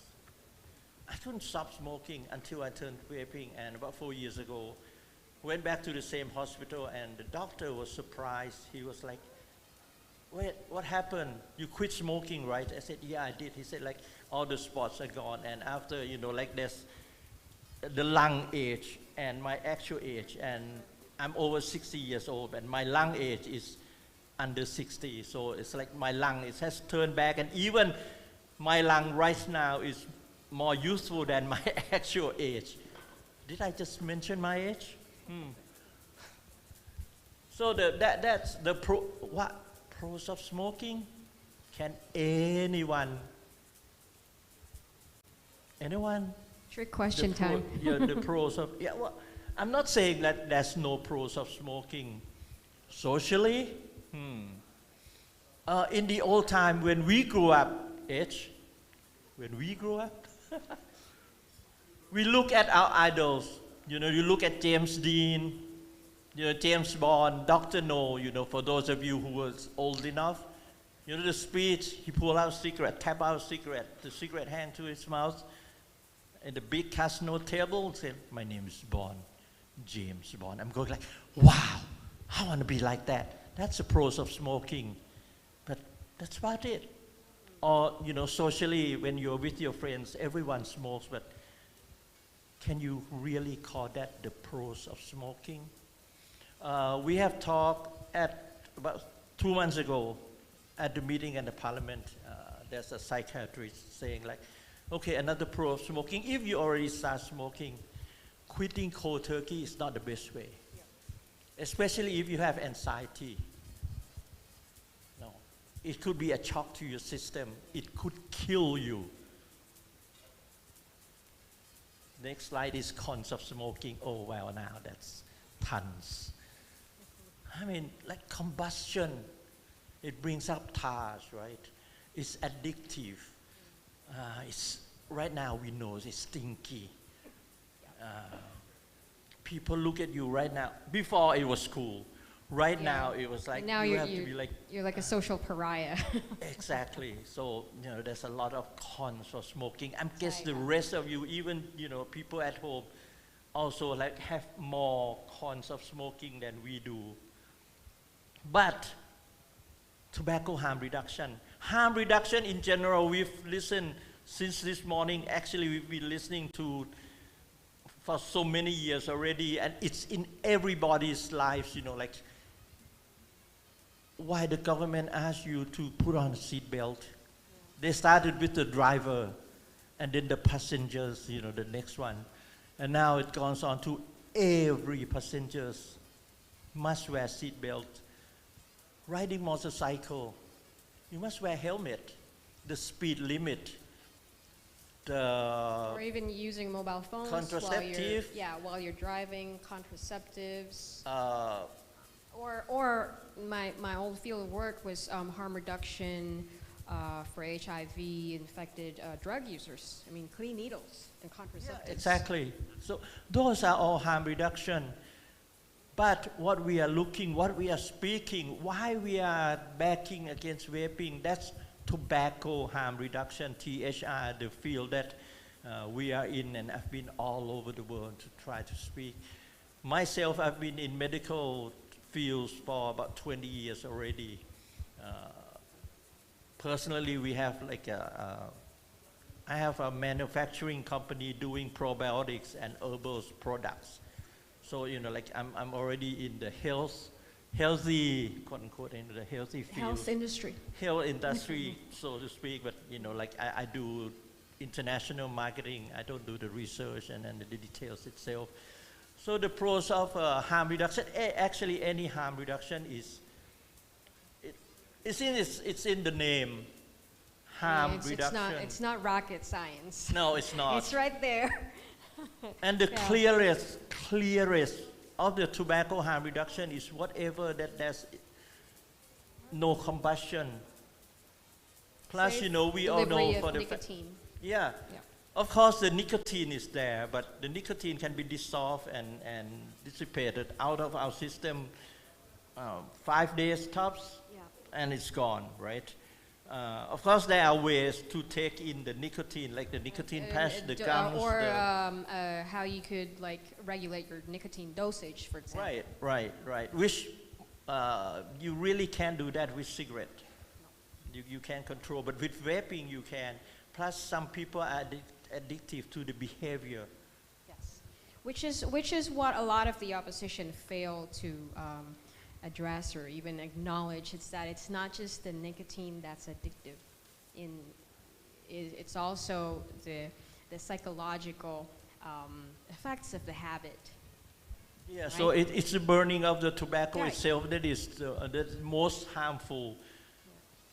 How to get away from that without getting rid of people's choice? You know, everybody has human right, even criminals, even drug addicts, right? I mean, everybody has human right, which we were denied. Yes, it's our basic human right to have access, equal access to health. Yeah, exactly. That's the First Amendment of the human right. And a certain doctor who works at the CDC at that time in Thailand, he said in a meeting, in a governmental formal meeting, which at that time there was like about 50 branches of health ministry, foreign affairs, tourist, agriculture, commerce, revenue, chamber of commerce, the Trade Industrial Federation of Thailand, and just like even FDA was there. And this guy just came up and said, like, the minute you pick up a cigarette and light it up, you don't have the human right anymore. I'm going like, You've lost, you've tossed away your right to have any claims to your basic human rights. yeah, exactly. I'm going like, so these are our opponents. Yeah. So yeah, back to the pros of harm reduction, you know, like, we all know that harm reduction is great for every field, everything, especially tobacco harm reduction. We know like how many dangerous chemicals are there in cigarettes. Right. I'm not saying that vaping is 100% safe. I'm not saying that, you know, like vaporizers and e-liquids are 100% safe. We've been asked by this same group of doctors, say like, well, listen, if WHO come out and say vaping is 100% safe, or, you know, like liquid and electronic cigarettes is 100% safe, then they will leave us alone and you can freely have like a free open market. I'm going like, I've never heard of the WHO saying anything is 100%, even drinking water or mineral water. There's nothing in this world that is 100% safe. I could just speak here and just misstep and fell down on the ground and hurt myself. It could happen. There's nothing that is 100% I mean, you safe. could just step out of your front door and, you know, something could drop accidentally on your head. And This one, I have one big cons of THR, not for us, but for some group of people, the cons of THR. so right now, the opposition is using this as the main, let's say, main weapon against us, against our propaganda. advocacy, their propaganda. I mean, it's what the U.S. was facing back in 2019, right, with the whole incident with Juuling. So right now, they're using the youth as a weapon. They're weaponizing the youth. Yeah, they're weaponizing the youth against us. I mean, and what they fail to realize, of course, is that if you only regulate vaping, then you would get rid of this problem that you so like to use against us so much. But cons of THR, the cons of tobacco harm reduction is, you know, the things that we try to introduce. Actually, we're not introducing it to the Thai market or to the Asian market. I mean, there are millions of users in each of our countries. Yeah, it's already there. It's already there. It's not something that just sprouted out yesterday or last night. No, it's been not. around for a few years probably now. it's their revenues. You know, in some countries, you know, the government owns the tobacco company. Yeah. So it's disrupting the tobacco And it's industry, also of disrupting course. their chain of thoughts Yes. also. But for us, harm reduction is always a pro. You know, it had never been a cons. The point of view of the government, it's pretty unanimous that saying, hey, we got to do something. Even the Prime Minister himself had stated that, hey, we got to do something. We got to rethink the ban. We probably have to lift the ban. and the order just came out last month. So we are looking at probably a brighter future for vapors in Thailand. Before I forgot, I already mentioned that like 7 years ago, the first ban that came out was you cannot import electronic cigarettes and everything else that belongs into that categories into Thailand. Importation. Only you cannot import. Then the Department of Consumer Right Protection came out like, okay, well, since you cannot import, then we're gonna up the ante with you cannot produce. Yeah. And then you cannot distribute. Distribute or market. So 3 main laws: you cannot import, you cannot produce, you cannot distribute. Distribution includes handing out as gift, selling, manufacturing, importation. They don't need to speak about exportation. Since you cannot import, since you cannot produce, then no need for the laws for exportation. But I got laugh every time, like I went to Europe, went to everywhere I go. I said, but there is no law for possession or of vaping itself. Yes. Then another law came out. The last one said, like, right now, vaporizer, electronic cigarette belongs to tobacco product. That means another additional laws that is banning you is like, you cannot vape wherever it is that is a no smoking zone. Possession is not illegal. Yes, it is not illegal, but there has been like loopholes in the policy and the laws of the country that makes it. I mean, we're gonna get into that soon enough. That enables law enforcement. Let me just use this word. It might be really strong and in your face, but loosely to harass vapors. For like this picture, okay, well, we said we don't want nothing to do with this because this person, well, he's not in the picture, this person is selling, so he's breaking the law, right? But, I mean, you guys heard, right? I mean, they just lift the ban on marijuana and cannabis. Like all cannabis products, whether it be CBD, THC, full freedom. And the government was actually giving away 100,000 cannabis plants on July 9th. Let's go to Thailand. But what was shocking, what was surprising was that there's no regulation. Yes. Lifting the ban without regulations. Yes. So, like right there, smoking is discouraged. But, I mean, even compared to smoking itself, we are not even touching the vaping, sites, the harm reduction site yet. Right. So like I know some people in the cannabis industry in Thailand, and I'm sure that some of the more responsible dispensaries do check IDs and age. They do restrict the age of the consumers, but the alarming thing about cannabis, non-regulated cannabis sales in Thailand is that anyone can get a hold of it. You could just order it online and they deliver it straight to your front door regardless of your age. On the way before coming here, my hometown is in the south. It's not in Bangkok. It's in the south, and I have to. Well, I'm not gonna say I drive. Usually I drive, but this trip my son was the driver, so I just sat there and enjoyed the view.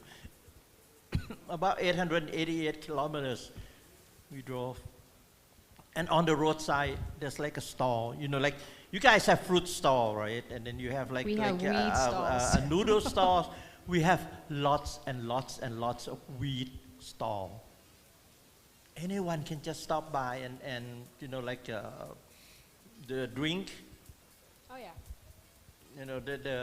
There's cannabis tea, there's edibles, there's And there's even an emerging market right now for electronic vaporizing devices that use vape oil. Sorry, weed oil. Now that's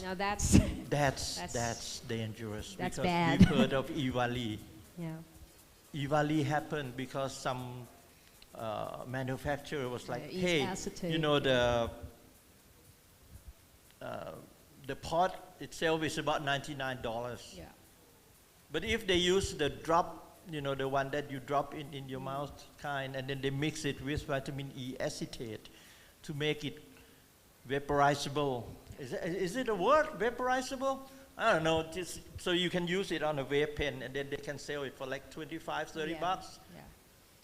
So right now, yeah, like in Thailand right now, there are imported products that are standardized coming from the United States, but there are also local manufacturers of e-liquids that contain a high percentage of THC, which people might, I don't know, drip in their sub-home devices, and we don't really want to imagine what happens after that. The percentage, you know, of course, for those who smoke weeds and vape and whatnot, they know their limits, right? Yeah. But there are people, I mean, just happened recently, you know, like they just took a few shots, it just passed out and yeah, I mean, there are even like reports of people taking edibles and ending up in hospitals because like what there's no regulation. Said, there is zero regulation. So it has been criminalized for so long that now there's a green light and everyone just wants to get high. So back to what Kun Alexis has just said, you know, the effects of vaping ban on the public, mainly is that there are some police officers who would just stop people. Like I said, you know, like possession is not illegal. And we already went and we talked with the DA office, the office of the district attorney. We talked with police general. He came to the parliament. I was there. And he said, like, definitely possession is not illegal. Right. But there are some policemen, you know, like you have a roadblock and they try to say like, oh, you have an electronic cigarette. It's illegal. So most of our followers will know that it's not illegal. Yeah. One incident happened last week. One guy was having just a regular electronic cigarette. Say, okay, no problem. Possession is not illegal. The next guy has an AIO system with a bottle of, like half a bottle of e-liquid. He said, oh, but you are in big trouble because you have this AIO. It's a very beautiful AIO, very expensive one, and probably the cops already know. Plus half a bottle, meaning you broke the law. This guy was like, well, which law did I break? Well, the laws about distribution. It means you have intent to sell because you have this one E6 plus liquid. Yeah, so there's no consistency. I mean, it's really like depending on your luck and also social profiling. I mean, the last word the cop said was like, so just give me 20,000 baht. Let's 25,000 pesos. 60,000 baht, and we'll call it quits. You can go home, but I'm gonna keep your device because I could probably resell it. Yeah, exactly, something like that. But you know, Make like some cash out of 25,000 it. peso, and then he said like, I don't have. Well, how about 50,000 peso? I still don't have 50,000. All right, just go to the ATM and just give me 10,000 peso. I still don't have we'll call it 10,000. quit. You don't have to go to jail, or else you're gonna go to the court, and then you have to go to the high court. How go to about jail. this? I don't have 10,000. Can I give you like 2,000? No, 5,000. Okay. Okay, 50,000 to That's- 5,000. This is like what? Are we auctioning here? I mean, have you ever heard of any law breaking the laws and you can negotiate? Like, okay, you kill somebody, you know, you must be executed or you must be like imprisoned for 10 years. No, I can't spend 10 years in prison. How about like 2 weeks?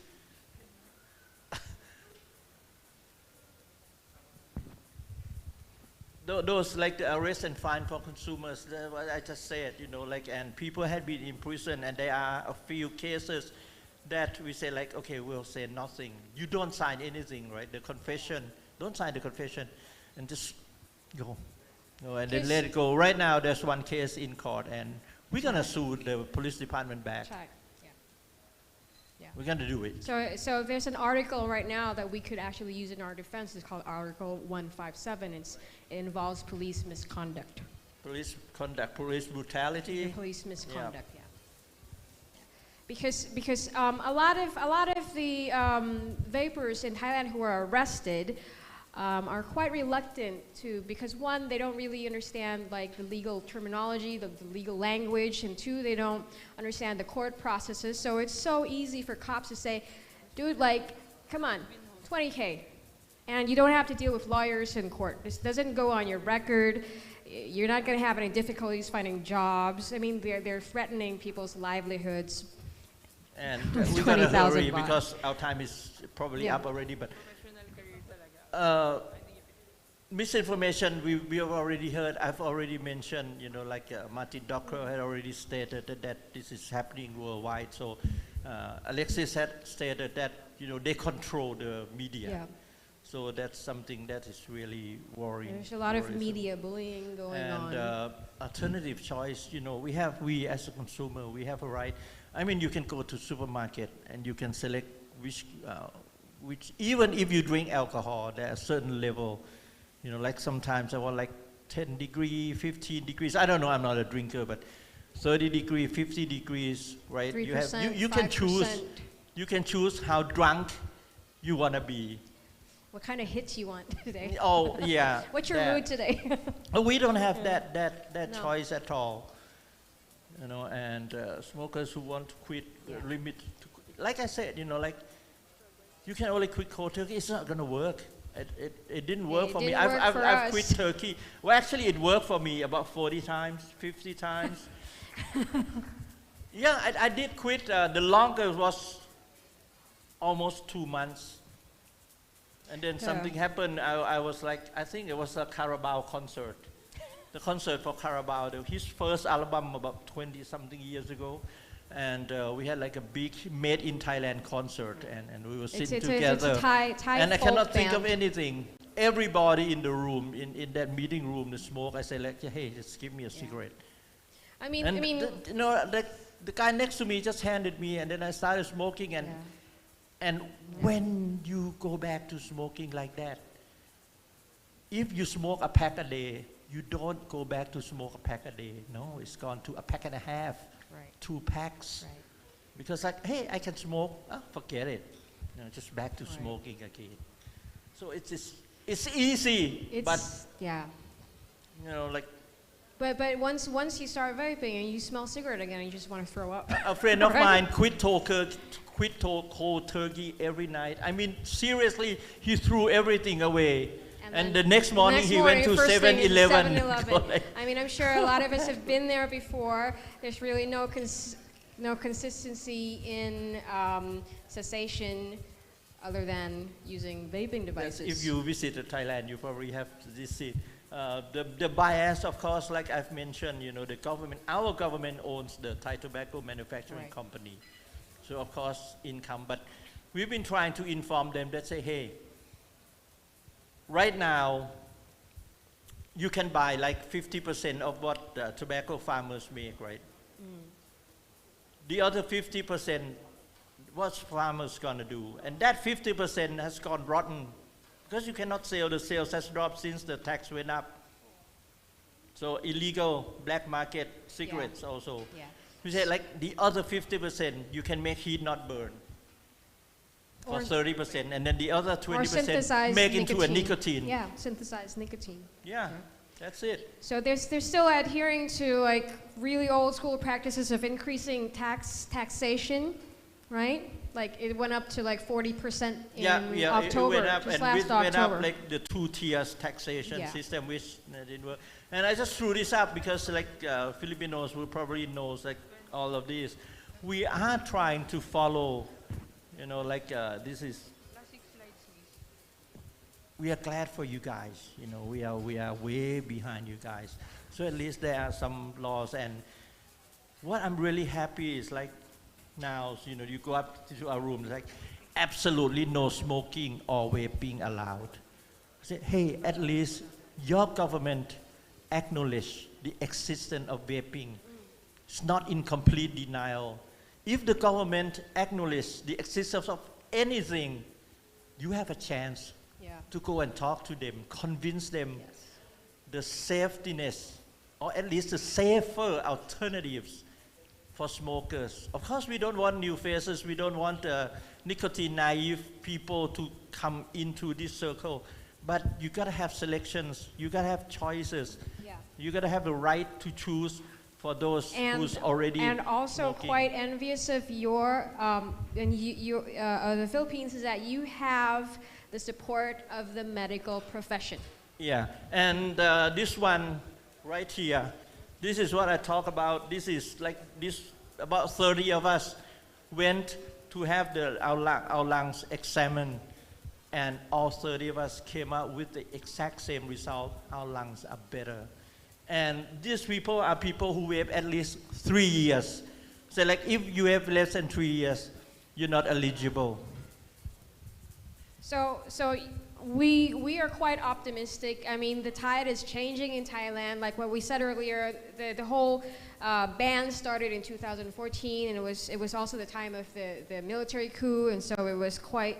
We've been through 7 or 8 years now of really conservative policies and views towards vaping, but luckily we're having more and more progressive voices from the public, from even policymakers and members of the parliament and Congress as well, supporting us as well. That's why we've come this far.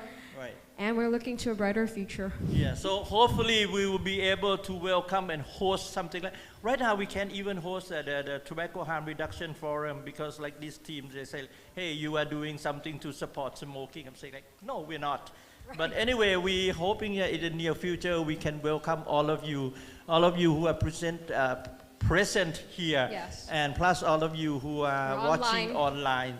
Hopefully we can welcome you with open arms and say, hey, if you are vapers, Thailand welcome you. With this, the two of us have to say, ขอบคุณครับ ขอบคุณค่ะ Thank you very much. สวัสดีครับ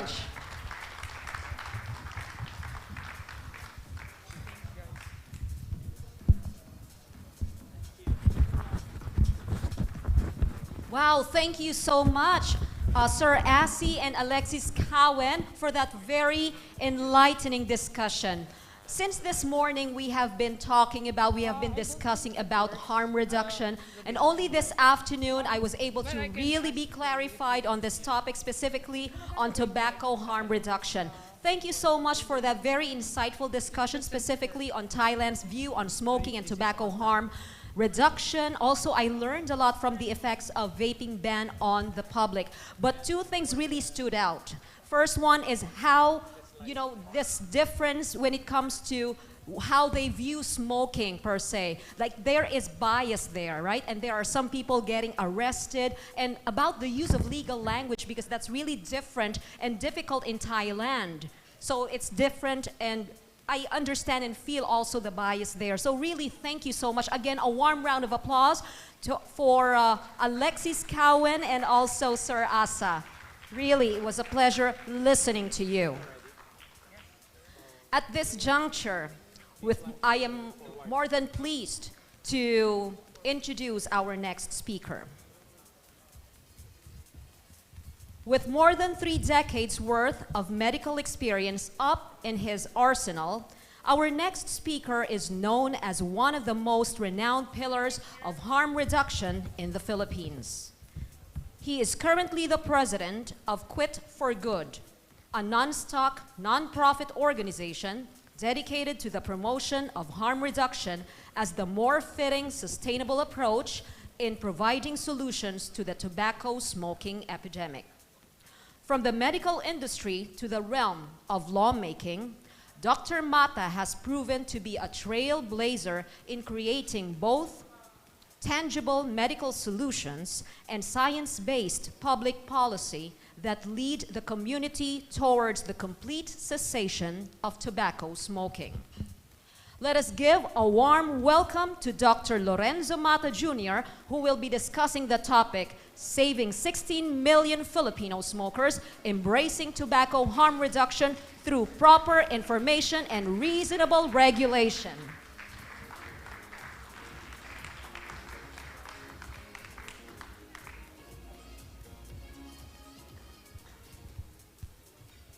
Good day, everyone, and to all our viewers all over the world. I thank you very much for that very generous introduction. I would just like to beg your indulgence to please bear with me because it's a very unholy hour. Okay? You know, in medicine, especially after a sumptuous meal, most of the blood in your body are concentrated in your digestive system. Okay? So temporarily, you are depriving your brain of some blood supply. That causes you to be drowsy. So don't fret over it. That's really the natural state of things. Okay. So anyway, also I may not be as interesting as or entertaining as was, but I hope that what I'm going to say to you will interest and entertain you. Okay. Yeah, I'm grateful for having been invited to participate in the 2022 Asian Reduction Forum. And I commend this much-awaited event for the laudable effort to bring to the fore the real narrative and science about tobacco harm reduction. Before I proceed, allow me to introduce myself. I'm Dr. Lorenzo Mata. I was already introduced a while ago, but anyway, I'll just give you a recap of it. So I'm an occupational medicine specialist and a concierge medical doctor catering to about 90,000 people in the beautiful scenic highlands of Antipolo City where I live. I'm also the president of Quit for Good. Today I shall talk about saving 16 million Filipino smokers by embracing tobacco harm reduction through proper information and regulation in the Philippines, my home country. But before I proceed, let me give you a brief background about my organization.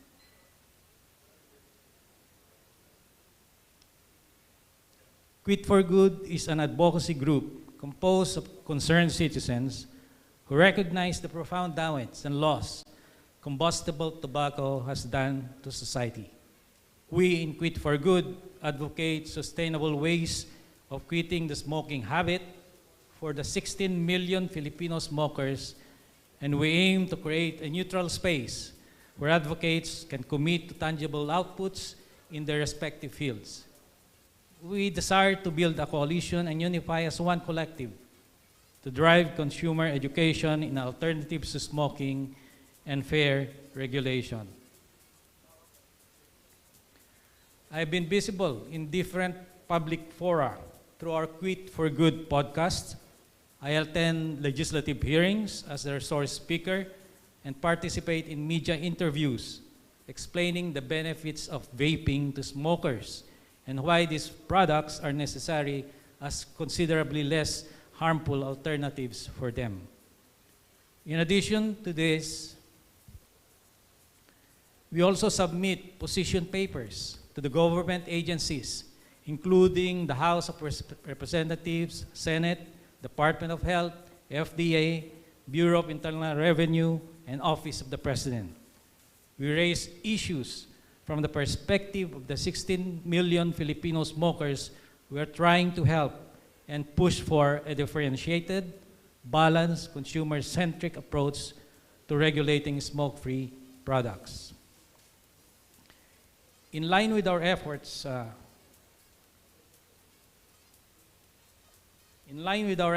advocacies, we have been strong believers of the concept of tobacco harm reduction. Harm reduction as a general idea is defined by the 2021 Global State of Tobacco Harm Reduction Report as a range of pragmatic policies, regulations, and actions which either reduce health risks by providing safer forms of products or substances or encourage less risky behaviors.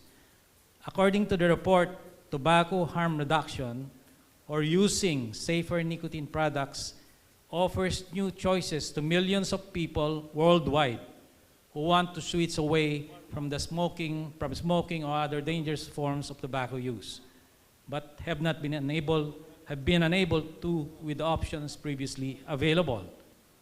Now, why is tobacco harm reduction relevant at a global and local scale? let me show you the cold facts. According to the U.S. Center of Disease Control and Prevention, smoking is the single greatest preventable cause of death and disease in the world today. These are caused by harmful constituents released in the smoke when the tobacco in the cigarette is burned. Nicotine is not the problem. It is not the cause of deaths and diseases. Burning or combustion is. The WHO reported that there are more than 4,000 chemicals in tobacco smoke, of which at least 250 are known to be harmful and more than 50 are known to cause cancer. The US FDA also established a list of 93 harmful and potentially harmful constituents in tobacco products and tobacco smoke as required by the Federal Food, Drug, and Cosmetic Act. This HPHC list focuses on chemicals that are linked to the 5 most serious health effects of combustible tobacco use, like cancer, cardiovascular disease, respiratory diseases, reproductive problems, and addiction. Imagine all these chemicals entering your body every time you puff a combustible cigarette. What is worse, bystanders are also adversely affected by smoking combustible tobacco. Secondhand smoke contains more than 7,000 chemicals, where hundreds are toxic and 70 can cause cancer.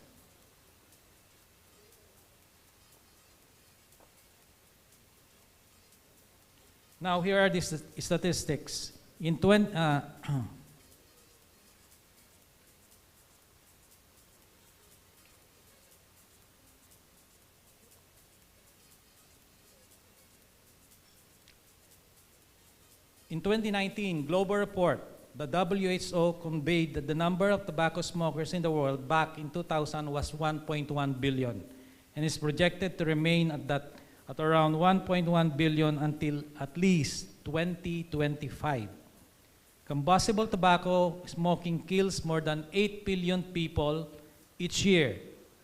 Approximately 7 million of these deaths are result of direct cigarette smoking, while around 1.2 million are the result of non-smokers being exposed to secondhand smoke. More upsetting is the fact that 80% of the world's 1 billion smokers live in low and middle income countries like the Philippines. According to the 2015 Global Adult Tobacco Survey, there are approximately 16 million smokers in the country, in the Philippines. The same survey showed that while some 76.7% of current smokers plan to or thought about quitting, only 4% of those who smoke in the past 12 months successfully quit in 2015, a measly quit rate which largely remained unchanged from 2009. Lastly, the 2019 Global Burden of Disease report from the University of Washington revealed that a shocking rate of more than 117,000 Filipinos die each year due to tobacco smoking.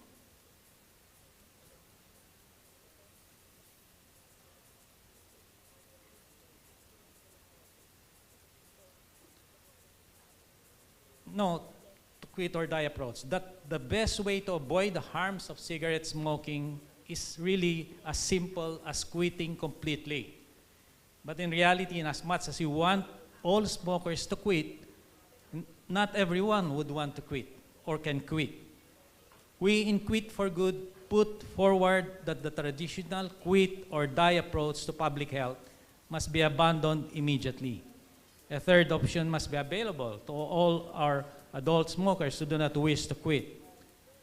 Tobacco harm reduction through the use and promotion of safer alternatives to combustible tobacco should be employed to substantially reduce the risk of death and disease of smoking.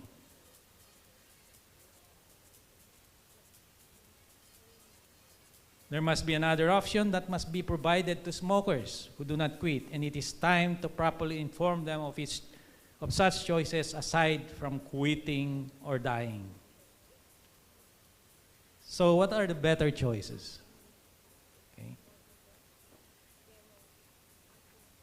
One solution is electronic vaping products or electronic cigarettes that do not involve combustion. Beyond any reasonable doubt, vaping is considerably less harmful than combustible cigarettes. Almost all the harm done by cigarettes arises from the smoke which is caused by combustion. Vaping does not produce smoke, only vapor. Another alternative to combustible tobacco is what we call HCPs, or heated tobacco products. As reported by the 2018 Global State of Tobacco Harm Reduction, HTPs work on the principle of heating tobacco below the level of combustion. Similar to e-cigarettes, there is no burning, but unlike vapes, nicotine is naturally found in the tobacco. By heating the tobacco without burning it, HTPs only produce vapor. Vapor products and HTPs are not completely risk-free, but they are significantly less harmful than smoking and they are effective tools to quitting combustible cigarettes. Allow me to remind everyone, however, again, I would like to emphasize that the best way really to avoid the harm of cigarette smoking is as simple as quitting completely.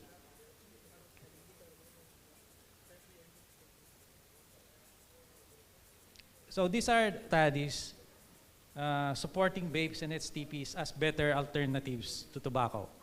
We have in fact extensive local and international dependent studies showing that smoke-free products are less harmful and effective alternatives to combustible tobacco.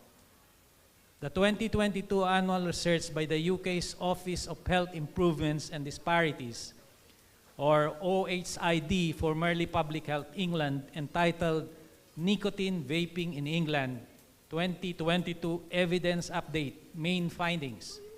It was determined that in the short and medium term, vaping poses a small fraction of the risk of smoking, and there is a significantly lower exposure to harmful substances from vaping compared with smoking, as shown by biomarkers with the risk of cancer, associated with the risk of cancer, respiratory, and cardiovascular conditions.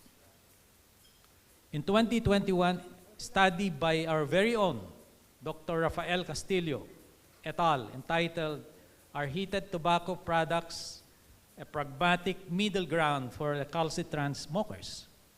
Revisiting the problem in the context of current pandemic. They explored alternatives that they could at least mitigate the cardiovascular and COVID-19 risk of recalcitrant smokers in the country. It was concluded that for recalcitrant smokers in the Philippines, HTPs appear to be a relatively less harmful middle ground than traditional smoking.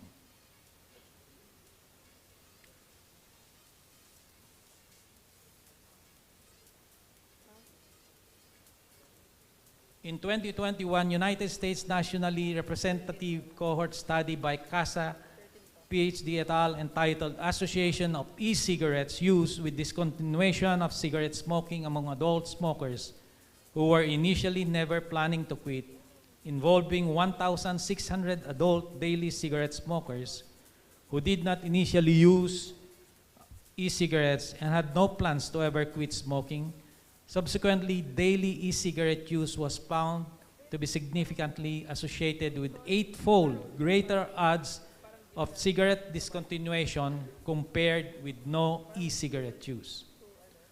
Hartman Boyce et al. In their 2021 review of 61 completed studies representing 16,759 participants across the United Kingdom, United States, and Italy, entitled Electronic Cigarettes for Smoking Cessation, concluded that more people probably stopped smoking for at least 6 months using nicotine e-cigarettes than nicotine replacement therapy or nicotine-free e-cigarettes, and that nicotine e-cigarettes may help more people stop smoking than no support or behavioral support only. At this point, it is crucial to emphasize that in the ideal world, smokers should quit smoking completely. But the sad reality is that most of them do not want to quit. So what now? Let's continue to help them and offer better smoke-free alternatives.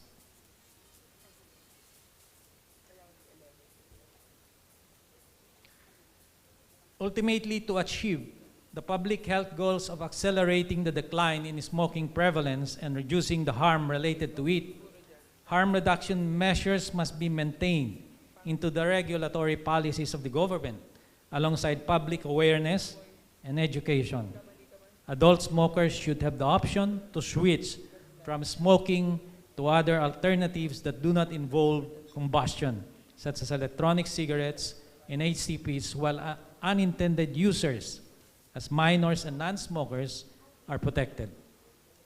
Allowing adult smokers who do not quit reasonable access to alternative products can actually support regulatory measures against smoking combustible cigarettes.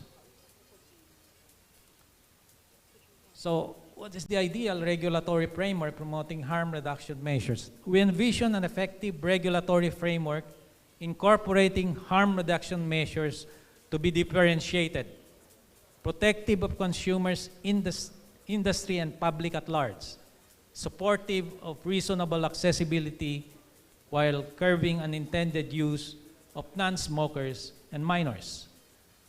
Laws should be carefully calibrated to ensure that adult smokers are made aware of less harmful alternatives available and given the option to shift to these alternatives, while minors and non-smokers are protected. Overregulating these alternatives to the point of impossibility of compliance would only perpetuate smoking. Now let's go to the Philippine experience. Republic Act 11900, or the Vaporized Nicotine and Non-Nicotine Product Regulation in the Philippines. This is a breakthrough that we have witnessed in the global campaign to mitigate the impact of smoking in terms of Philippine legislation. Quit for Good fully welcomes the passage into law of the Vaporized Nicotine and Non-Nicotine Products Regulation by an overwhelming majority from both houses of Congress, and was enacted last July 2022. The vape law shall regulate the importation, manufacture, sale, packaging, distribution, use, and communication of vaporized nicotine and non-nicotine products, including e-cigarettes and HTPs.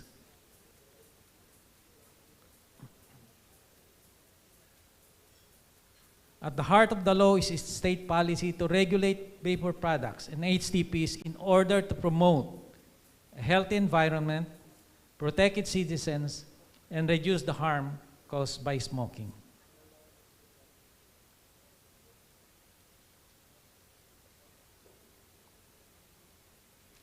For the first time in the legislative history of our country, we achieved a national differentiated regulatory framework governing vapor products and HTPs.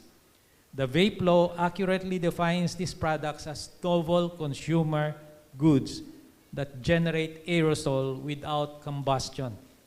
The vape law also mandates health warnings for the packaging of vapor products and HTP consumables.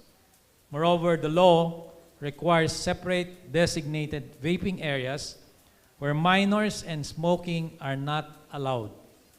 This recognizes the fact that vape products are entirely different from combustible cigarettes, especially when secondhand smoke is concerned.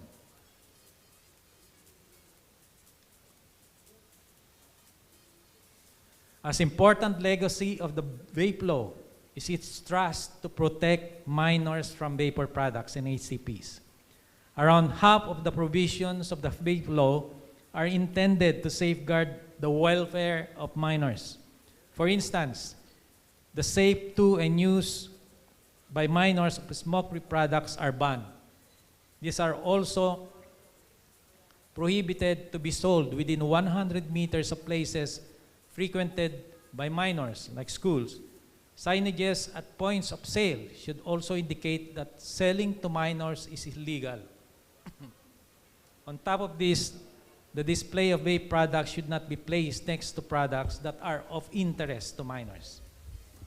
Even the use of flavor descriptors and product communications that appeal to minors are prohibited.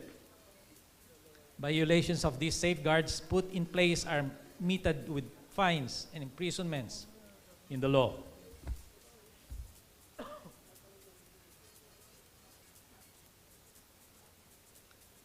As comprehensive measure, the vape law sufficiently protects consuming public and non-smokers alike through required packaging and health warnings and point-of-sale signages. Packaging of vapor products and HTP consumables are required to bear graphic health warnings and textual warnings to inform the consumer of the risk involved with these products.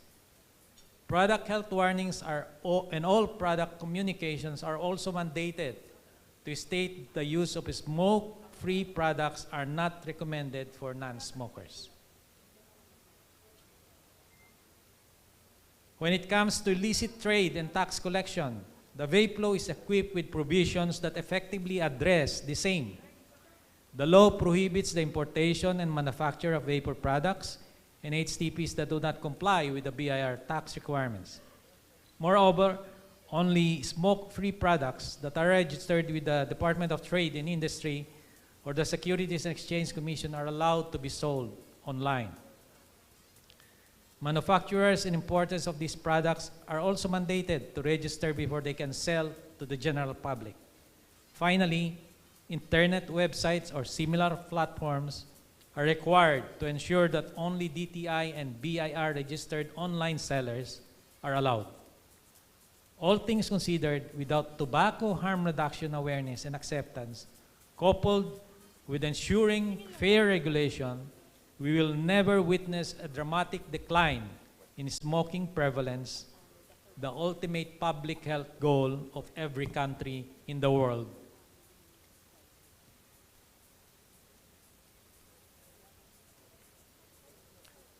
As far as tobacco harm reduction and smoke-free product regulation is concerned, there's good news when it comes to attitudes of adult Filipino tobacco and nicotine users. A survey conducted by Acorn Marketing and Research Consultants among 2,000 adult smokers and nicotine users showed that 9 out of 10 smokers and users of smoke-free products want the government to come up with plans to enforce tobacco harm reduction in the country. The poll also revealed that 94% of the respondents agreed that the government should enact policies to encourage adult smokers to switch to less harmful alternatives to cigarettes while ensuring that the products will not be used by minors. Another key finding is that 70% believe electronic cigarettes and HTPs are better alternatives to cigarettes, and 88% of adult smokers would consider switching to these products.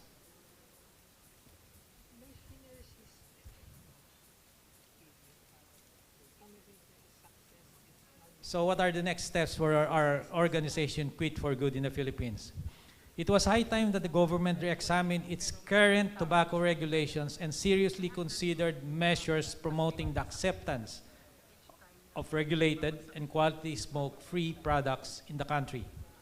It is only when we provide adult smokers less harmful options that we rightfully shift the balance in favor of the individual for a more inclusive public health policy. Having imparted our views on tobacco harm reduction in the context of a Philippine setting, we are pleased to share with you the next steps for our organization, Quit for Good. We will continue capacity building for our advocacy group and enticing new members, which are actually and steadily on the rise. We will also initiate local research and surveys on smoking and vaping information. We'll continue to educate smokers on all available options for quitting via regular live stream podcasting and media forum engagements. We'll likewise continue to monitor and advocate for the successful and faithful implementation by the DTI of RA 11900 or the vape law. Quit for Good fully welcomes the passage of the vape law, described as a well-studied piece of legislation. Indeed, the vape law perfectly encapsulates the principle of tobacco harm reduction. The implementing rules and regulations of the vape law is currently being subjected to public consultation. We just had it this morning with affected stakeholders. We are actually worried as it carries requirements that are not found in the vape law and may impact the access to these products by current smokers who are looking for better alternatives. With that, we trust that the DTI will ensure that the IRR of the vape law will reflect the intent of Congress to pass a risk-proportionate regulation that will help us save the lives of the 16 million Filipino smokers. Now, you can sigh with relief because that concludes my talk. Thank you very much for this opportunity. Let's be informed, stay informed, and help improve lives.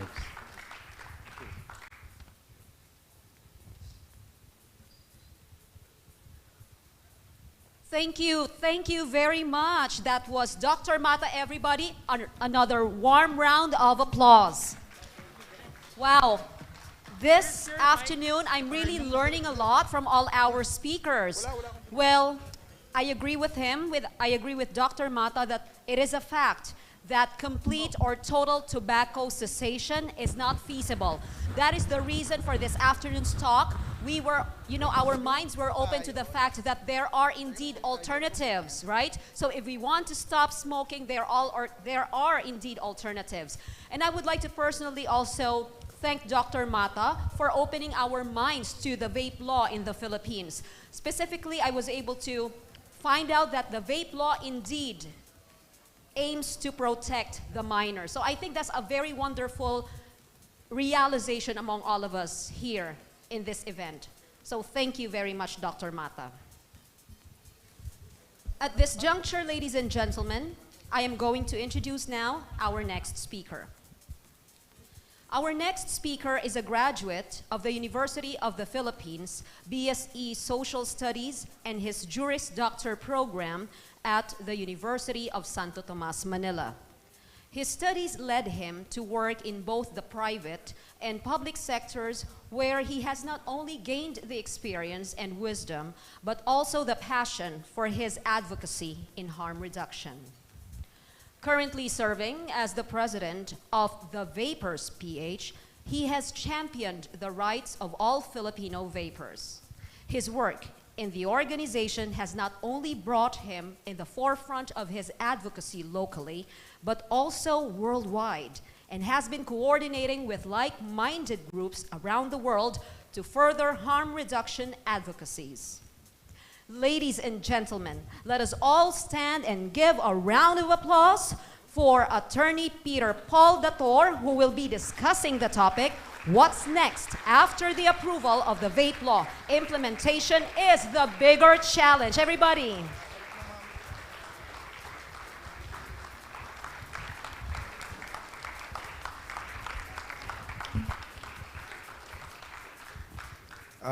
Thank you. Good afternoon, everybody. First and foremost, I think there's no need for any introduction. That was a very good introduction by the MC. I was tasked to talk about what's going to happen after the passage of the vape law. And I'd like to thank Dr. Lorenzo Mata for really, pointing out the important aspects of the different sections of the vape law.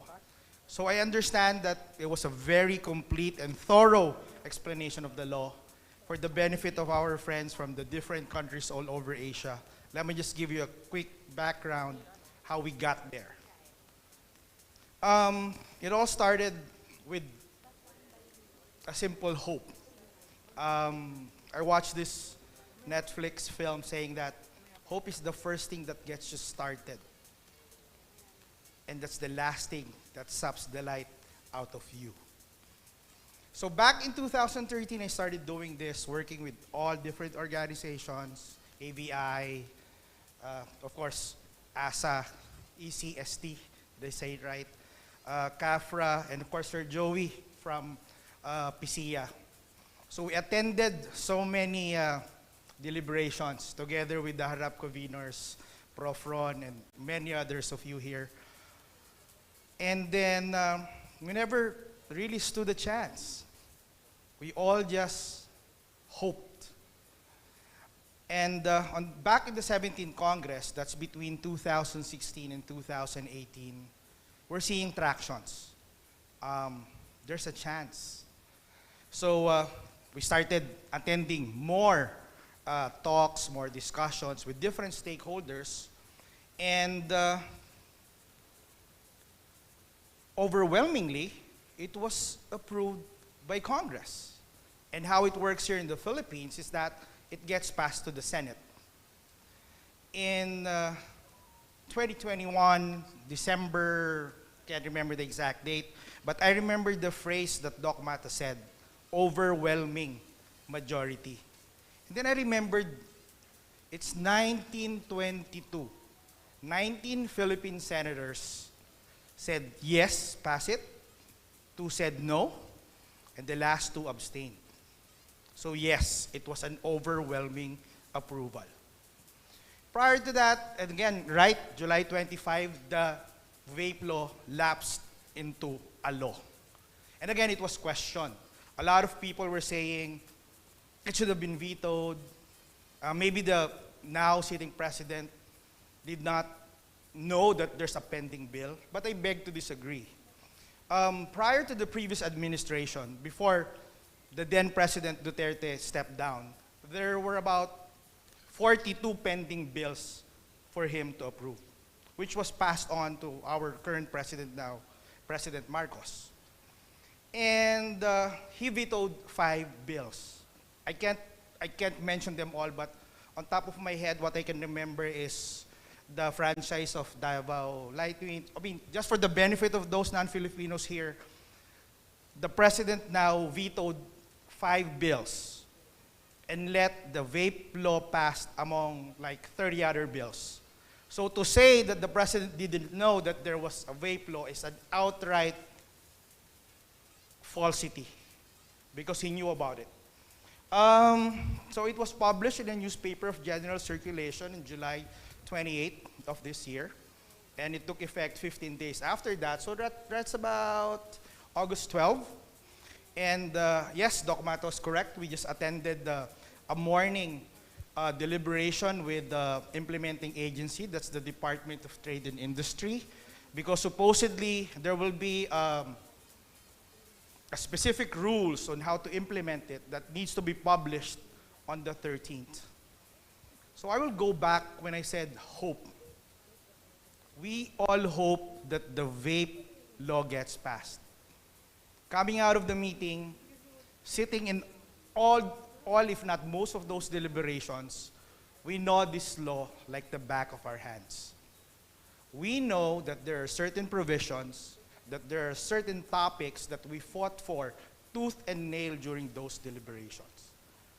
To point it out, Section 22 of this particular law provides that exclusive jurisdiction should be vested with our Department of Trade. I'm using generic words so that all jurisdictions from different countries may be able to relate. When we attended the meeting earlier, other agencies are being involved to be part of implementing it, which should never be the case. The spring cannot rise higher than the source. The source is the vape, is the law, RA 11900. It says specifically that it is the trade industry, the Department of Trade, that will run the show. To add other agencies to co-host the show is an outright, it's outrageous. You can't go against the law. The law says you co-host it, you can't add additional co-hosts. That's it. As simple as that. What else? Highlights. So, I don't want to harp on to why how the vape law will improve the lives of Filipinos, or how it's going to help improve the lives of adult smokers. And that again, if you're not a smoker, don't vape, don't smoke, that's it. But if you are an adult smoker who's looking for an alternative, there is one. Talk to us. We have nothing to gain here. We just want to share our experiences. I again remember the overwhelming. Back in that December 2021 deliberations, I remember 3 senators saying, Senator Ralph Recto saying that it has helped me. I've been a smoker, I switched to vaping, and I felt great. And this was documented. Another senator, I think it was Senator Drilon, who unfortunately, his wife died because of smoking. And he said, you know what? If this truly is, borrowing his words, if this truly is a safer alternative, I'm not gonna I'm not gonna deny future Filipinos that opportunity. You can look it up, that's true. Just to really end it, we have hope. The vape law is now here. It is time to act. Hope is no longer enough. Now is the time to act. With all those things that Doc Mata has committed to, monitoring, informing, all that stuff, that's really great. But we have to start doing it. We have to make sure that what's written in the law, which is actually the voice of the people speaking through their representatives, be followed. Let's not allow other agencies to dip their fingers and change the very spirit of the law. This we will not allow to happen ever. This we will not allow to happen tomorrow. And definitely, we did not allow that to happen today. Thank you.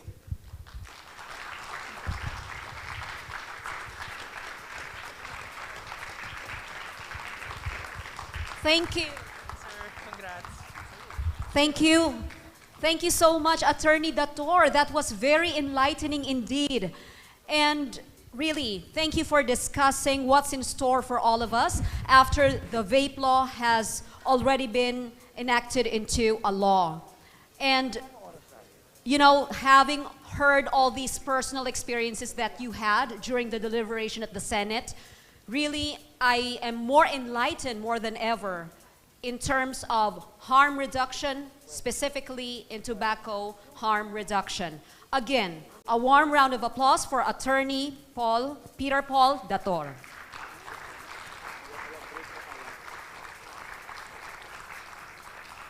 Now, ladies and gentlemen, we're almost at the end of our discussion. But before we move forward, let us have a 15-minute break. And I am very sure you may want to freshen up, maybe have your coffee here. So please, we are going to have some 15-minute break, and I'll be seeing you all later. All right? So please enjoy your break.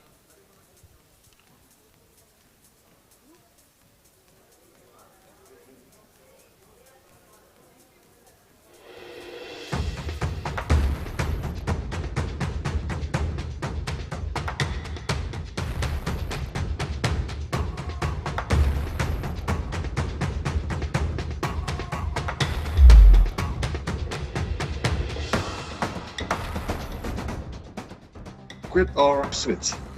The most important is your commitment and your change to have a better, healthy life. Smokers who want to quit or switch must be able to access the tools that can assist them, such as nicotine replacement therapies, was recommended by WHO, and even alternative tobacco products.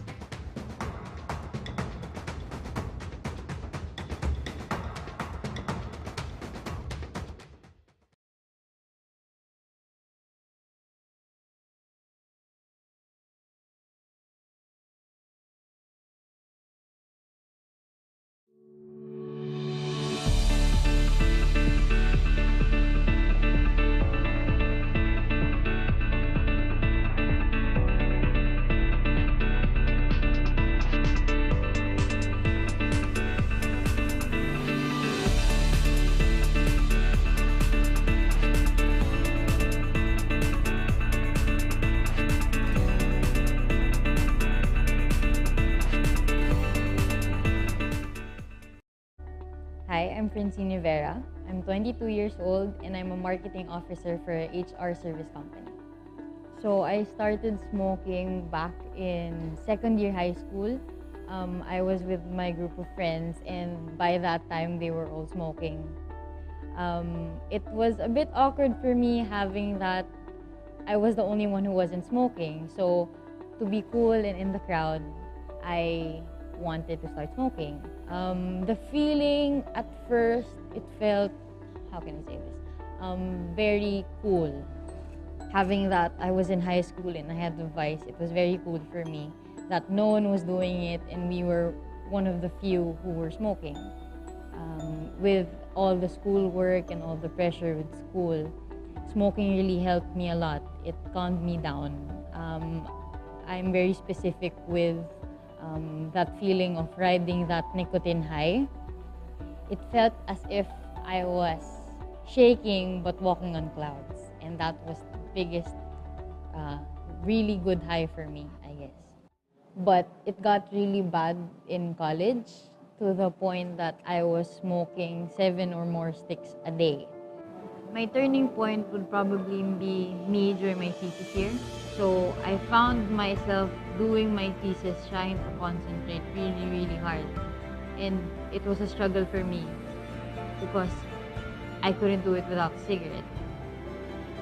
So I found myself lighting up a cigarette right beside my son, which really, really was a big red flag for me. It was hard. I felt very pathetic. I felt as if I wasn't ready to become a mom. Knowing that I was choosing a vice. I was choosing to relax more than my baby's health, which meant the world to me.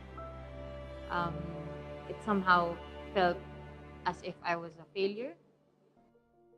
After a while, I did open up to my uncle about what happened. And he got really concerned, not for my health, but for my baby's health. He got really concerned. And he actually introduced me to vaping somehow. I struggled a bit with the transition still. I still fell back to cigarettes from time to time. Somehow it was a struggle for me to understand how not to cough every time I vape. Then after a while of getting it, I noticed that even in school, it was somehow more worth it knowing that I was saving money. Then I'd rather just vape and not walk under the sun and save money from buying cigarettes. If I had the chance to go back to smoking, I probably won't. Actually, I don't vape as much anymore. I find myself going on 2 days, 3 days that I don't actually vape. I usually don't smoke anymore. It's gonna be hard. Hindi siya madali. Hindi madali yung transition, hindi madali yung feeling to let go of something you're really dependent about. But kung titingnan mo siya in a broader sense, maiintindihan yung lahat and you might actually like it. You will actually like it more than smoking. If you don't have the habit, don't start it. You're gonna save a lot of people, you're gonna save your health at most. Isipin mo na lang na if you think it's cool, it's not. It's hard to get addicted to something and stop. So it's better just not start it at all.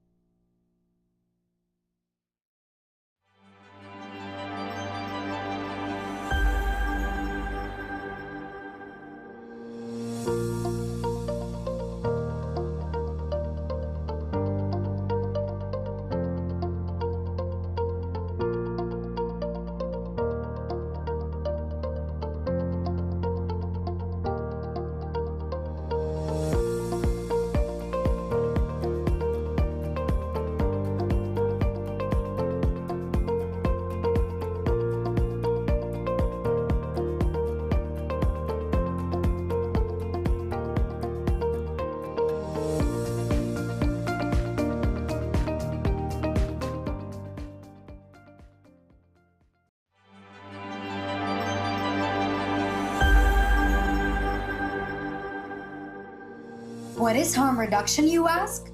Harm reduction simply means decreasing the health risk of any activity. This means that people can choose alternatives without being forced to stop the activity immediately. Harm reduction strategies can help shield people from the perils of different external harmful elements like viruses, road-related accidents, stress triggers, climate change-related disasters, and fire-related disasters. It can also reduce the harm caused by different harmful human behaviors like alcohol addiction, social media addiction, nicotine addiction, sedentary lifestyle, unprotected sexual encounters, and many more.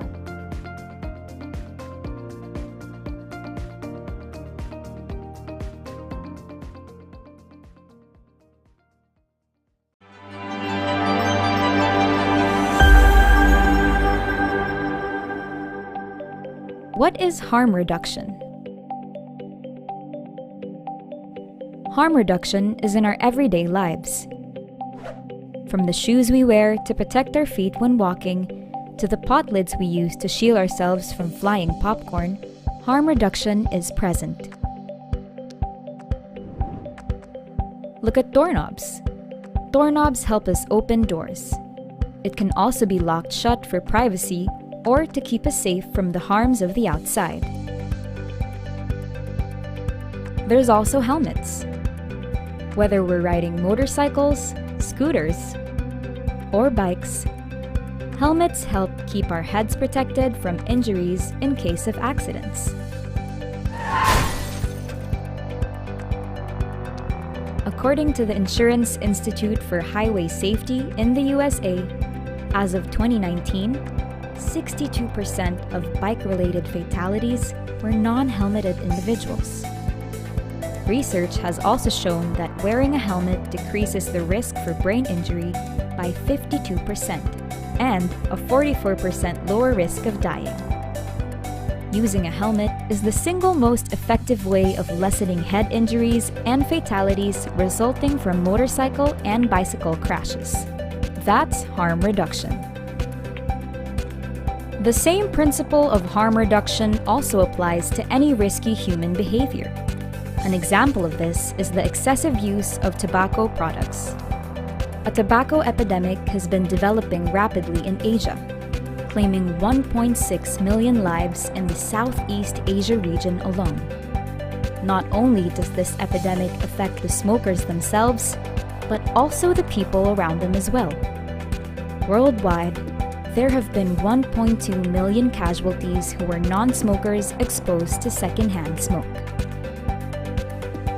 In any activity done excessively, there will always be potential risks associated with them.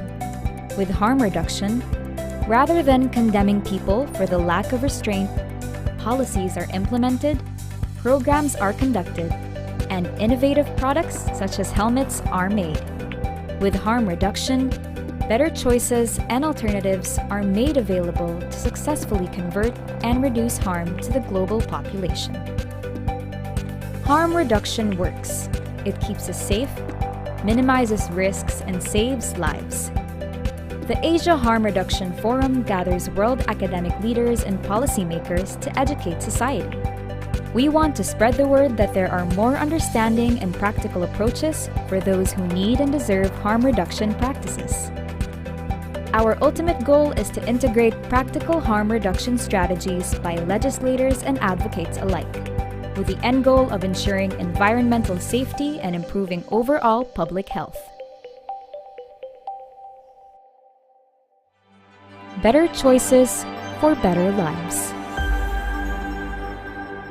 To learn more, visit our website at www.asiaharmreduction2021.com. Hi, I'm Francine Rivera. I'm 22 years old and I'm a marketing officer for a HR service company. So I started smoking back in second year high school. I was with my group of friends and by that time they were all smoking.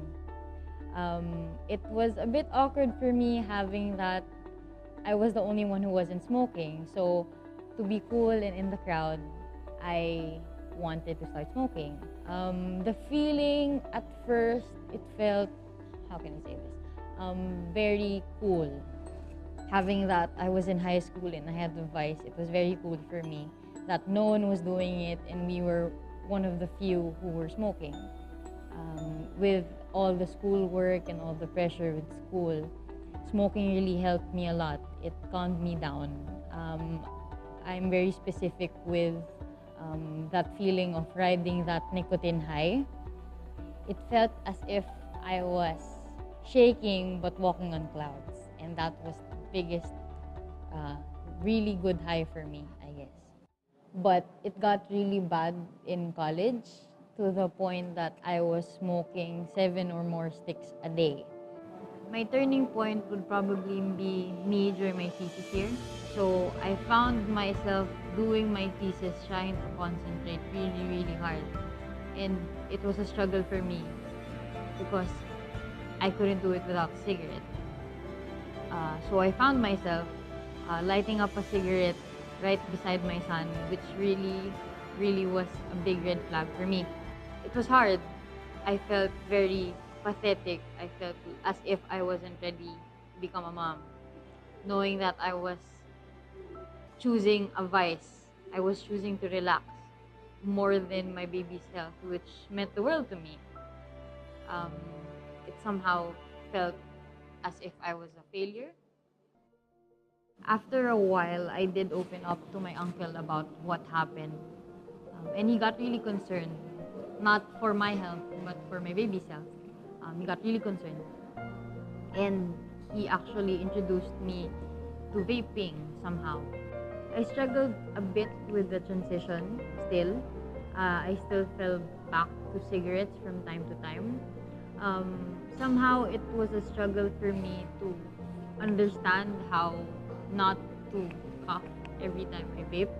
Then after a while of getting it, I noticed that even in school, it was somehow more worth it, knowing that I was saving money. Then I'd rather just vape and not walk under the sun and save money from buying cigarettes. If I had the chance to go back to smoking, I probably won't. Actually, I don't vape as much anymore. I find myself going on 2 days, 3 days that I don't actually vape. I usually don't smoke anymore. It's gonna be hard. Hindi siya madali. Hindi madali yung transition, hindi madali yung feeling to let go of something you're really dependent about. But kung titingnan mo siya in a broader sense, maiintindihan yung lahat and you might actually like it. You will actually like it more than smoking. If you don't have the habit, don't start it. You're gonna save a lot of people, you're gonna save your health at most. Isipin mo na lang na if you think it's cool, it's not. It's hard to get addicted to something and stop. So it's better just not start it at all.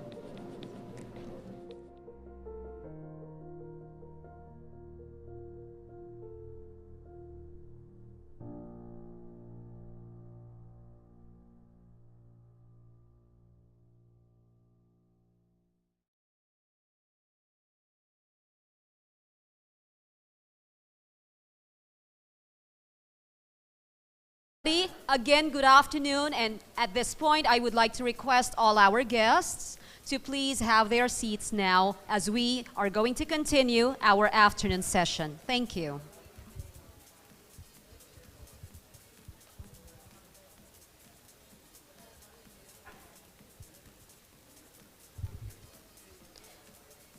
Now, ladies and gentlemen, we have one more speaker before we move forward to our panel discussion. At this juncture, allow me to remind our audience again that they can submit their questions at the designated areas. And for our online viewers, you may submit them on the Pigeonhole link provided in the post. You may place questions for our last speaker, but also for our previous speakers who are still here, as they may be able to entertain these questions during the panel discussion. I look forward to that, actually. Our organizers will be sifting through these questions to see which are the most appropriate for our panel.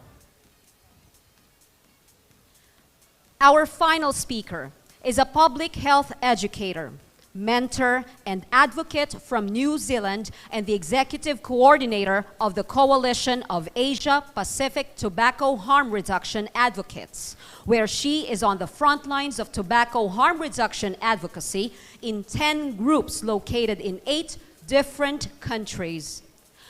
CAPRA's mission and aim is to educate, advocate, and represent the rights of adults, alternative nicotine consumers to access and use products that reduce harm from tobacco use. Ladies and gentlemen, our last speaker, please give her a warm round of applause, Ms. Nancy Lucas, in her presentation, The Subversion of Public Health, Consumer Perspectives. Thank you for that. Hi, team. Thank you very much, and I want to thank the conveners of this forum for inviting me and allowing me to speak. They've given me a clicker. Now, just so people know, every time I get a clicker, something goes wrong. Be prepared. Now, my talk today is about the subversion of public health. And what it is the consumer perspective of how public health is supposed to be working for our rights and the things that we need and how it is not happening. It worked, okay. International human rights standards and conventions make it very clear that the state, meaning the government, is responsible for guaranteeing that the individual has the rights that are guaranteed through the United Nations. That includes the right to health, okay? Now, if you look here, I'm gonna turn, these are very noble aims, okay? The preamble to the Constitution for the World Health Organization states that the enjoyment of the highest attainable standard of health is one of the fundamental rights of every human being without the distinction of race, religion, political belief, economic, or social condition, okay? The Framework Convention on Tobacco Control, which is part of the WHO, lays out specific, and it's underlined, evidence-based actions that all parties are mandated to the convention to take to reduce the harm from tobacco, and they are mandated to include civil society. Now, when we talk about civil society, that includes us, the consumers, the public, okay? That is not happening. This is what we know, and others have covered this already, but I just want to reiterate it. Public health is the science and art of promoting health, preventing disease, and prolonging life through the organized efforts of society. Again, society, not one institution, not one person, everyone working together. Similar to what Peter had said, kind of led me into this, okay? Okay, who we are, consumers and advocates. All of us, especially those of us who are working as consumer advocates, are adult former people who used to smoke and have found something to help us move away from combustion, or in the case of, say, in India as well, unsafe oral tobacco. Now, you would think that this is very noble, this is a good thing, right? We're exercising our right to health. But what we don't understand, and what a lot of people don't understand, is why is everyone in the establishment against us? What is the problem? We, as consumer advocates, believe that the global public health organizations have failed us. Not just us, but everyone. Because what has happened is that if you were to ask me, or you were to ask Peter or Clarice, anyone here who is a consumer advocate, we have all experienced harm from the tobacco pandemic, either through the health harms to us, such as what Asa was saying before about going and getting the spots on his lungs, he switched to vaping, his lungs are fine. Some of us, we've lost parents, I've lost a parent, I've lost grandparents. We have all been negatively impacted by the harms from tobacco. Because of this, and because of the way we're treated like pariahs. We are castigated, okay, for what we're doing by some of the people, and a lot of the people, in public health, okay? Now, We have questions that do demand answers. When will tobacco harm reduction be treated equally and held to the same respect as other harm reduction? Other people here today have spoken about wearing a helmet. They've spoken about using prophylactics or condoms. They've spoken about seatbelts. We all practice harm reduction every day, and 9 times out of 10, we don't even think about it because it's become so ingrained in who we are and the lives that we lead. But yet, when it comes to tobacco harm reduction, nope, that's not acceptable.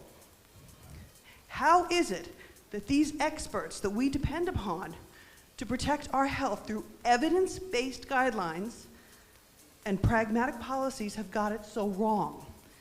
And how is it that harm reduction is embraced and celebrated in every other aspect of public health except when it comes to tobacco?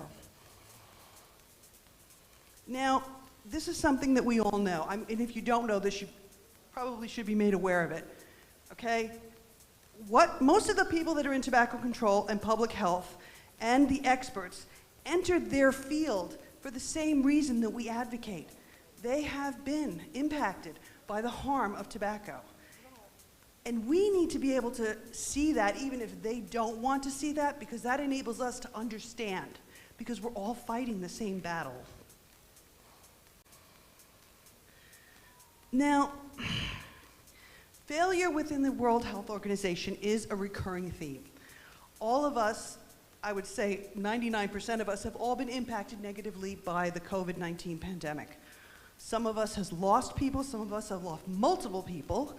Some of us know people that have experienced long COVID or other health issues from having COVID, okay? When we think back about when all this went down, there was a failure at the very top level to address it and deal with it. That is a failure, okay? Same thing with SARS-2, although we didn't experience that so much in New Zealand, but in Asia, I know that that was a big issue. Now, this is another thing that we know.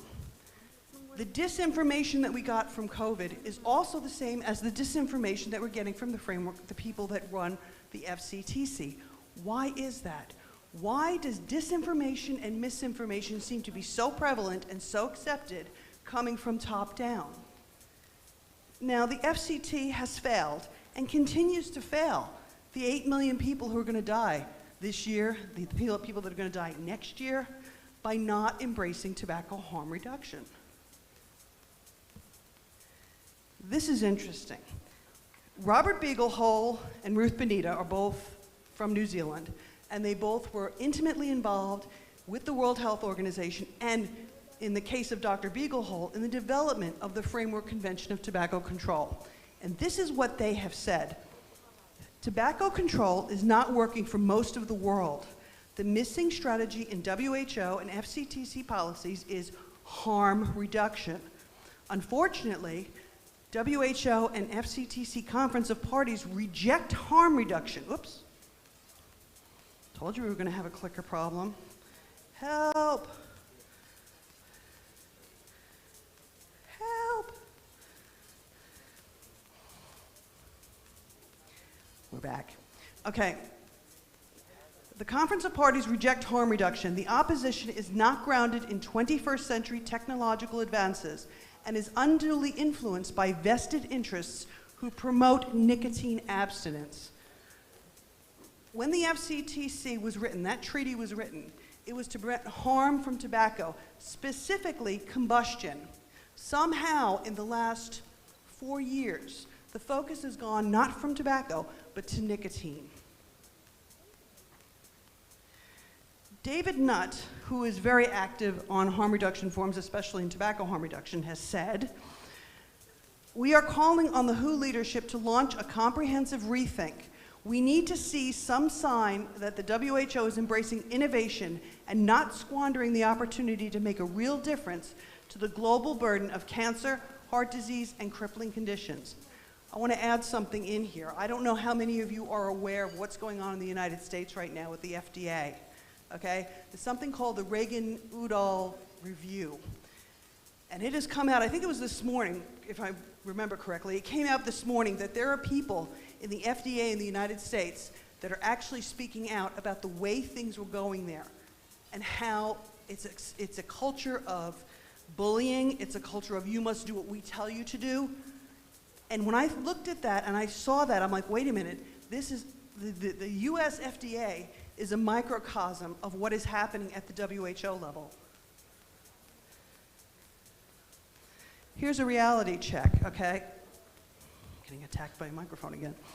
Consumers are passionately concerned about the massive harm within our families and our communities that is caused by unsafe tobacco products. And I'm including unsafe because here in Asia, like I've stated before, it's not just combustion, it is unsafe oral tobacco. That causes a massive amount of harm in Pakistan and in India. Public health, meanwhile, is mandated with the responsibility to protect our health and support and protect the human right to health, as I said before. Now, consumer advocates and public health, we are on the same side when it comes to the desire to eradicate the harms from tobacco. Our approaches, though, are different. Richard Feynman, I don't know how many people know who he is. He was part of the Oppenheimer project, and he won the Nobel Prize for Physics. This is something that I have on my wall in my office to remind me. The idea is to try to give all the information to help others to judge the value of your contribution, not just the information that leads to judgment in one particular direction or another. I actually think that this should be printed up in thousands and thousands of copies and dumped on every government tobacco control office, the WHO, every delegate. This is what they're supposed to be doing. This is what they are mandated to do, and they're not doing it. The reality is that the Framework Convention of Tobacco Control is no longer fit for purpose. It has been corrupted. It has been subverted to benefit a few at the cost of the whole. And the whole being those 8 million people that are going to die because they don't have options and they don't have choices. In order for it to work, the WHO, FCTC to work, is they need to go back to basics. They need to go back to science. They need to go back to evidence.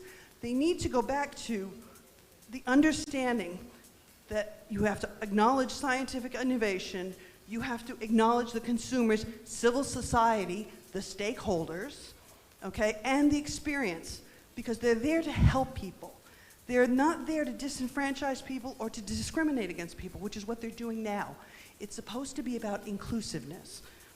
And until there is a change, billions of people are going to continue to die. Now, in New Zealand, I am not going to pronounce this because my reo is horrifying, okay?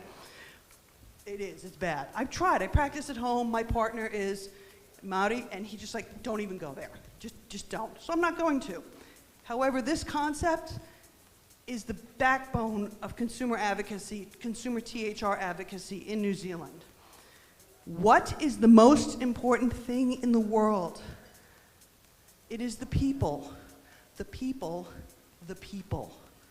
And that's what the WHO needs to start focusing on, going back to who they are mandated to serve, who they are mandated to help.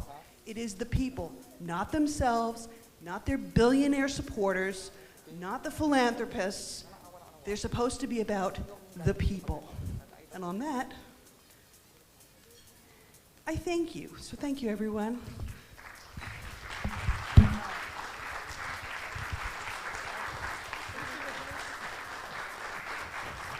Thank you. Thank you very much, Miss Nancy Lucas, for that. Why, you know, it's an eye-opener for us. I was really enlightened by your speech. And this particular question really, when will tobacco harm reduction be approached with the same respect and reverence as the other forms of harm reduction? And I sincerely hope and look forward to the time that that's going to happen, that this type of advocacy of ours would be given the same respect, indeed, and reverence. Again, a warm round of applause for Ms. Nancy Lucas. Thank you very much. Well, that marks the end of our presentations. And again, what I already mentioned to you. We already gave them our warm round of applause. And of course, the next part of our program is my favorite. It's the panel discussion and the Q&A segment. Yes, that's right, ladies and gentlemen. The learning doesn't end here yet, as our speakers are set to discuss amongst themselves and tackle the questions that the audience has given them. Well, at this point, I would like to first go down and be with the audience, because I think I would like to ask 1, 2, or 3 of our participants or maybe attendees here as regards some key takeaways about the harm reduction forum that we have this afternoon. All right? So I am looking at, maybe from this side, all right? Well, hi, good afternoon. So could you please state your name and then your affiliation, and then just tell us a major takeaway. Good afternoon, everyone. I am John Jedrick Tudio, but you can call me Tuds. I guess one of the main takeaways I got from today's event is that I actually had a chance to look upon my life, and I actually come from a family of smokers, and I honestly appreciate some of our members have switched to vaping, and with the Philippines vape law now in place, more families in the country can better adopt harm reduction alternatives for their individual families so that they can live healthier lives. And I hope that other countries, such as Mr. Asa discussed earlier, they have struggles in Thailand. I hope that they get to adopt similar measures and policies in their own countries. And aside from that, I guess one big thing for every country, including ours here in the Philippines, is that there should be better information dissemination about the benefits of harm reduction alternatives. And I guess if we could do that, if we could properly disseminate the benefits of harm reduction alternatives, I guess everyone can live less riskier lives. So yes. Please give him a warm round of applause. Thank you. You know, while you were speaking about that, of course, when we talk about family safety, when we talk about information dissemination, I believe that is the reason we are here today. Again, thank you. And now I think I'm looking at this gentleman here. Could you please state your name and your affiliation and tell us a major takeaway? Hello everyone, I'm Patrick Relacion from University of Santo Tomas. I think one major takeaway for today's event is that I think in the Asia region, I think it is now the right time to harmonize every effort that we are generating and having, because as we all know, we are situated in a region where majority are conservatives, and it's really hard to impart or talk to them regarding our such advocacies, especially tobacco harm reduction. And these major efforts that we have witnessed today is a major breakthrough, a major step towards reducing harm and teaching each and every one that, as our today's event theme, that if we follow or have a good mindset and choose the right decisions, we will be able to save more lives and lessen the harm. Thank you very much, Patrick. So please give Patrick a warm round of applause. Thank you. And now we are ready for our panel discussion. As what I mentioned to you earlier, this is my favorite segment.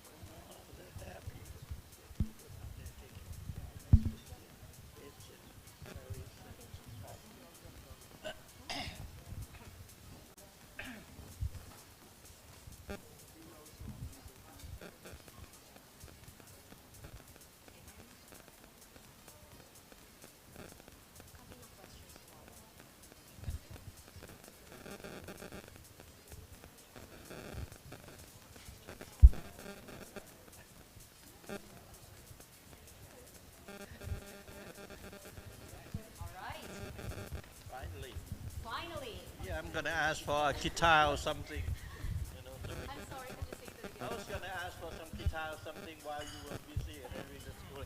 Well, honestly, I was looking for the questions, but no, I was looking for a copy here. Again, a warm round of applause for our panelists this afternoon.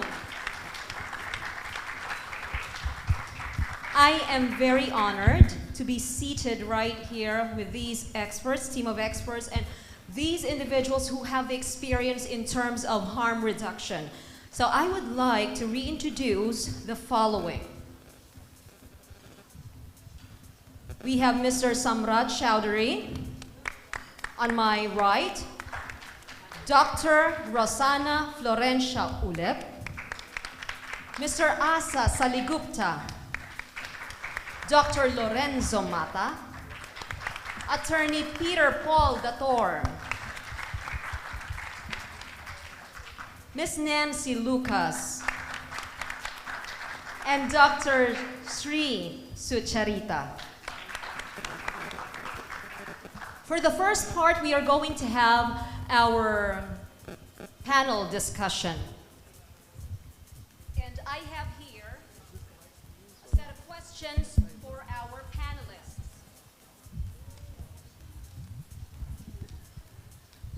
This first question could be answered by anybody here, but if we could have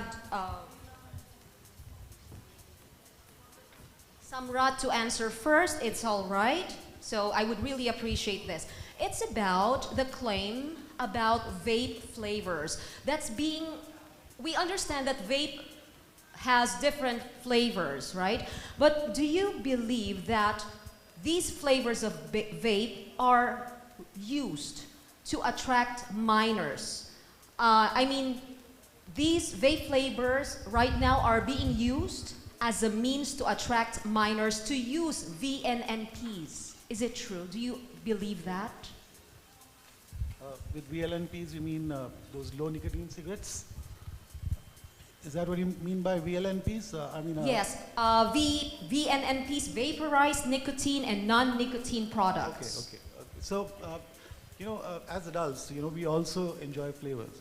It's not that, flavors are not part of our life. We prefer certain foods, or we all have our favorites in flavors. So it's just to say that flavors are only for kids, I think is already wrong. But now, when it comes to novel tobacco products, like e-cigarettes, for example, and also snus, for oral tobacco users, the experience of giving up also has to be pleasurable. Right now, though, you have nicotine gums. Not many people use them because they are medicalized, second, but also now pharma companies are catching on and you have nicotine gums in flavors. So we don't have that debate on, when it comes to nicotine gums. But when it comes to consumer nicotine products, suddenly flavors become an issue. Exactly. As consumers, the act of giving up also has to be pleasurable for it to work for a wide variety of people. If you just tell them you're going to give up tobacco, but the only option you have is another tobacco flavor, how many people are you going to attract with that? So flavors play an important role in the entire act of giving up or quitting smoking. They're an integral part of why vaping has become so successful in such short time. So I think they have an important role, and of course we can restrict, because tobacco, even tobacco products, like you have menthol cigarettes, and nowadays, in India they launched some mango flavored cigarette. So, but they can be restricted to minors. So steps need to be taken, but to say that they're entirely to attract minors, I think is also wrong. Yes, Dr. Mata. Well, this is a claim that has no basis in fact, actually. The point of just claiming this, because they want to really kill the industry. Without flavor, the vape industry will not flourish. Now, according to psychologists, I'm not a psychologist, I'm a doctor, but according to psychologists, I've heard one time said, you don't expect a growing adult to be looking for candy flavors. He wants to be mature looking. He wants to be, So you expect him to look for mature flavors like tobacco and mint flavor. But for old people, no, I'm not pointing myself primarily. From older people, they look for the young flavors because they want to look young. They want to feel young. So there's no basis in fact. It's just to destroy the industry, that's all. Yes, please. Yeah, I Asa? wasn't going to add anything, but since, when he mentioned old people and he was looking directly at me,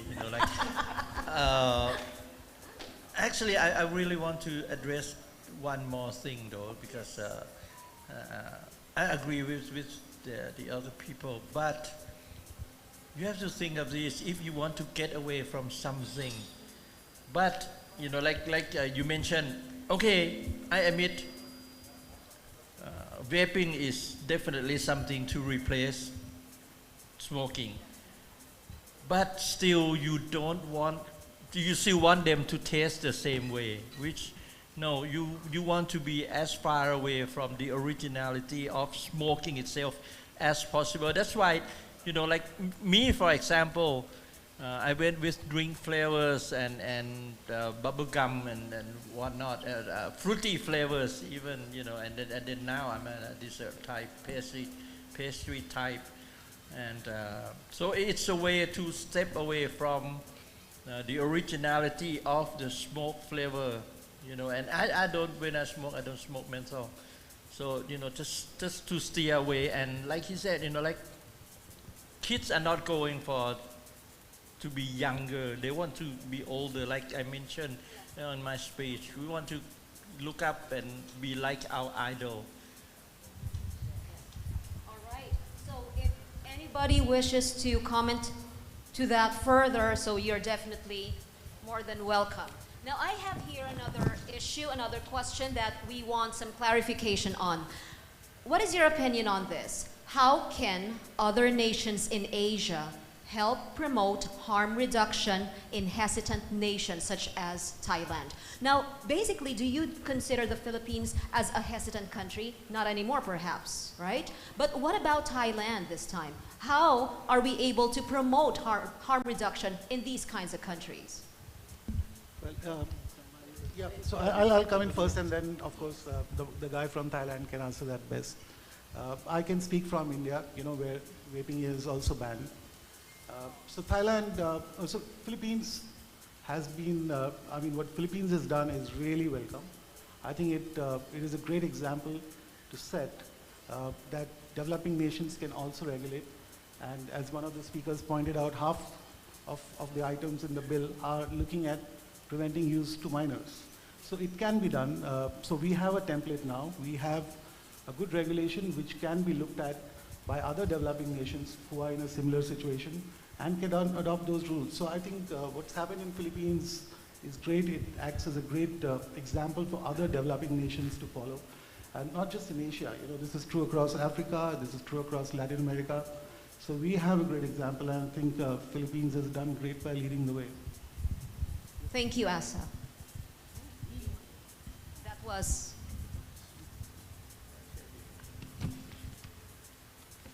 Thank you, Samrat. Anyone else who would like to comment I to that? just want to add up to that. Yes, the Dr. very key here is information dissemination.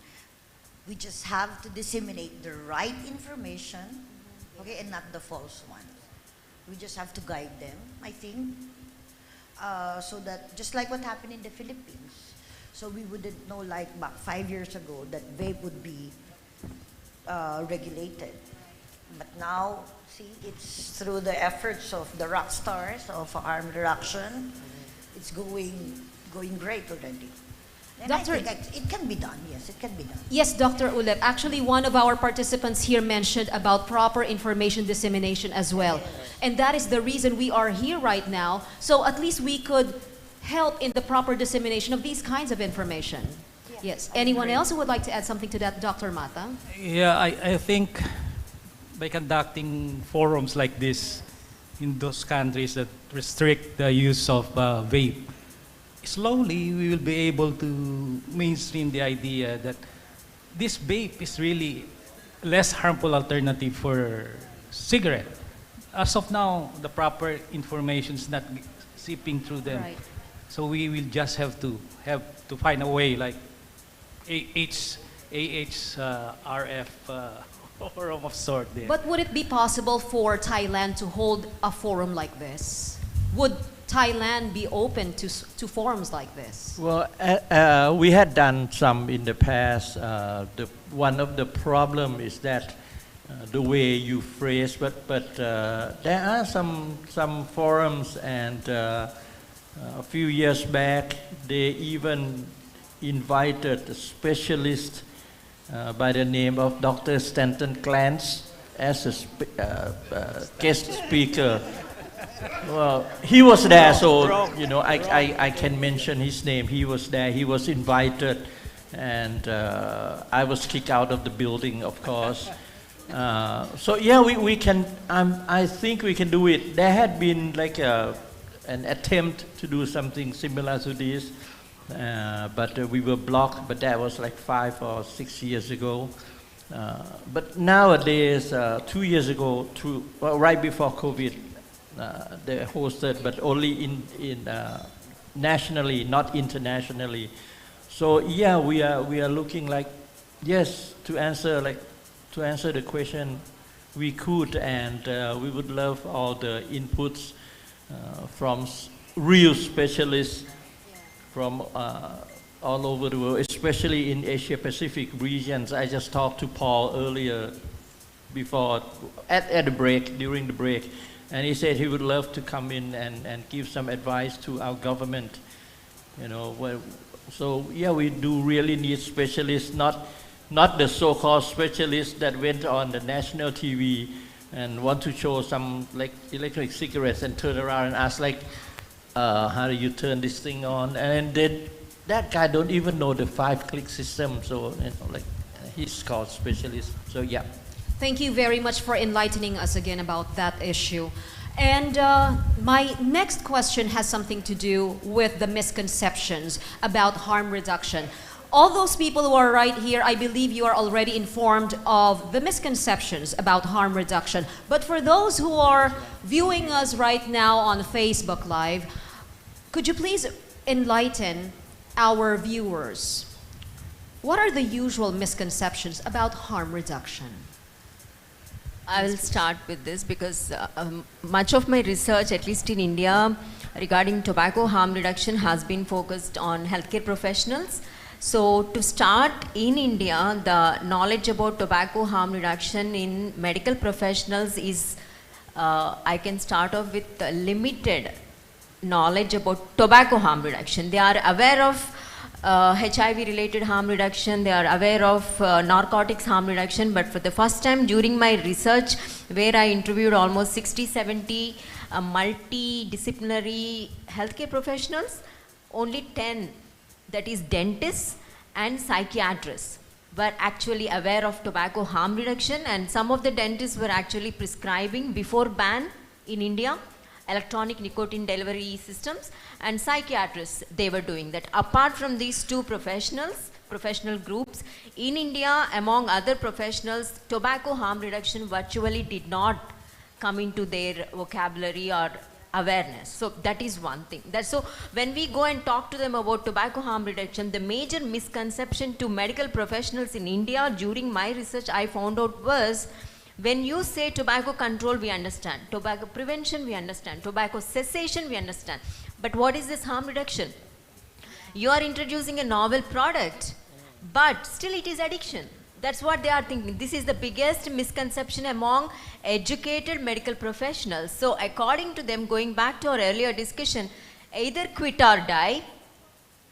The other thing is, we know what is best for you. That's why we are prescribing you. You better do this. There is no other thing in them for their understanding called tobacco harm reduction among medical professionals. And this is the biggest misconception for me to break this myth.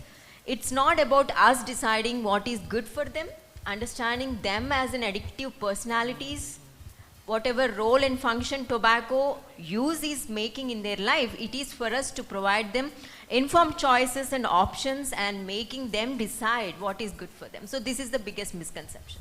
That's That's very good information coming from you. Like, some people think that you are introducing something, but it's still addiction, right? Yes, anyone who would like to comment or add something to that? I would like to point out the role of WHO and allies in this, who are really feeding this misinformation by putting out lines that all tobacco products, which now has become all nicotine products, are bad and equally bad. So that not contextualizing the harm of from different nicotine products creates a lot of confusion among people.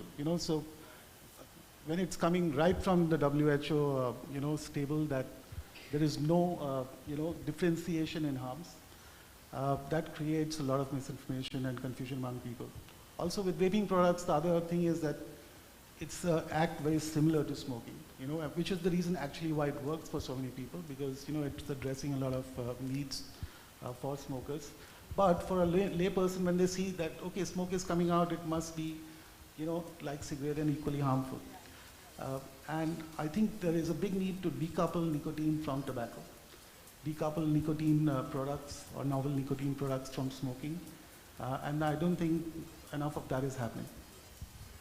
Nancy. Yes, attorney. Let me just, it's a great question because like 4 or 5 guys here from the audience earlier approached me and asked me about tobacco harm reduction.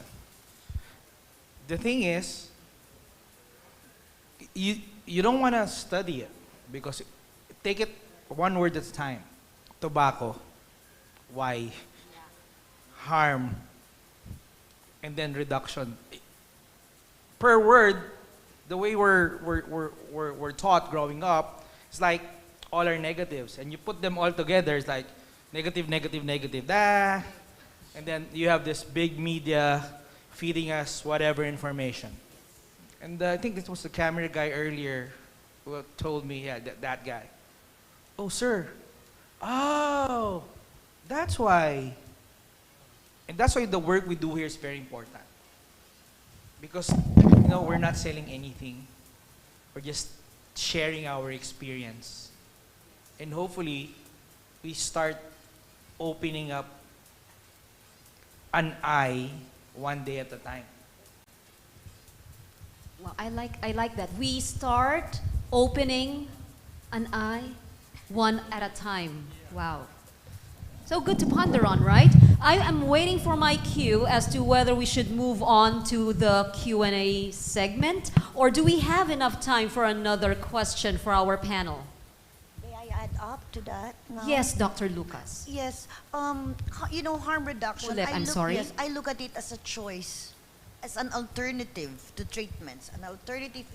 This is just being linked to tobacco or to smoking or tobacco harm reduction. But no, this is not just about anti-smoking. This is not just about an alternative choice to smoking. This is about anything like if you are a diabetic, you would stop taking sugar because you need to. But what about your cravings for something sweet? There are alternatives. They have plant-based, sugar derivatives. It is just like, this is very similar with that, not just in tobacco, but in other products, processed foods. But it should be looked on something on a positive way. Again, right information dissemination is the key. Thank you. Thank you, doctor. Yes, Actually, Nancy. I want to add to that. When adults make lifestyle choices, okay, and we're talking about adults here, if someone comes up and they get sick and now, okay, you cannot have alcohol anymore, all right? They can drink a non-alcoholic beer and no one thinks twice about that, okay? Like Anna just said, if you're a diabetic, you can't have sugar or carbs, but you can use stevia, okay? And one of the things that I don't think a lot of people understand is that they say, oh, it's the nicotine and nicotine is addictive. Now, when I think of addictive, an addictive substance is something that you cannot live without. You just can't function. Whereas what I think is I'm dependent on nicotine. I use nicotine to help me. Either it's to focus or to calm down or whatever it is, but I can live without it. But why should I have to? Because somebody's saying to me it's bad for me? Well, so is drinking, but I don't see you putting the bottle of wine down. You know? So is, being a workaholic, but I don't see anybody telling you, you should slow down until, you have a heart attack or cark it or whatever, okay? It's the nanny state of trying to tell other adults what to do and finding whatever possible justification they can to do that, and that's the problem. Dr. Mata. Can I still on Oh that? yes, definitely. We have a lot of time. Okay. Another misconception about harm reduction is because of just like what Attorney Peter has said a while ago, because of the presence of the word harm, it should be negated. I once was pitted to a doctor colleague of mine in a national televised debate between an anti-vape advocate and a pro-vape, and he was telling me that you should transition that person from harm to no harm. And so he was thinking that harm reduction, there should be no harm. So it's not harm reduction, it's harm it's harm dissolution or whatever, no? You totally remove the harm. Now, doctor, she is a colleague of mine in the profession. Even in medicine, this is not an ideal world where there is a cure for everything. There's an answer for all diseases. So what we do as doctors is, we cannot cure the disease. At least you reduce the suffering of the patient, reduce the harm of the patient. So that's as simple as it is. That's harm reduction. That's the simple concept of harm reduction. It's really enlightening the way you are discussing the very definition of harm reduction. I think this is very important among our viewers this afternoon. Anyone else who would like to add something to that? I have another question for our panel. Why is it that some nations' governments are hesitant to incorporate harm reduction in legislation? Again, the question is, why is it that some nations or some governments are hesitant to incorporate harm reduction in their legislation? I guess I'll tackle that first, because looks like everyone is looking at me as a representative of Thailand. Why is the Thai government so hesitant? Like I said, we've had mentioned this from the morning, up until now, that the first thing is the misconception, the misinformation, disinformation. Be careful with mis and disinformation, but both are bad. And the information received in many governments, I'm not saying that every country, right? In many governments, not the right people are put in the right position, you know what I mean, right? So somebody who's a ministry of something may not be specialized in that special field, and they don't even know what they're doing, especially with tobacco harm reduction. Is something we have to admit, this is something pretty recent. This is quite new, even for us, for 10 plus years, that we started. And I think that with the concept of tobacco harm reduction, probably 5-6 years, not more than that. Since we got together, so 7 years tops. It's the idea of harm reduction, tobacco harm reduction. Of course, there are harm reduction before that, but the main concept of harm reduction just came recently, within this decade. And especially the tobacco harm reduction, like Peter said, tobacco is bad. Harm, definitely bad. Reduction, to reduce something, is definitely bad. So it's triple negative. So it's something that most of the government will consider last. They say okay, well, this is not a big deal. Right now, before this, we have to deal with COVID. We have to deal with inflations, the economic crisis. So, they were looking at smokers, just let them die.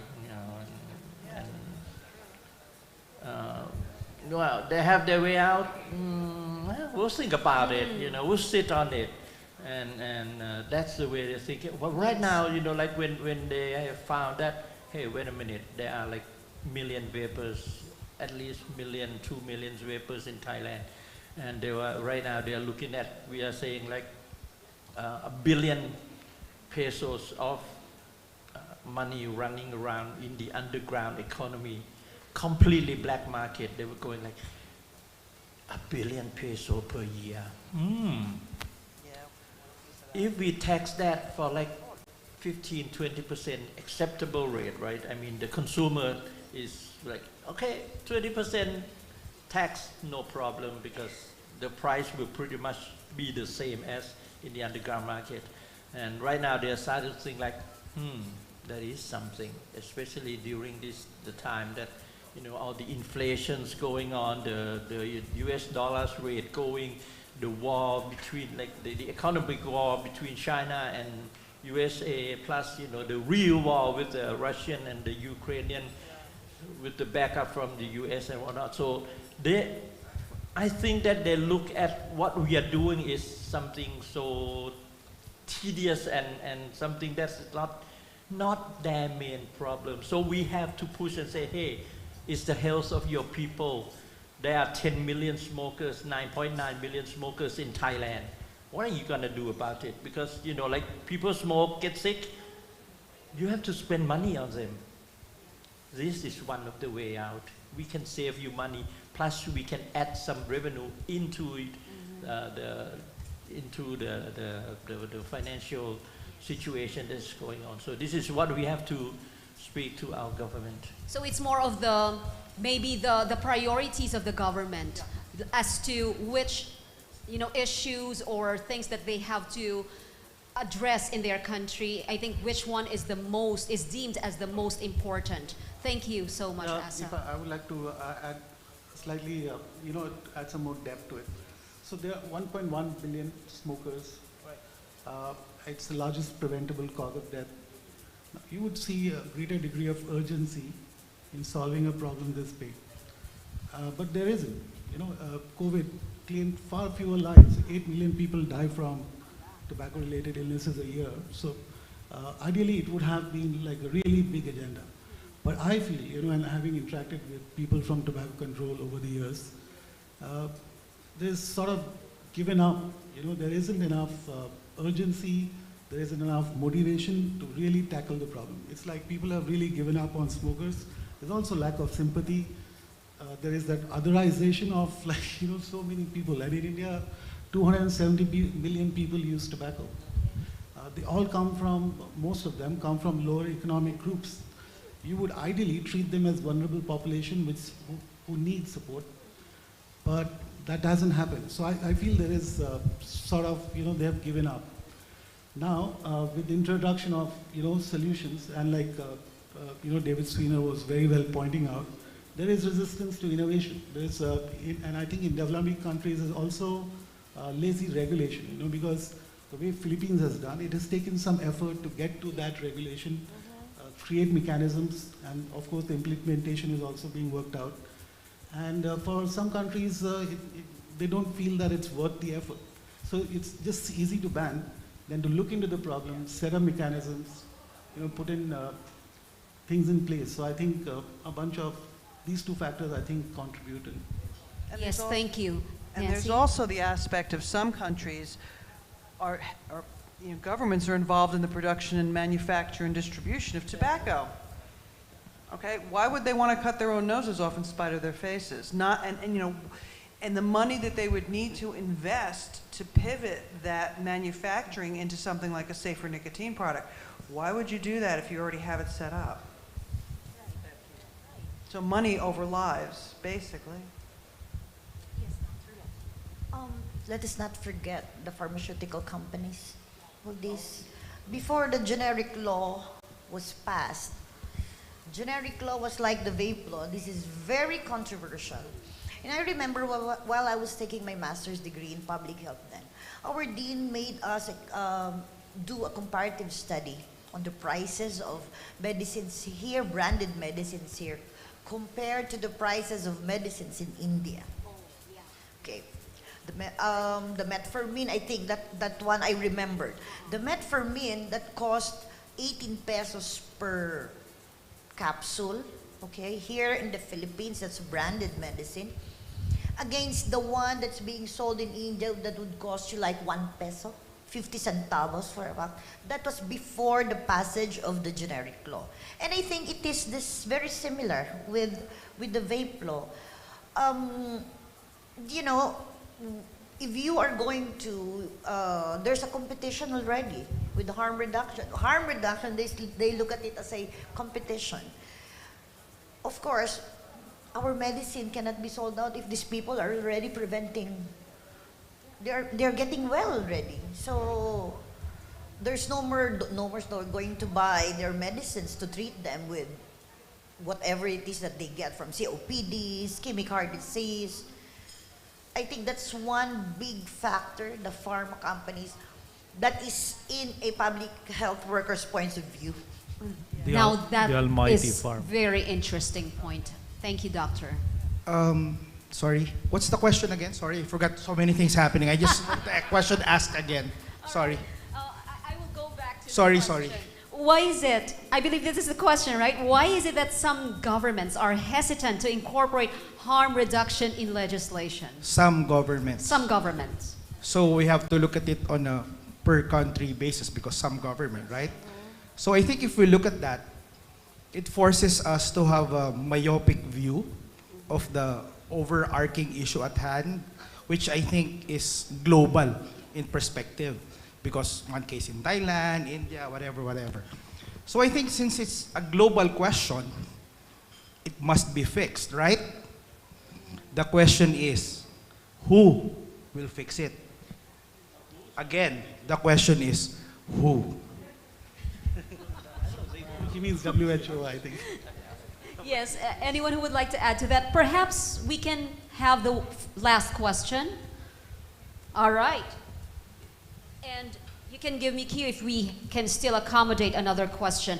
This is really interesting for me, most especially getting the opinions, and of course, these experts are giving us first-hand information. Can you imagine that? You have already read a lot of related studies. You have conducted related studies that would support harm reduction. Now, my next question is this. Compared to the Western nations, how progressive are our harm reduction policies? Do you think they are worse or better?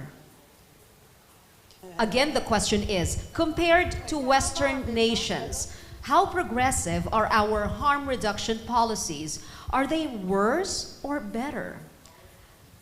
I would like to offer a position that when you take your own country's laws, it's not compared to another countries because it has to be contextualized. So the progressive nature is not the picture here. It has to be suited to your population needs, right? Right. What's the point of being progressive when your people are being killed? I can't copycat US, UK or Norway, Sweden's laws and make myself progressive when it is not helping my people in India. Thank you very much. Yeah, and Yes, that Liz. ties into a lot of the meddling that's going on in lower middle income countries from foreign billionaires and philanthropists. Here's a policy. You institute this policy, we'll give you X amount of dollars. Well, that policy is not contextualized to that community. And people are going to go and implement that. Who gets hurt? The people get hurt. Exactly. But one thing though, with these wordings, we have to be careful because it's a double-bladed sword. Sometimes we would say like from the perspective of Thailand, right? We sometimes we're going like, well, look at Philippines, look at Indonesia, look at Malaysia, or before that we say like, well, look at Europe, they have like the TPD, the EU TPD, and look at the FDA from the United States. the answer that came back from the anti-salon, I will be coming back exactly what Nancy and Sri said. It's like, well, you can compare Thailand with foreign countries. It's different. So we also have to be careful, like how progressive Thailand's law compared to other countries' law. Like I agree with Sri, she said like, well, the main idea, everything is different. The factors that had to be considered are different, even if we are next door neighbor. Even, you know, last night a lot of people just don't believe that I'm from Thailand. They thought that I'm from the Philippines. I'm also a Filipino, because, you know, we look alike, especially like for most foreign, Westerners, the Caucasians, they just look at us like we must be brothers and sisters. But the fact, there are a lot of factors that have to be considered within each country. Even regions within the same countries are different. You know, I'm sure like Philippines, you know, you have different regions that you have to use different contexts. So yeah, that's going to be a very difficult question to answer to. Here's a good example of that. In New Zealand, we have vape is legal and cannabis is not. In Thailand, cannabis is legal and vape is not. Yeah, there you go. Who's more progressive? I would like to just like add on to what Asa just said. The problem in Thailand when it comes to comparing international policies with harm reduction is that, like he said, it's a double-edged sword.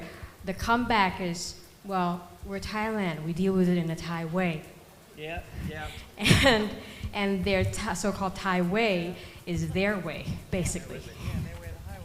Plus, if it's beneficial to them, they will say, well, look at Denmark, look at Sweden, look at England. I'm going like, well, you know, if it's beneficial to them, then yeah, you can compare with Western countries.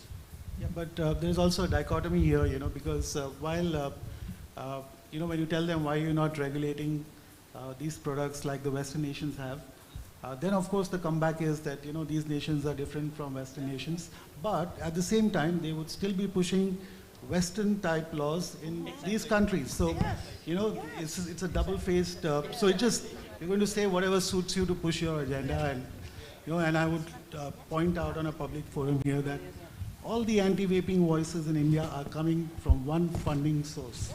That itself should raise flags, but somehow it doesn't.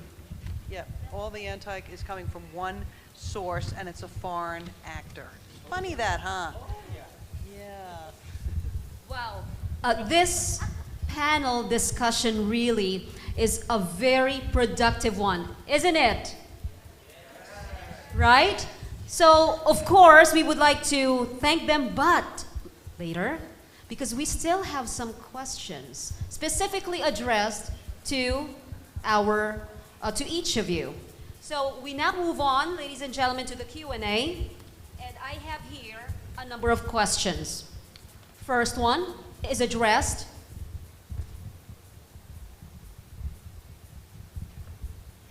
okay.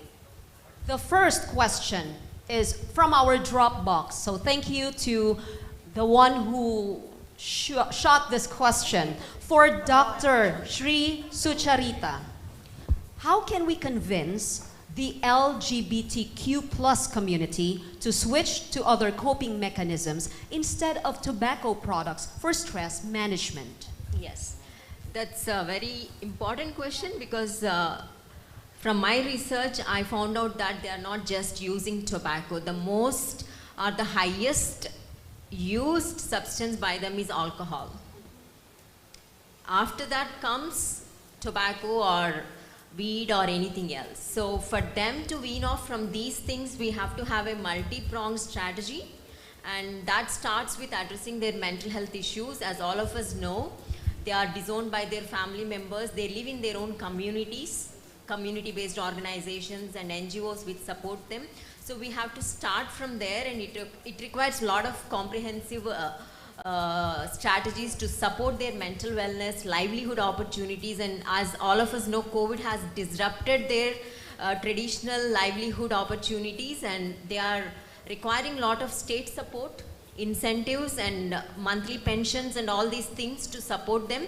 So unless we think of out of box and little bit of known strategies as well as unique strategies to support them post-COVID, it's going to be difficult to bring them out of any substance use right now, and we need all hands on the table kind of approach.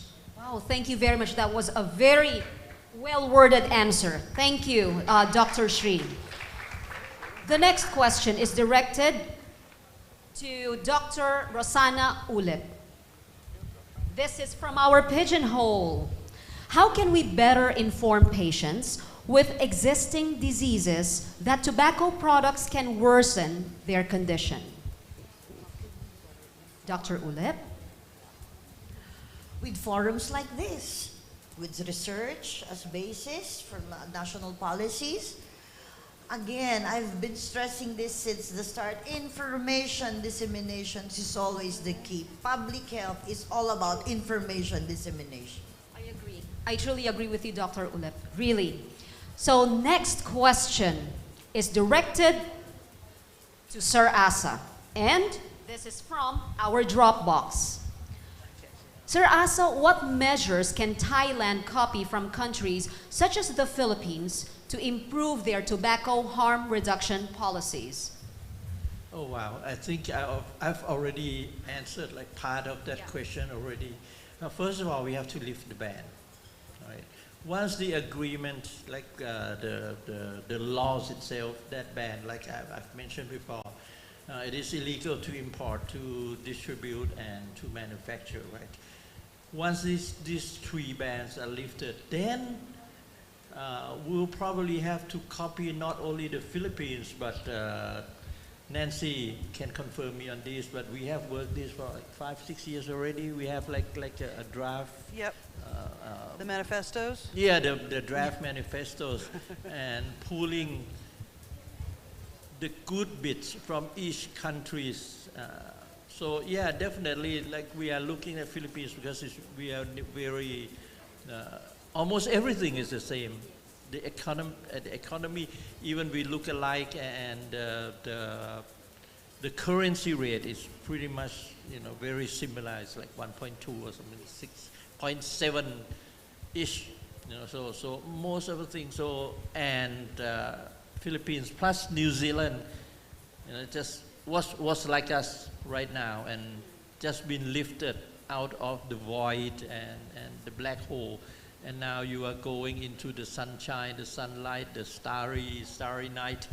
So yeah, definitely we'll be looking at the way the Philippines law, what work, what doesn't. I mean, I'm not saying like we all agree that every rule, laws and regulation has its loopholes and some negative effect.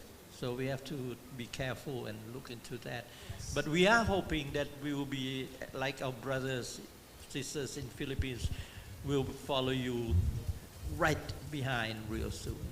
That will be soon. With this kinds of forum, I am very much optimistic that time will come that you will follow suit. Your country will follow suit. Thank you, Sir Asa. Thank you. The fourth question is directed to Dr. Mata. Dr. Mata, your question is, can the existing policies, such as the newly introduced vape law, be improved upon to further develop tobacco harm reduction? Hello. Yeah, that is a very good question, but I'm sorry I can't answer it. No, I'm kidding aside. Anyway, yeah, there is a lot to improve in our vape law, okay? But for the moment, we cannot impose on it. We don't want to leave it there. We just have to be contented with what we have now.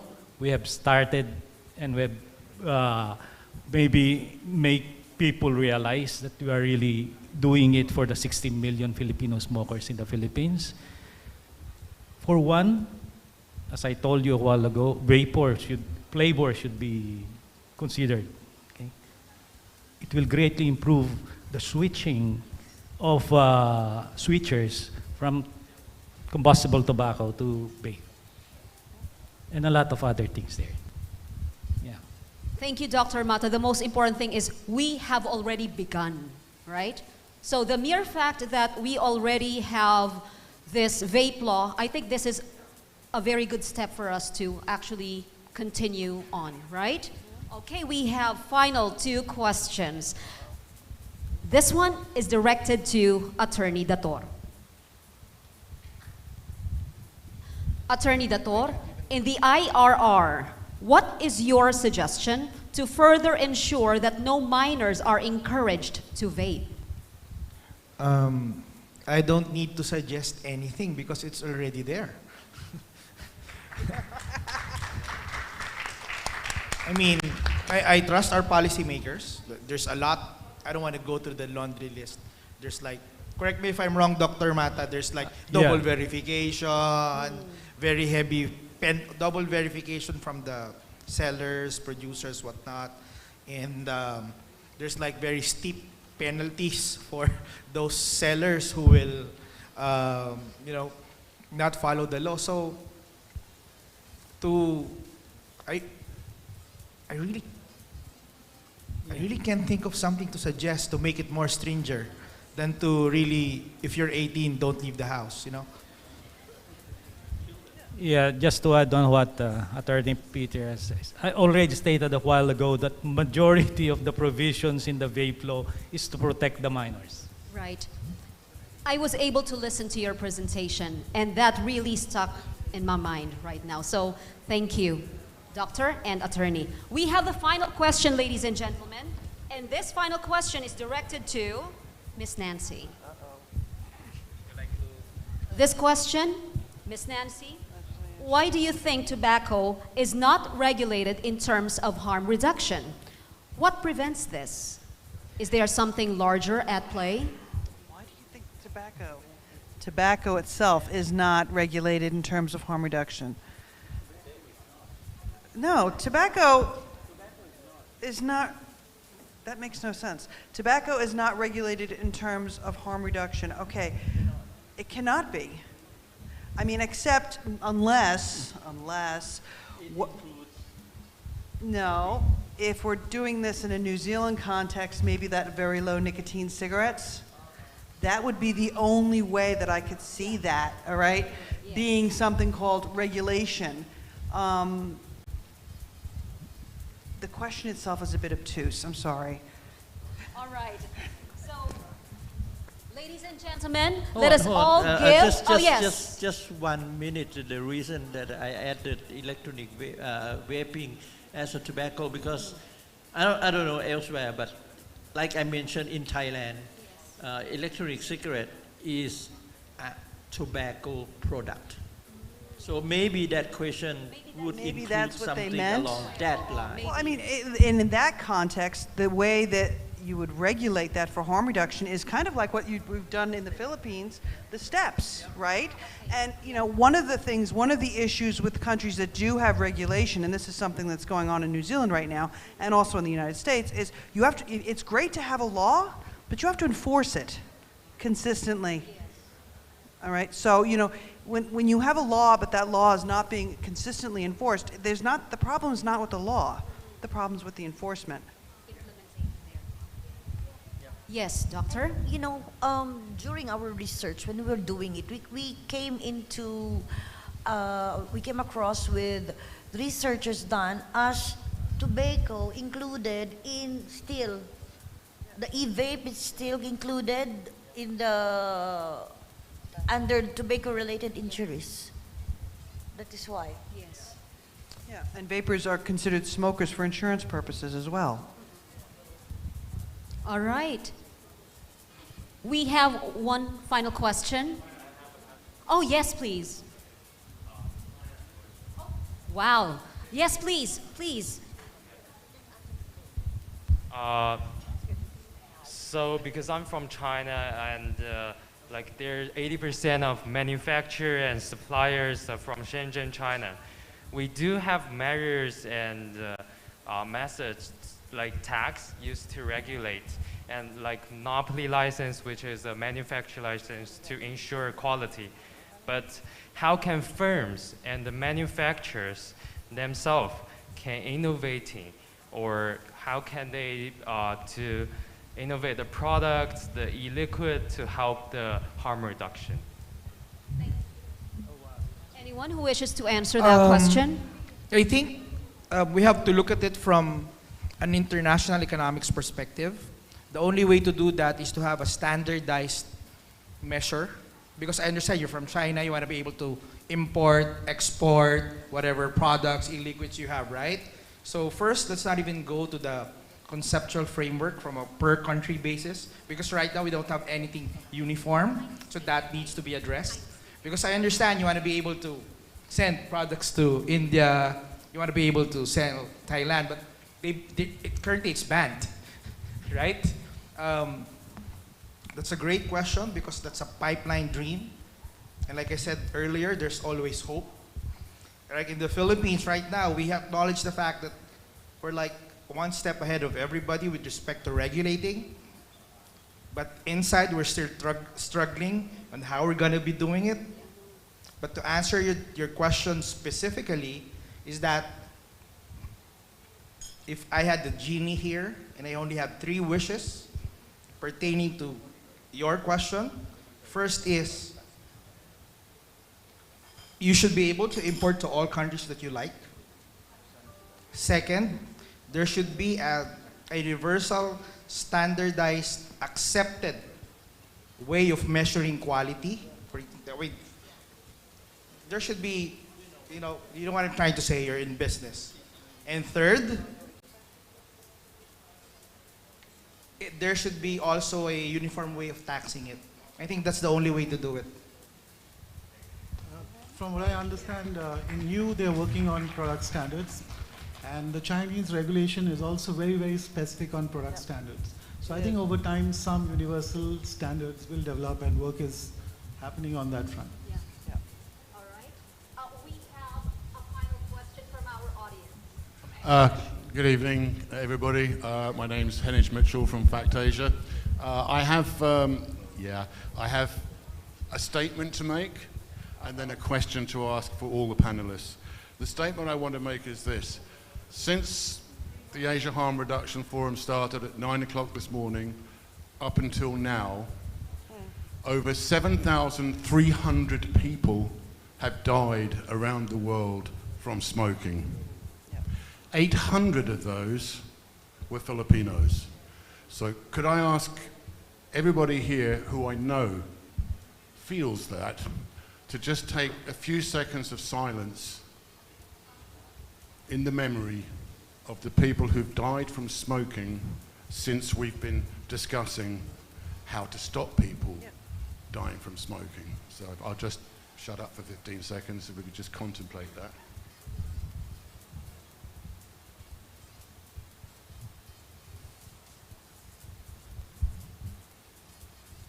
Amen.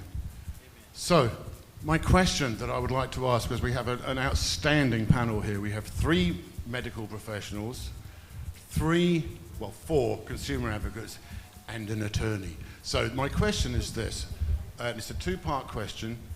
To the doctors, I would like to ask, what research do you think would be most useful to undertake in your respective countries to help move the dial towards harm reduction and away from where we are now? That's the first question. The second question is to the consumer advocates. On the basis of the answers of the scientists, how would you see implementing that research in advocating for change in your respective countries? And finally, to our attorney, what are the legal ramifications that might arise from any of the discussions that come here? And before you answer that question, I would just like to say a huge thank you to the Vapors PH, to Harap, for putting this event on. Thank you so much. Yeah, thank you for that question directed towards medical professionals. The one research I have been deliberating, which is important other than the scientific research which is routinely carried out, is research involving policymakers.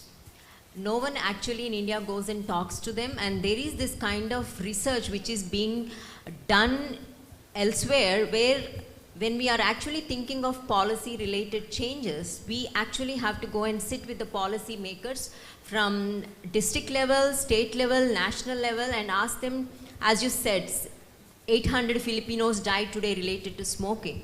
So we need to engage with that data point from local to national level and sit with them and ask them how that current policy is not helping that 800 people, and how an alternative way of looking at things with THR kind of thing. We need to sit with them. Right now there is no space in India to take that kind of research.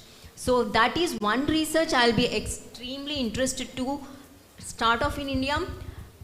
Research involving policymakers. The second thing is medical professionals. Very important, as I said, there is very less awareness about tobacco harm reduction and its potential. When we talk to them, they don't know, but once we talk to them, they are receptive.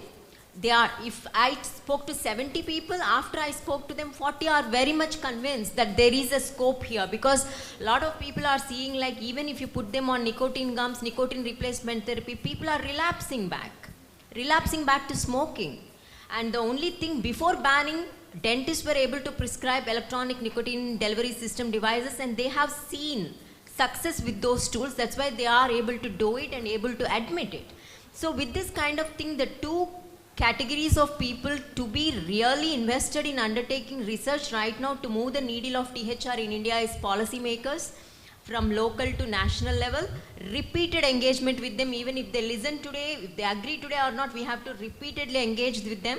The second thing is continuous engagement through CMEs and these kind of forums with medical professionals, multiple, because it's not just dentists, it's not just oncologists. We have to include all 25 varieties of disciplines in this research.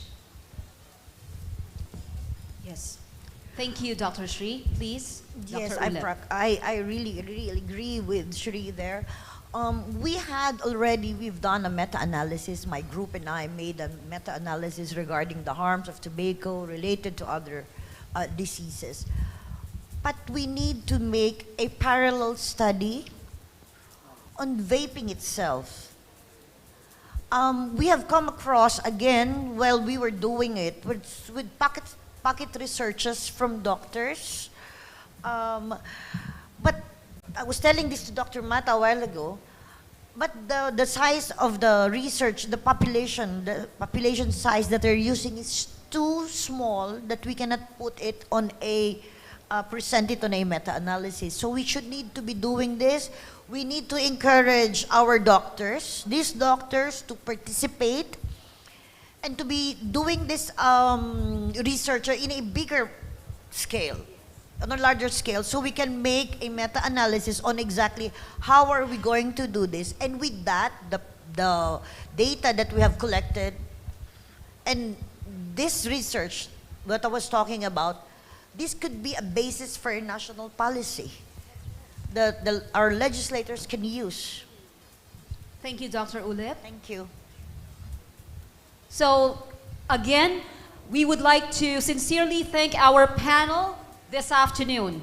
Mr. Samrat Chowdhury, Dr. Rosana Florencia Ulep, Mr. Asa Saligupta, Dr. Lorenzo Mata, Attorney Peter Paul Dator, Ms. Nancy Lucas, and Dr. Shri Sucharita. Ladies and gentlemen, please give them a warm round of applause. Thank you so much.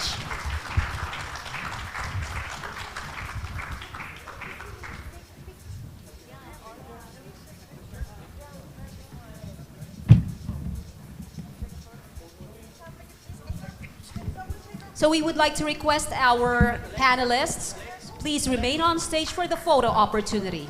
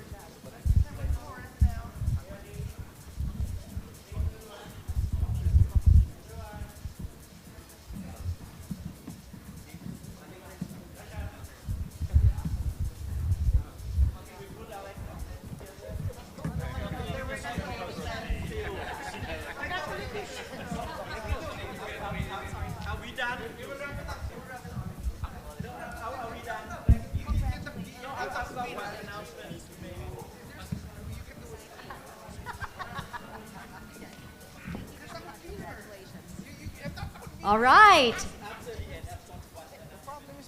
Yes. All right. Yes, I will.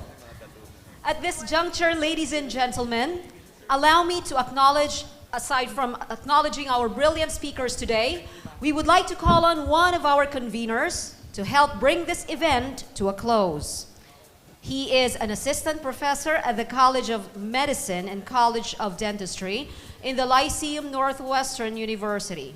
He is among the co-conveners of the Harm Reduction Alliance of the Philippines. Ladies and gentlemen, a warm round of applause, please, for Dr. Ronald Cabral. Thank you. Thank you, Michelle. Wow. This is not yet the closing remarks.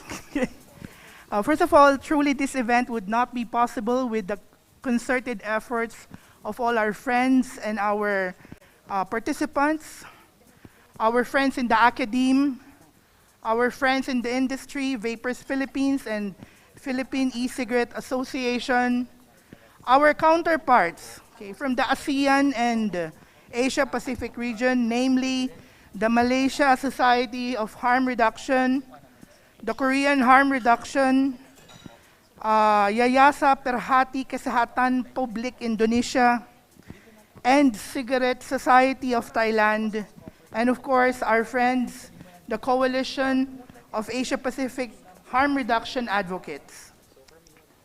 To all our guests and all our friends who are present on site and those who are on virtual mode, our sincere thank you and our deepest appreciation. Maraming salamat po.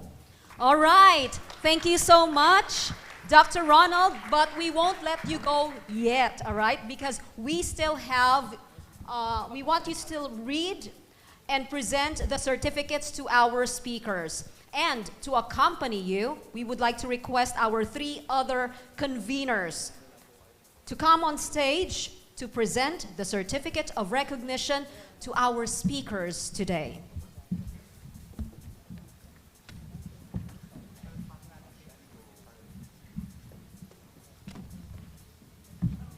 And the certificate reads, the Asia Harm Reduction Forum 2022 awards this certificate of appreciation to our dear speakers for sharing his or her valuable knowledge as guest speaker during this event held here at the Centennial Hall, Manila Hotel, here on the 20th day of October 2022. Signed, the lead convener of the Harm Reduction Alliance of the Philippines, Professor Ron Christian Season, and of course the head, the very energetic head of the Vapers Philippines, Attorney Peter Dator.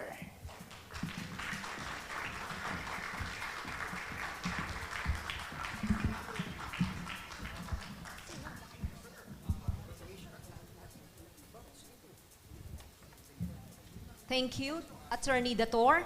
The next one, we would like to call on Mr. Samrat Chowdhury. Please come on stage.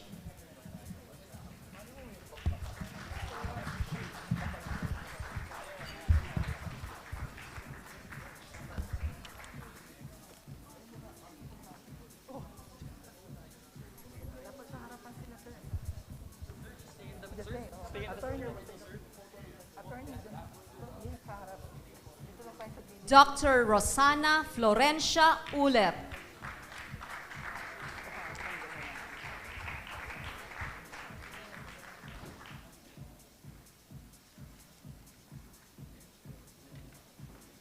Mr. Asa Saligupta.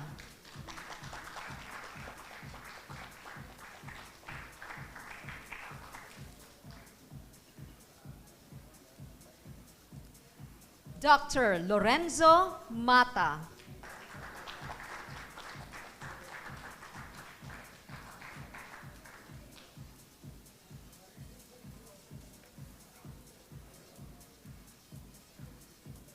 We would like to call on Attorney Peter Paul Dator.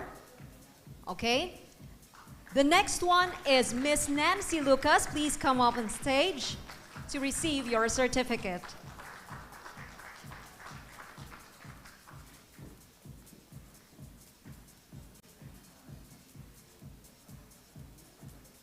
And finally, Dr. Sri Sucharita, thank you. And please come on stage for your certificate.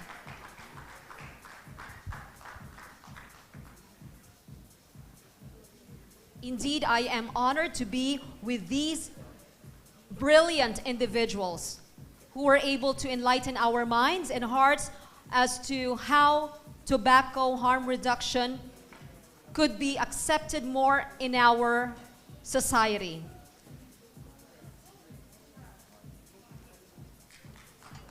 A warm round of applause, please.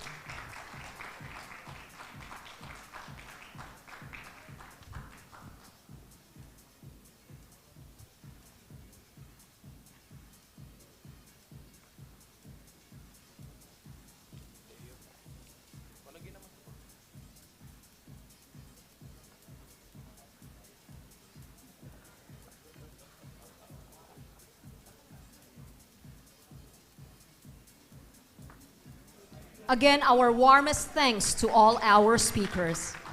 Thank you.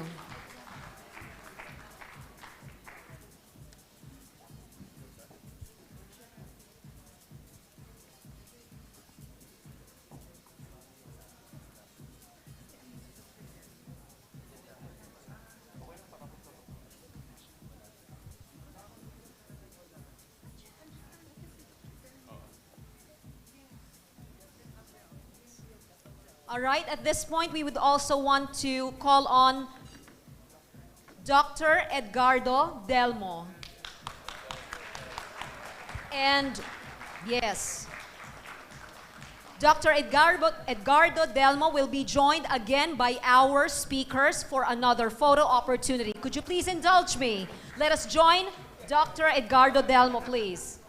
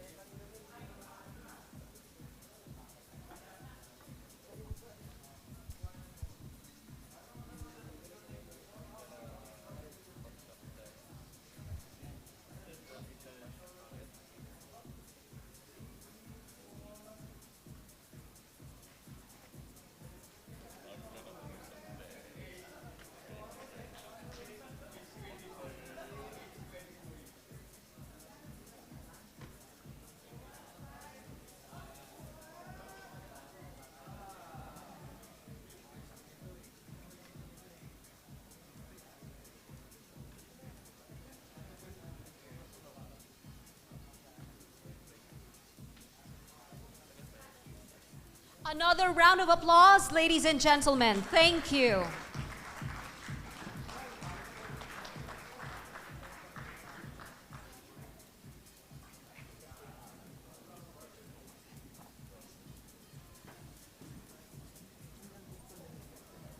To officially end our event, let me call on our co-convener to give his closing remarks.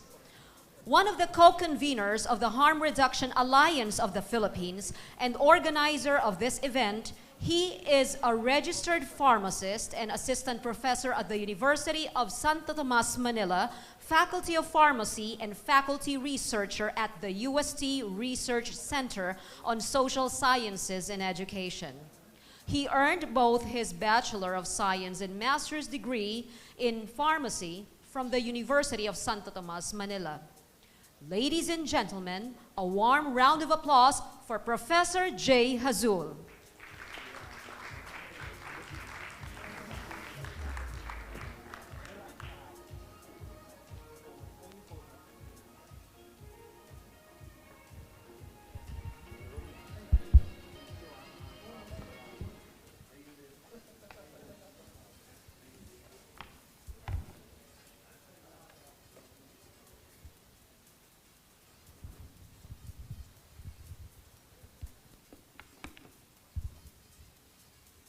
Thank you very much, Ma'am Michelle. Good afternoon once again. First and foremost, I would like to express my appreciation to the speakers and distinguished guests for their valuable contribution to our 5th Asia Harm Reduction Forum. My grandest and sincerest gratitude goes to all attendees and our organizers who helped to make this such a very productive and successful event. Hearing and learning from our speakers, moderators, and the audience who are really participative during our open forum gave me a good insight regarding the current trends in harm reduction. Being in a developing country, it has been a challenge to discuss such pressing issues and promote harm reduction among conservatives. The fact that various speakers from various Asian countries have shared their wonderful insights and experiences with us gave us an opportunity to learn from their perspectives and recalibrate our minds toward acceptance and adaptations. We learned from these proceedings that regulatory framework, education, and people empowerment are the key focus of harm reduction-related policies.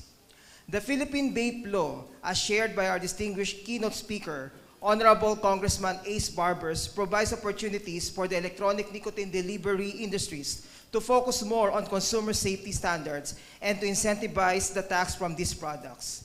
This law will decrease the number of smokers and will assist the consumer to switch to alternative products, according to Congressman Barbers. The discussion provided by Professor Suyanor focuses on the innovative nicotine products, which necessitates policies to reduce harm. LGBTQ+ is an empowered population in the aspects of tobacco harm reduction due to their decision-making whether to switch to nicotine alternative products, as explained by Dr. Sucharita.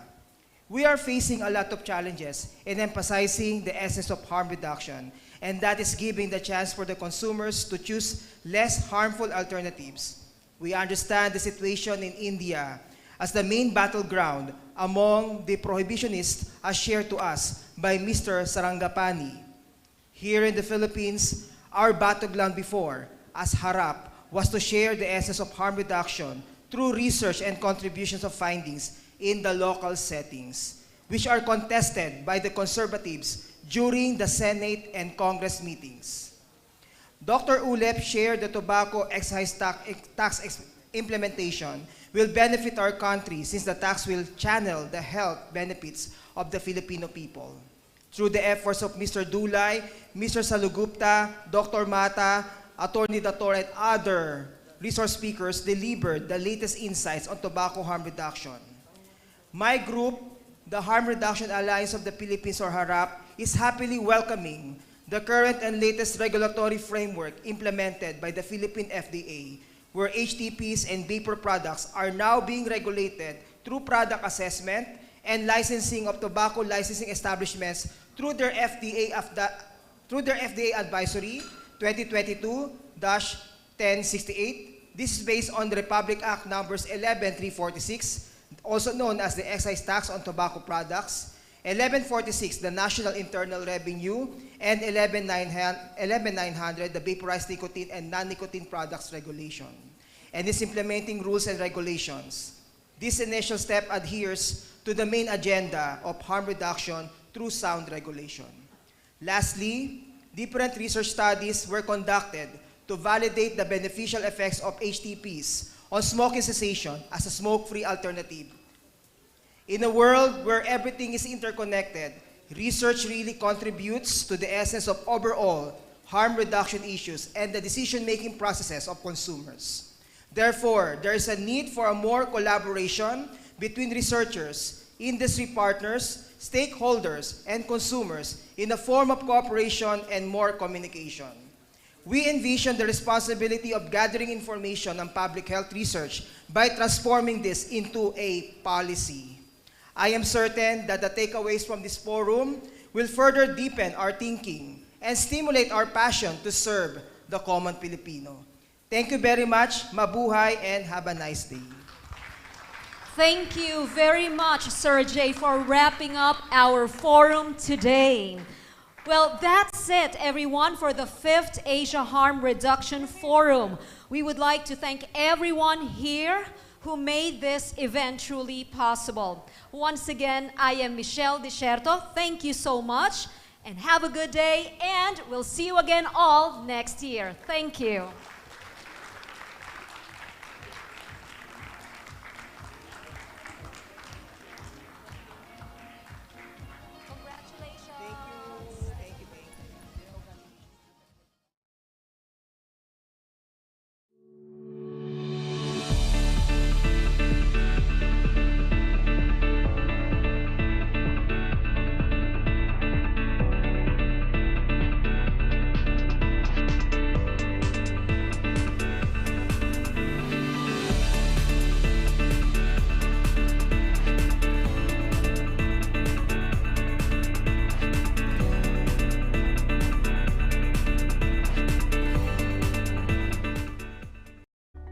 Hi, I'm Francine Rivera. I'm 22 years old and I'm a marketing officer for a HR service company.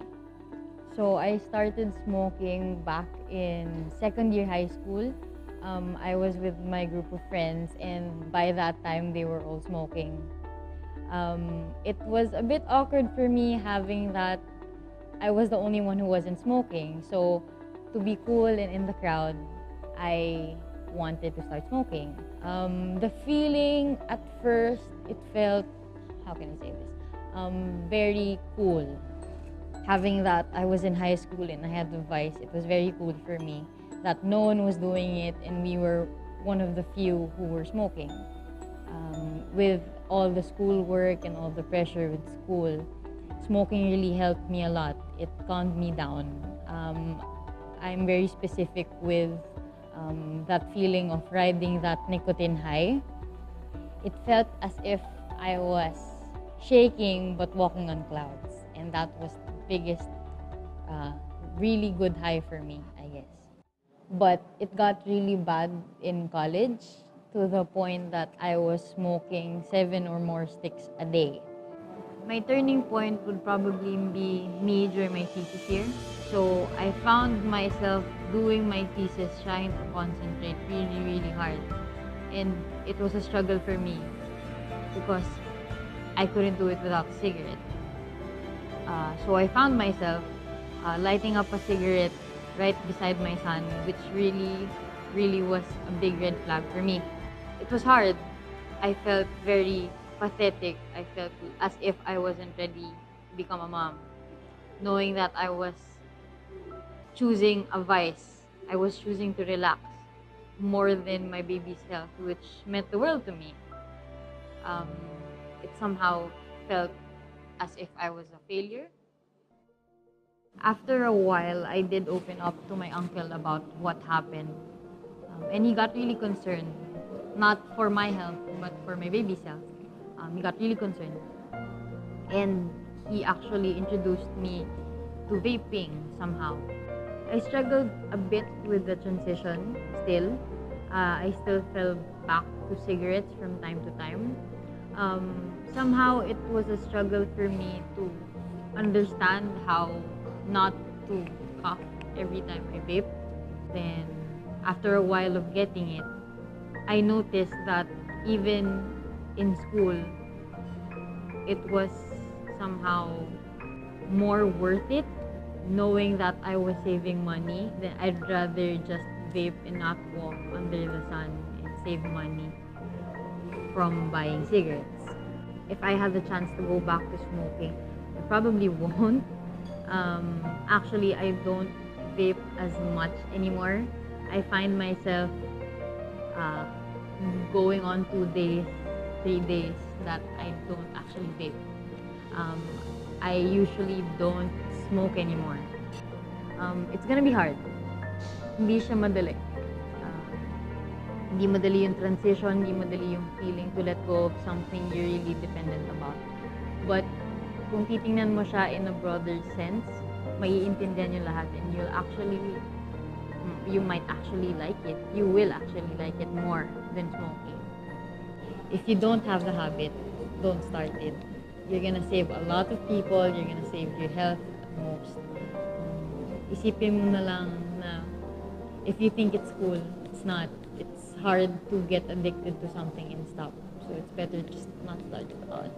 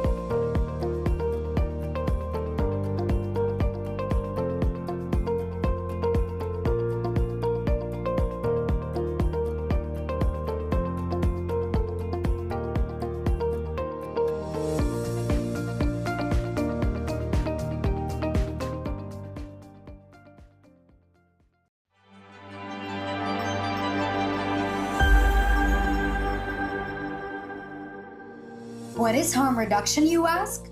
Harm reduction simply means decreasing the health risk of any activity. This means that people can choose alternatives without being forced to stop the activity immediately.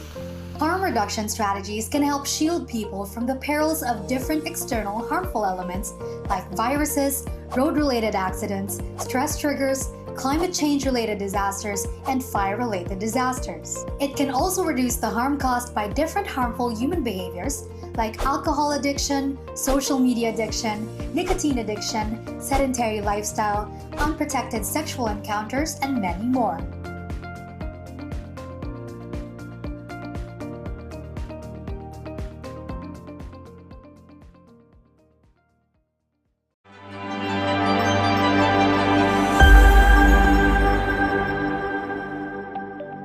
What is harm reduction? Harm reduction is in our everyday lives. From the shoes we wear to protect our feet when walking, to the pot lids we use to shield ourselves from flying popcorn, harm reduction is present. Look at doorknobs. Doorknobs help us open doors. It can also be locked shut for privacy or to keep us safe from the harms of the outside. There's also helmets. Whether we're riding motorcycles, scooters, or bikes, helmets help keep our heads protected from injuries in case of accidents. According to the Insurance Institute for Highway Safety in the USA, as of 2019, 62% of bike-related fatalities were non-helmeted individuals. Research has also shown that wearing a helmet decreases the risk for brain injury by 52% and a 44% lower risk of dying. Using a helmet is the single most effective way of lessening head injuries and fatalities resulting from motorcycle and bicycle crashes. That's harm reduction. The same principle of harm reduction also applies to any risky human behavior. An example of this is the excessive use of tobacco products. A tobacco epidemic has been developing rapidly in Asia, claiming 1.6 million lives in the Southeast Asia region alone. Not only does this epidemic affect the smokers themselves, but also the people around them as well. Worldwide, there have been 1.2 million casualties who were non-smokers exposed to secondhand smoke. In any activity done excessively, there will always be potential risks associated with them. With harm reduction, rather than condemning people for the lack of restraint, policies are implemented, programs are conducted, and innovative products such as helmets are made. With harm reduction, better choices and alternatives are made available to successfully convert and reduce harm to the global population. Harm reduction works. It keeps us safe, minimizes risks, and saves lives. The Asia Harm Reduction Forum gathers world academic leaders and policymakers to educate society. We want to spread the word that there are more understanding and practical approaches for those who need and deserve harm reduction practices. Our ultimate goal is to integrate practical harm reduction strategies by legislators and advocates alike, with the end goal of ensuring environmental safety and improving overall public health. Better choices for better lives. To learn more, visit our website at www.asiaharmreduction2021.com.